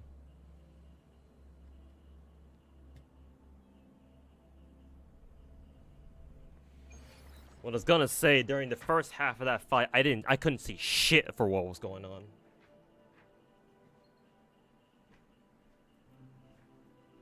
Not to mention that blue Inferno Rider seems to have a different attack animation, or seems to have different attack patterns than what I'm used to. Because I was expecting him to throw his motorcycle at me like during, like when his HP bar was down at half, but he didn't, and instead he threw it at my ass when he lost his first HP bar.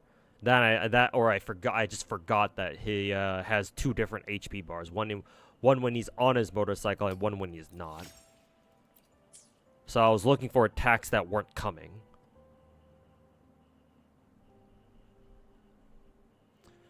So that was a whole bunch of not fun.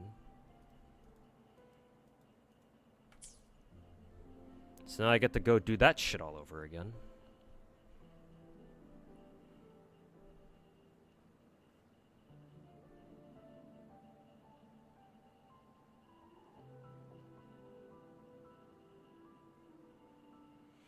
What page would you say is a good resource to seek builds for wuwa? I have no idea. I'm not as in tune with, like, I don't know any good builds for zenless or wuwa. The only builds, the spreadsheets that I know that have updated builds are for Genshin and for Star Rail, but I don't know any such spreadsheets for wuwa or zenless. If we had some, that'd be very nice, so that way I know how to build my characters better. But as of right now, I'm just kind of like fumbling around in the dark, just kind of working with whatever I got.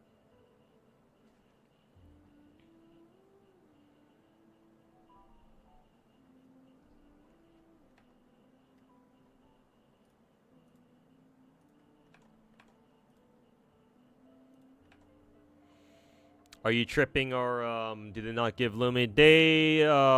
They'll give you access to Lumi when her banner is out. So in like 3 weeks or 2 weeks or how much longer Camellia has on banner. Like, yeah, I know it's confusing that one of the objectives is to complete a difficulty with Lumi, but she's not even available. That's because she won't be available until when her banner comes out. So wait until she's out on banner and then check back into Elusive Realm, and should be available as a trial character at the very least. Well, back at it again with Encore, I guess.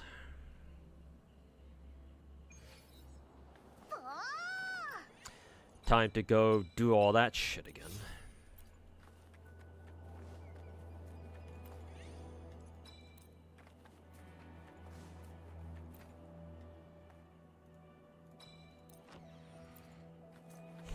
I didn't even get any fucking dream fragments out of that.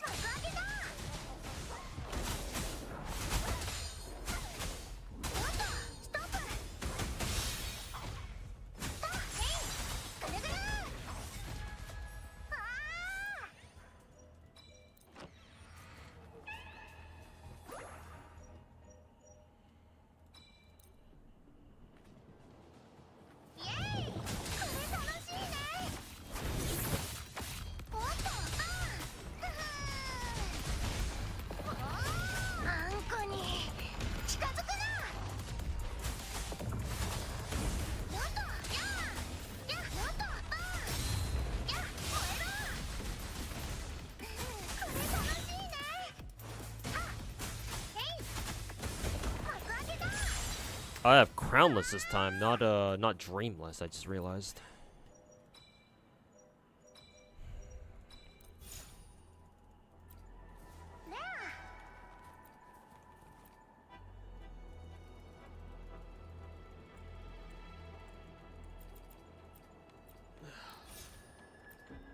Wuwa builds are usually pretty straightforward, just a set of element, put crit, 2 damage bonus to attack. Yeah. Seems like it, or whatever their main stat scaling is.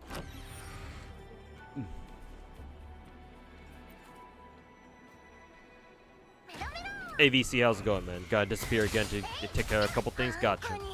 We'll catch you in a little bit then.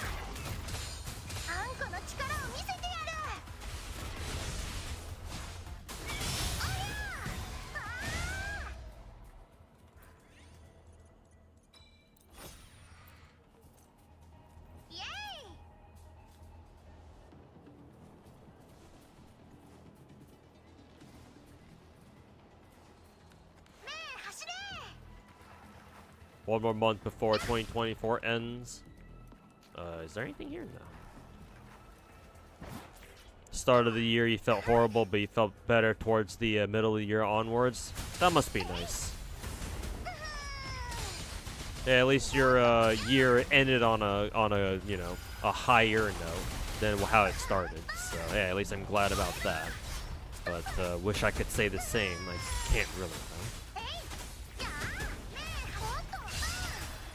あんこに日向ぼっこの時間ですよ。ストップ。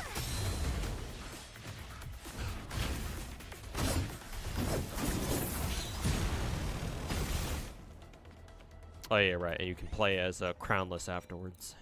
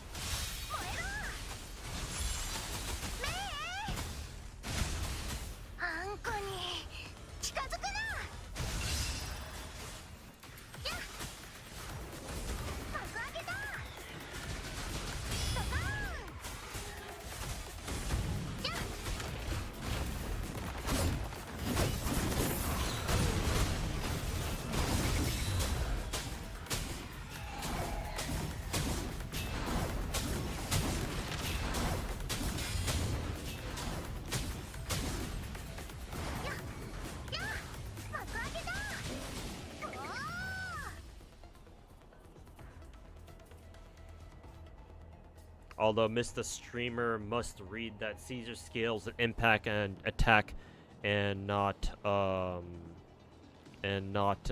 defense.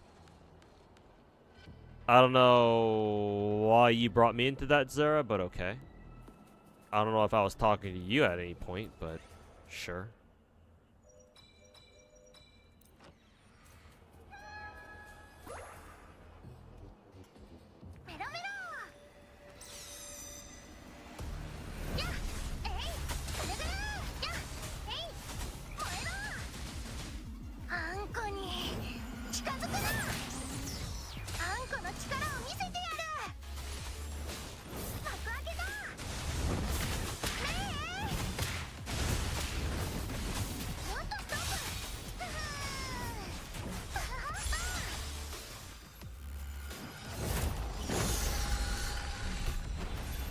Oh, that's interesting. The Morning Aches' command grab is so busted he can even grab Encore out of her what is it? Her heavy attack animation. That's kind of fucking stupid. God, this boss is a piece of fucking shit.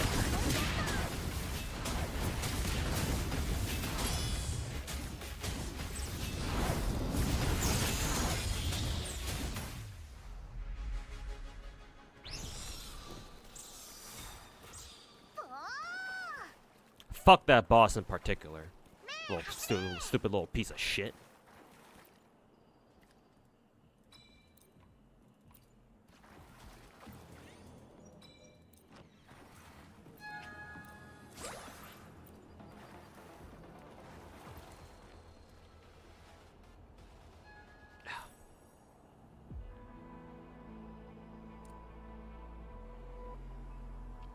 Oh, nothing. Just last Dolphins log. I think your Caesar had a defense piece maxed out instead of attack. Sorry if the language you used came off as aggressive. Yeah, it certainly comes off as a little passive aggressive, especially when your last message you literally started with "oh nothing." If it's really nothing, then why did you bother bringing it up in the first place? Just tell me, bro. what the like. I thought you were chill, Zara. I don't know what's going on with you today, or what brought this on. I thought you were chill, bro. But now you're giving me this fucking passive aggressive shit. Like, I'm sorry. What? Like, sorry for getting Caesar's fucking shit wrong. Like, you can just tell me, you know. Like, where the fuck did this come from, my dude? Maybe English isn't your first language, and I think it's not, because you keep saying, I always remember you saying, in my country, you always say, in my country this, in my country that, so maybe English isn't your first language, but just know that the way you're talking right now, it just comes off as really fucking passive-aggressive, man. And I know usually you're not like that, so it's kind of catching me off guard here. But just letting you know, there's a better way for you to tell me that, hey, your Caesar's built wrong, by the way. You actually want to give her attack percent and defense percent. You could just say it straight up, my dude. I don't know where this I don't know where that came from, but I prefer if you didn't talk to me like that. I've had enough of my older brother talk to me like that throughout my last fucking, you know, fucking decade of my fucking life. I don't need more people talking to me like that, my dude. I'm kind of sick and tired of it.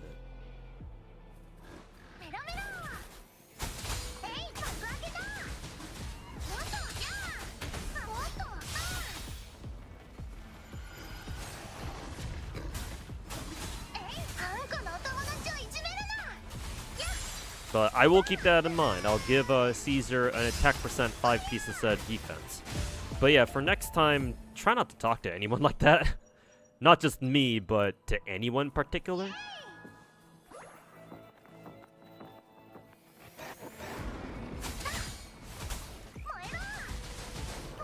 Yeah, I'm not gonna lie, that was kind of weird coming out of you, Sarah. I'd kind of get it if some random came into my chat telling me, oh, by the way, your fucking Caesar's built wrong, right? That'd be one thing, but it's... But I don't know, man. It just felt kind of weird seeing you talk to me like that in chat, so...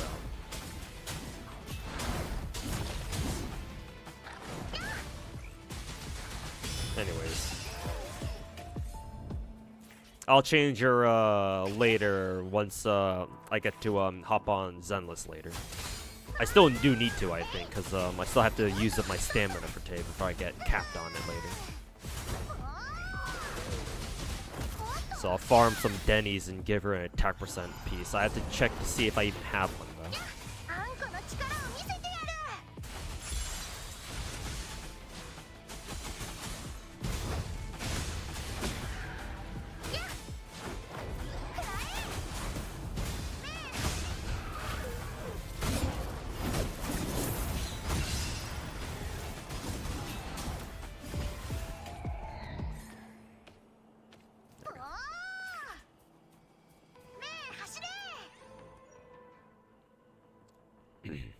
wuwa 2.0 leaks have like 7 sets, 7 new Echo sets coming out. So you don't recommend farming Echoes for any upcoming characters right now? Yeah, probably not. Probably not. Unless you're like me and you plan on building some older characters like Sanhua and Baiji, but yeah, no pre-farming sets for new characters. That's usually what we're used to from games like Genshin and Star Rail, to be honest. So I certainly wasn't going to try to farm for any new sets for future wuwa characters, that's for sure. So yeah, right, I have to use my Verena manually in order to heal my my Encore.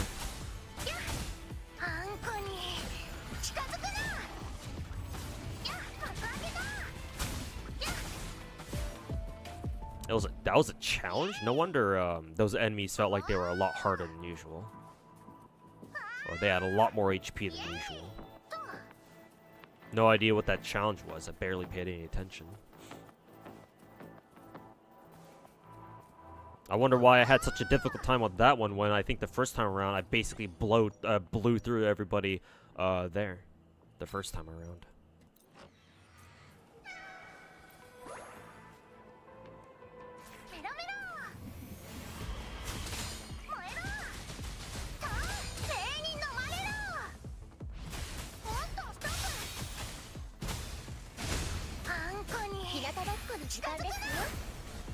Ugh, Verena does not heal very much at all. Fuck's the point of even taking Verena anyway.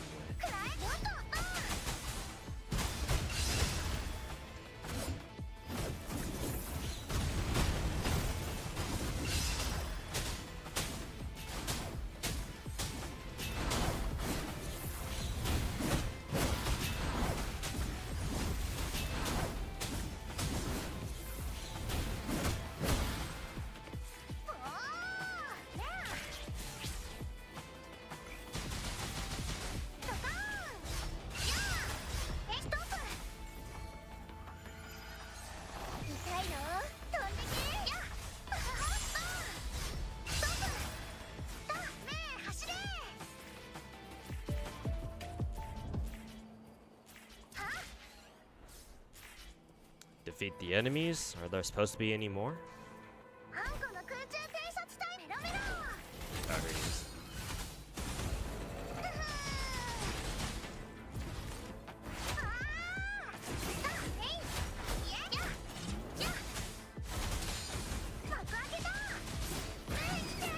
あんこに近づくな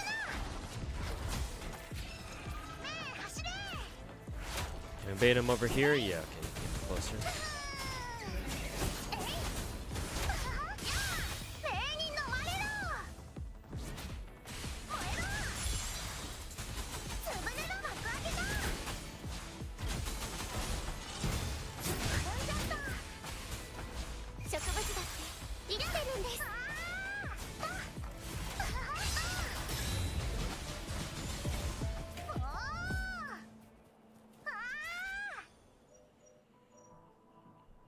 God, playing Encore with the sound on makes me realize how much fucking noise she makes.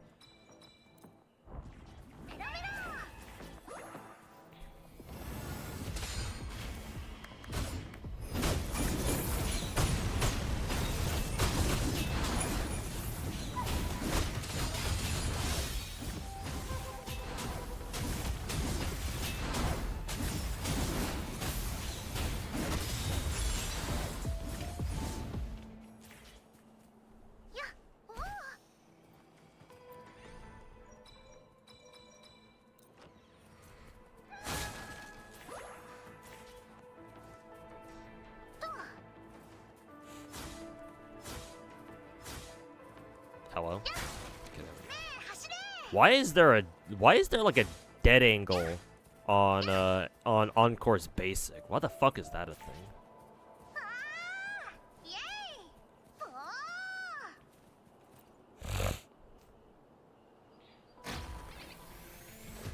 あんこに近づくな幕開けだあんこのお友達をいじめるな潰れろあんこに近づくなやあ走れ礼に飲まれろ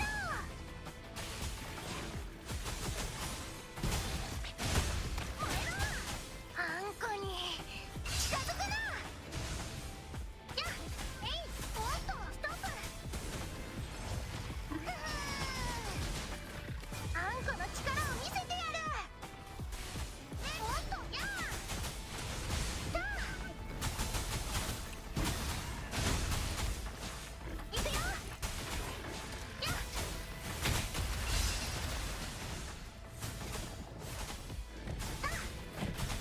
幕開けだあんこに近づくな礼に飲まれろ燃えろやったやおりゃおっとストッ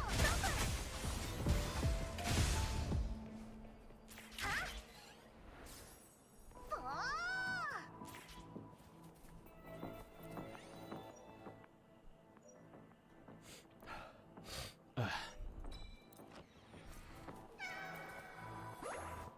Is it better to return to wuwa now or in the 2.0 update? Like, will you lose on too much if you don't come back right now?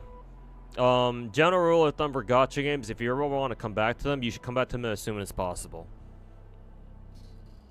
The only reason why you wouldn't want to come back to a gacha game immediately is if you know that a gacha game has, like, returning player bonuses. And so it's better for you to wait for your account to be AFK for long enough where those, like, returning player bonuses trigger.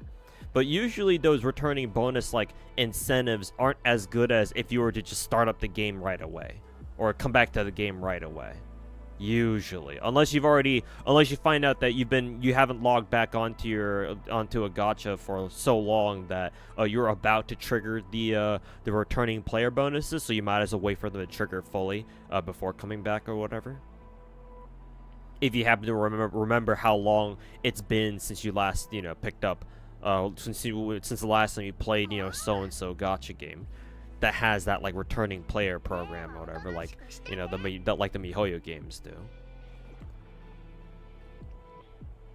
but I forget if wuwa has anything like that. I'm pretty sure wuwa has a kind of has own like returning player bonus.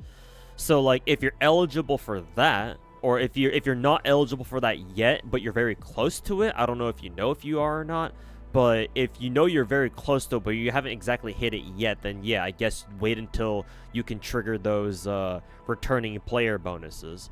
But outside of situations like that, like very specific situations like that, or like maybe if you know that there are gacha games out there that like have like specific like programs for like returning players, but they're part of like a bigger event, like some gacha games do, then yeah, I guess you can wait until your gacha games do something like that before you come back.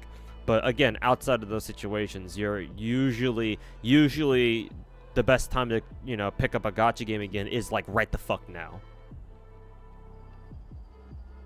So if you want to come back to get to Wuthering Waves, or just come back to any gacha game for that matter, you should start immediately. For the most part.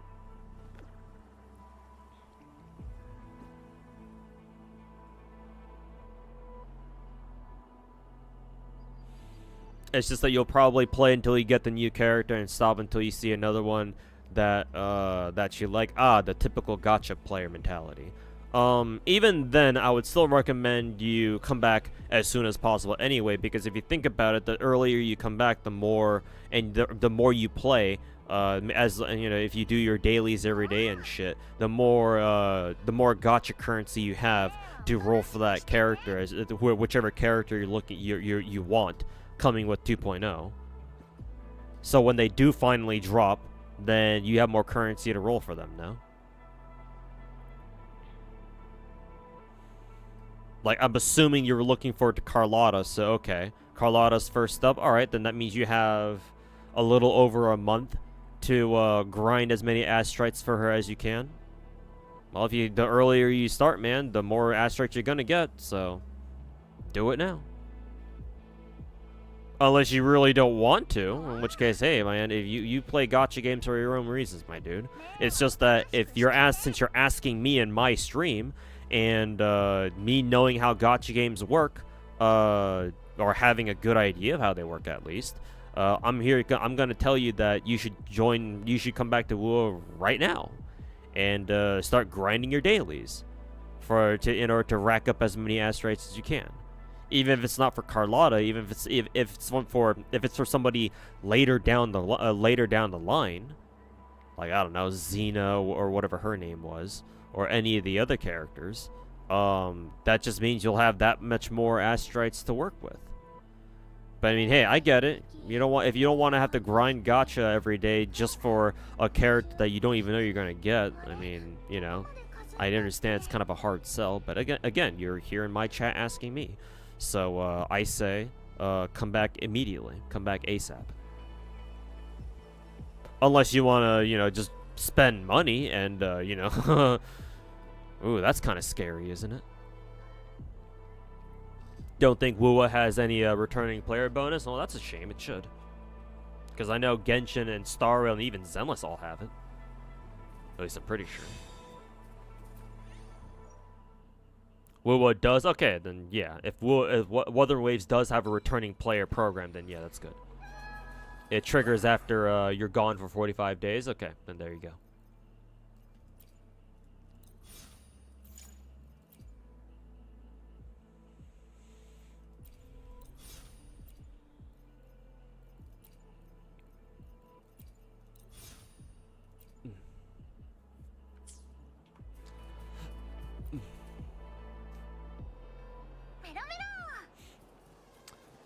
This fucker again. Alright, rematch time.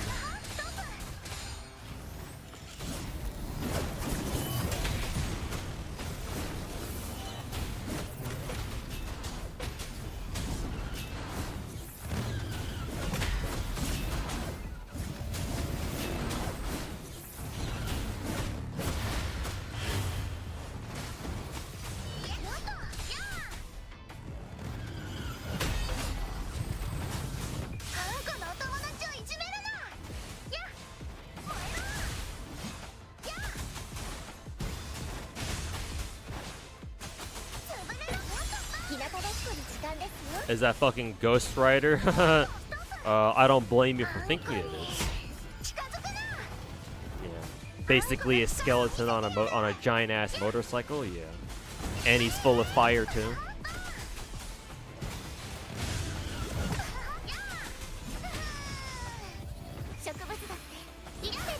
Okay, we got Crownless up again. Crownless is definitely gonna carry me for this fight. Because you're completely invulnerable while we've got Crownless. Just keep spamming his E as much as possible.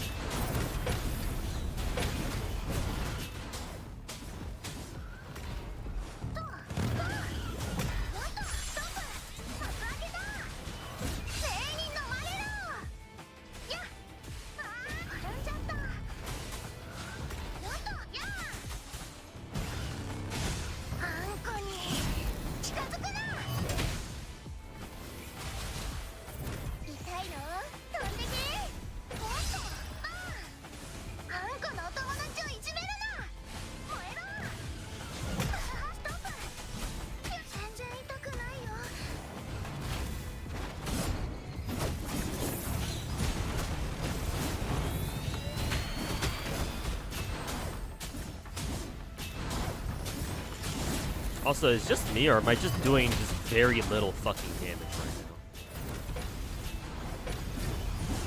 Also, where the fuck is Crownless? What the fuck is Crownless? Because, yeah, I'm doing very little damage right now.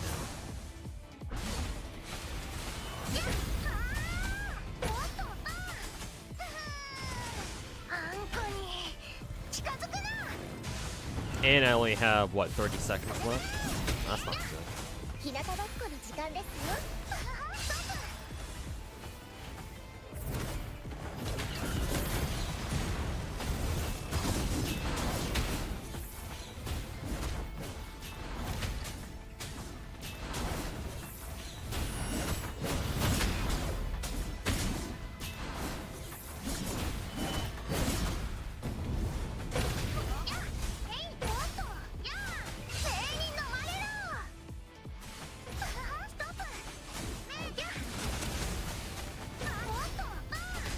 Enemy attack greatly increased.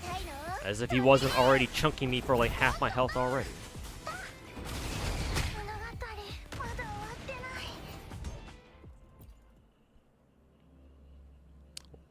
This is only difficulty 3 and excuse me?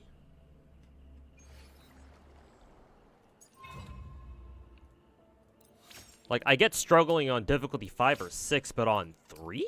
Fucking excuse me?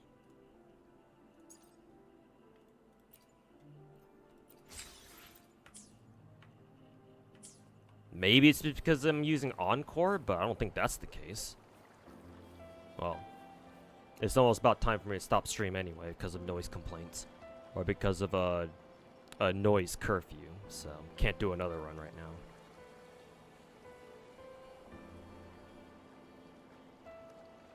As low DPS, I mean, I would love to take Turtle too, yeah, for the sheer defensive utility, but Turtle isn't available, at least not on difficulty 3. Maybe he is, I just have to re-roll for his ass, but the last 2 runs I did on stage 3 didn't have him. It was either, what, Crownless or Dreamless, I think. Or no, both times I think I ended up taking Crownless, but I didn't see the Turtle there, so. You thought it'd be easy? Yeah, because the last time, during our last Elusive Realm renditions, I only started having trouble on maybe stage 5 or 6. Why is it this hard on stage 3? Then again, maybe I'm just using Encore, and if the Encore that I use for this is based off my own Encore stats, and I guess I understand. Because my Encore isn't that good.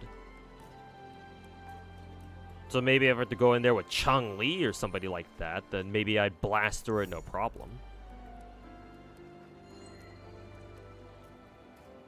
But like basically like that's kind of a problem that I think that Elusive Realm has. It's like 90% of the stages in Elusive Realm are just piss easy, and then for whatever reason the final boss is just like 100 times harder. I think that's basically how it's been for all of Elusive Realm. It's like such a high difficulty spike that it's like, where the fuck did this come from?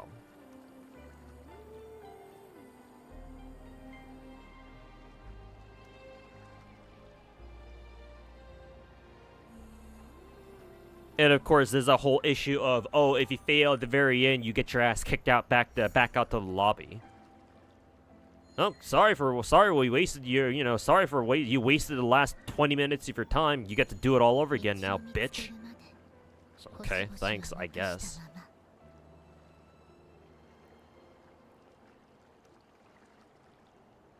Just kind of pisses me off about wuwa specifically. Because that's on top of all my other problems and all my other issues I have about this game, where it's kind of hard to see things. There's a ton of shit happening at once, and so it's hard to figure out when exactly you're supposed to attack and when you're supposed to defend. Not to mention, a lot of these modes have like time limits on them, so it's like, well, if you're too busy dodging everything, that means that you have less time to actually fight people. Not to mention, dodging can sometimes mess up your rotations too. Not all the time, but sometimes it can. So it's like all these things just stacked on top of each other just kind of make it kind of frustrating to go through Elusive Realm in particular. Like I get TOA being hard because that's supposed to be like the end game mode. And even if you fail one stage, at least you can go back, or you can go right back into it, try it over and over again. So it's not like you waste 20 minutes just to go up, get back to the boss fight that you failed at last time. But Elusive Realm just tosses your ass back out back.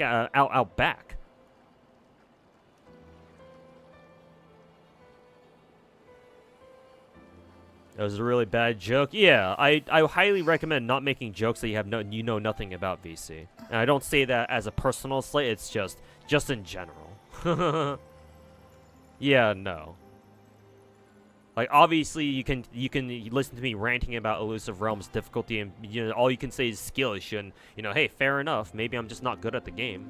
Never said I was, but personally, I feel like there's a lot of things that make it, a lot of little things that add up to make the whole experience just kind of a little bit irritating, in a way that I don't think it should necessarily be.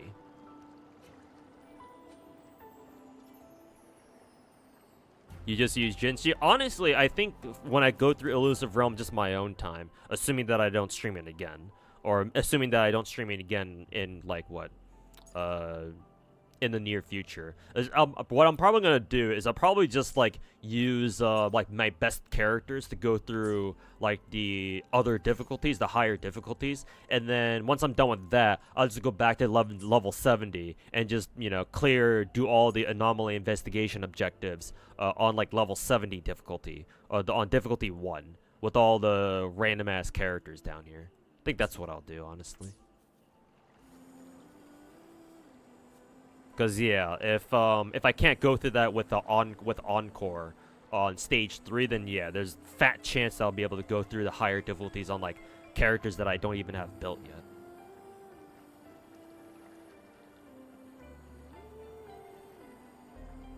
But maybe I'll just go through it on my own, cause I was honestly planning on going through Camelia's her character story. Where is it? This one.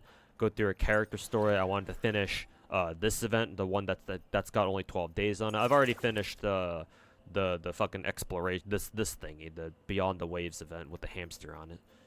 So that's already done. This is the Elusive Realm thing, I think. Is it? Maybe it's something different. No, yeah, this is the Elusive Realm. I guess Somnium Labyrinth is something completely fucking different, I guess.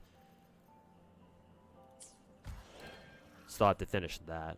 Like, I at least wanted to go through the character story and maybe finish this. Maybe do a couple of runs of Elusive Realm and then move on to this to finish this. But TOA and Elusive Realm were both fucking bitches this time around. So that's kind of irritating. Whatever. Maybe I'll stream wuwa again tomorrow or something. Maybe I'll have better luck tomorrow or something like that. Anyways, I'm out of here, folks. Time for me to stop streaming before my upstairs neighbor fucking calls security on my ass again. So let me find somebody that I can send you guys over to.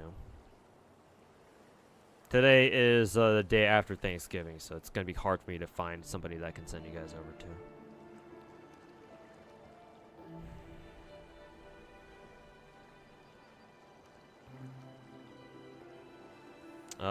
Let's see. I don't normally host. I don't normally raid K-Droth, but I think he's the only guy that I recognize stream right now.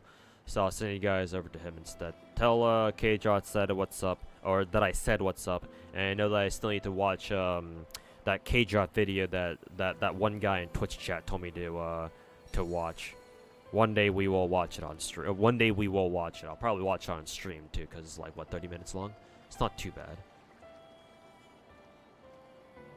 But anyways, I should be back tomorrow. Hopefully I can manage to get up in time to fucking stream a little bit earlier. Because when did I start stream today? Like at fucking like 5 p.m. or something like that? Jesus. One of these days I'll actually be able to stream on time. But I guess today was not that day. Anyways, I'll be back tomorrow hopefully. Maybe we'll grind a little bit more wuwa. And then after wuwa, we'll definitely grind zenless. I also definitely want to do Genshin exploration on stream. Try to farm up as much primo gems as possible, so that way maybe we have a chance to roll for Chaska later, because I really want her. But other than that, thanks for hanging out, everybody. Enjoy the rest of your Thanksgiving weekend, and we'll see you guys back here same time tomorrow, or roughly same time anyway.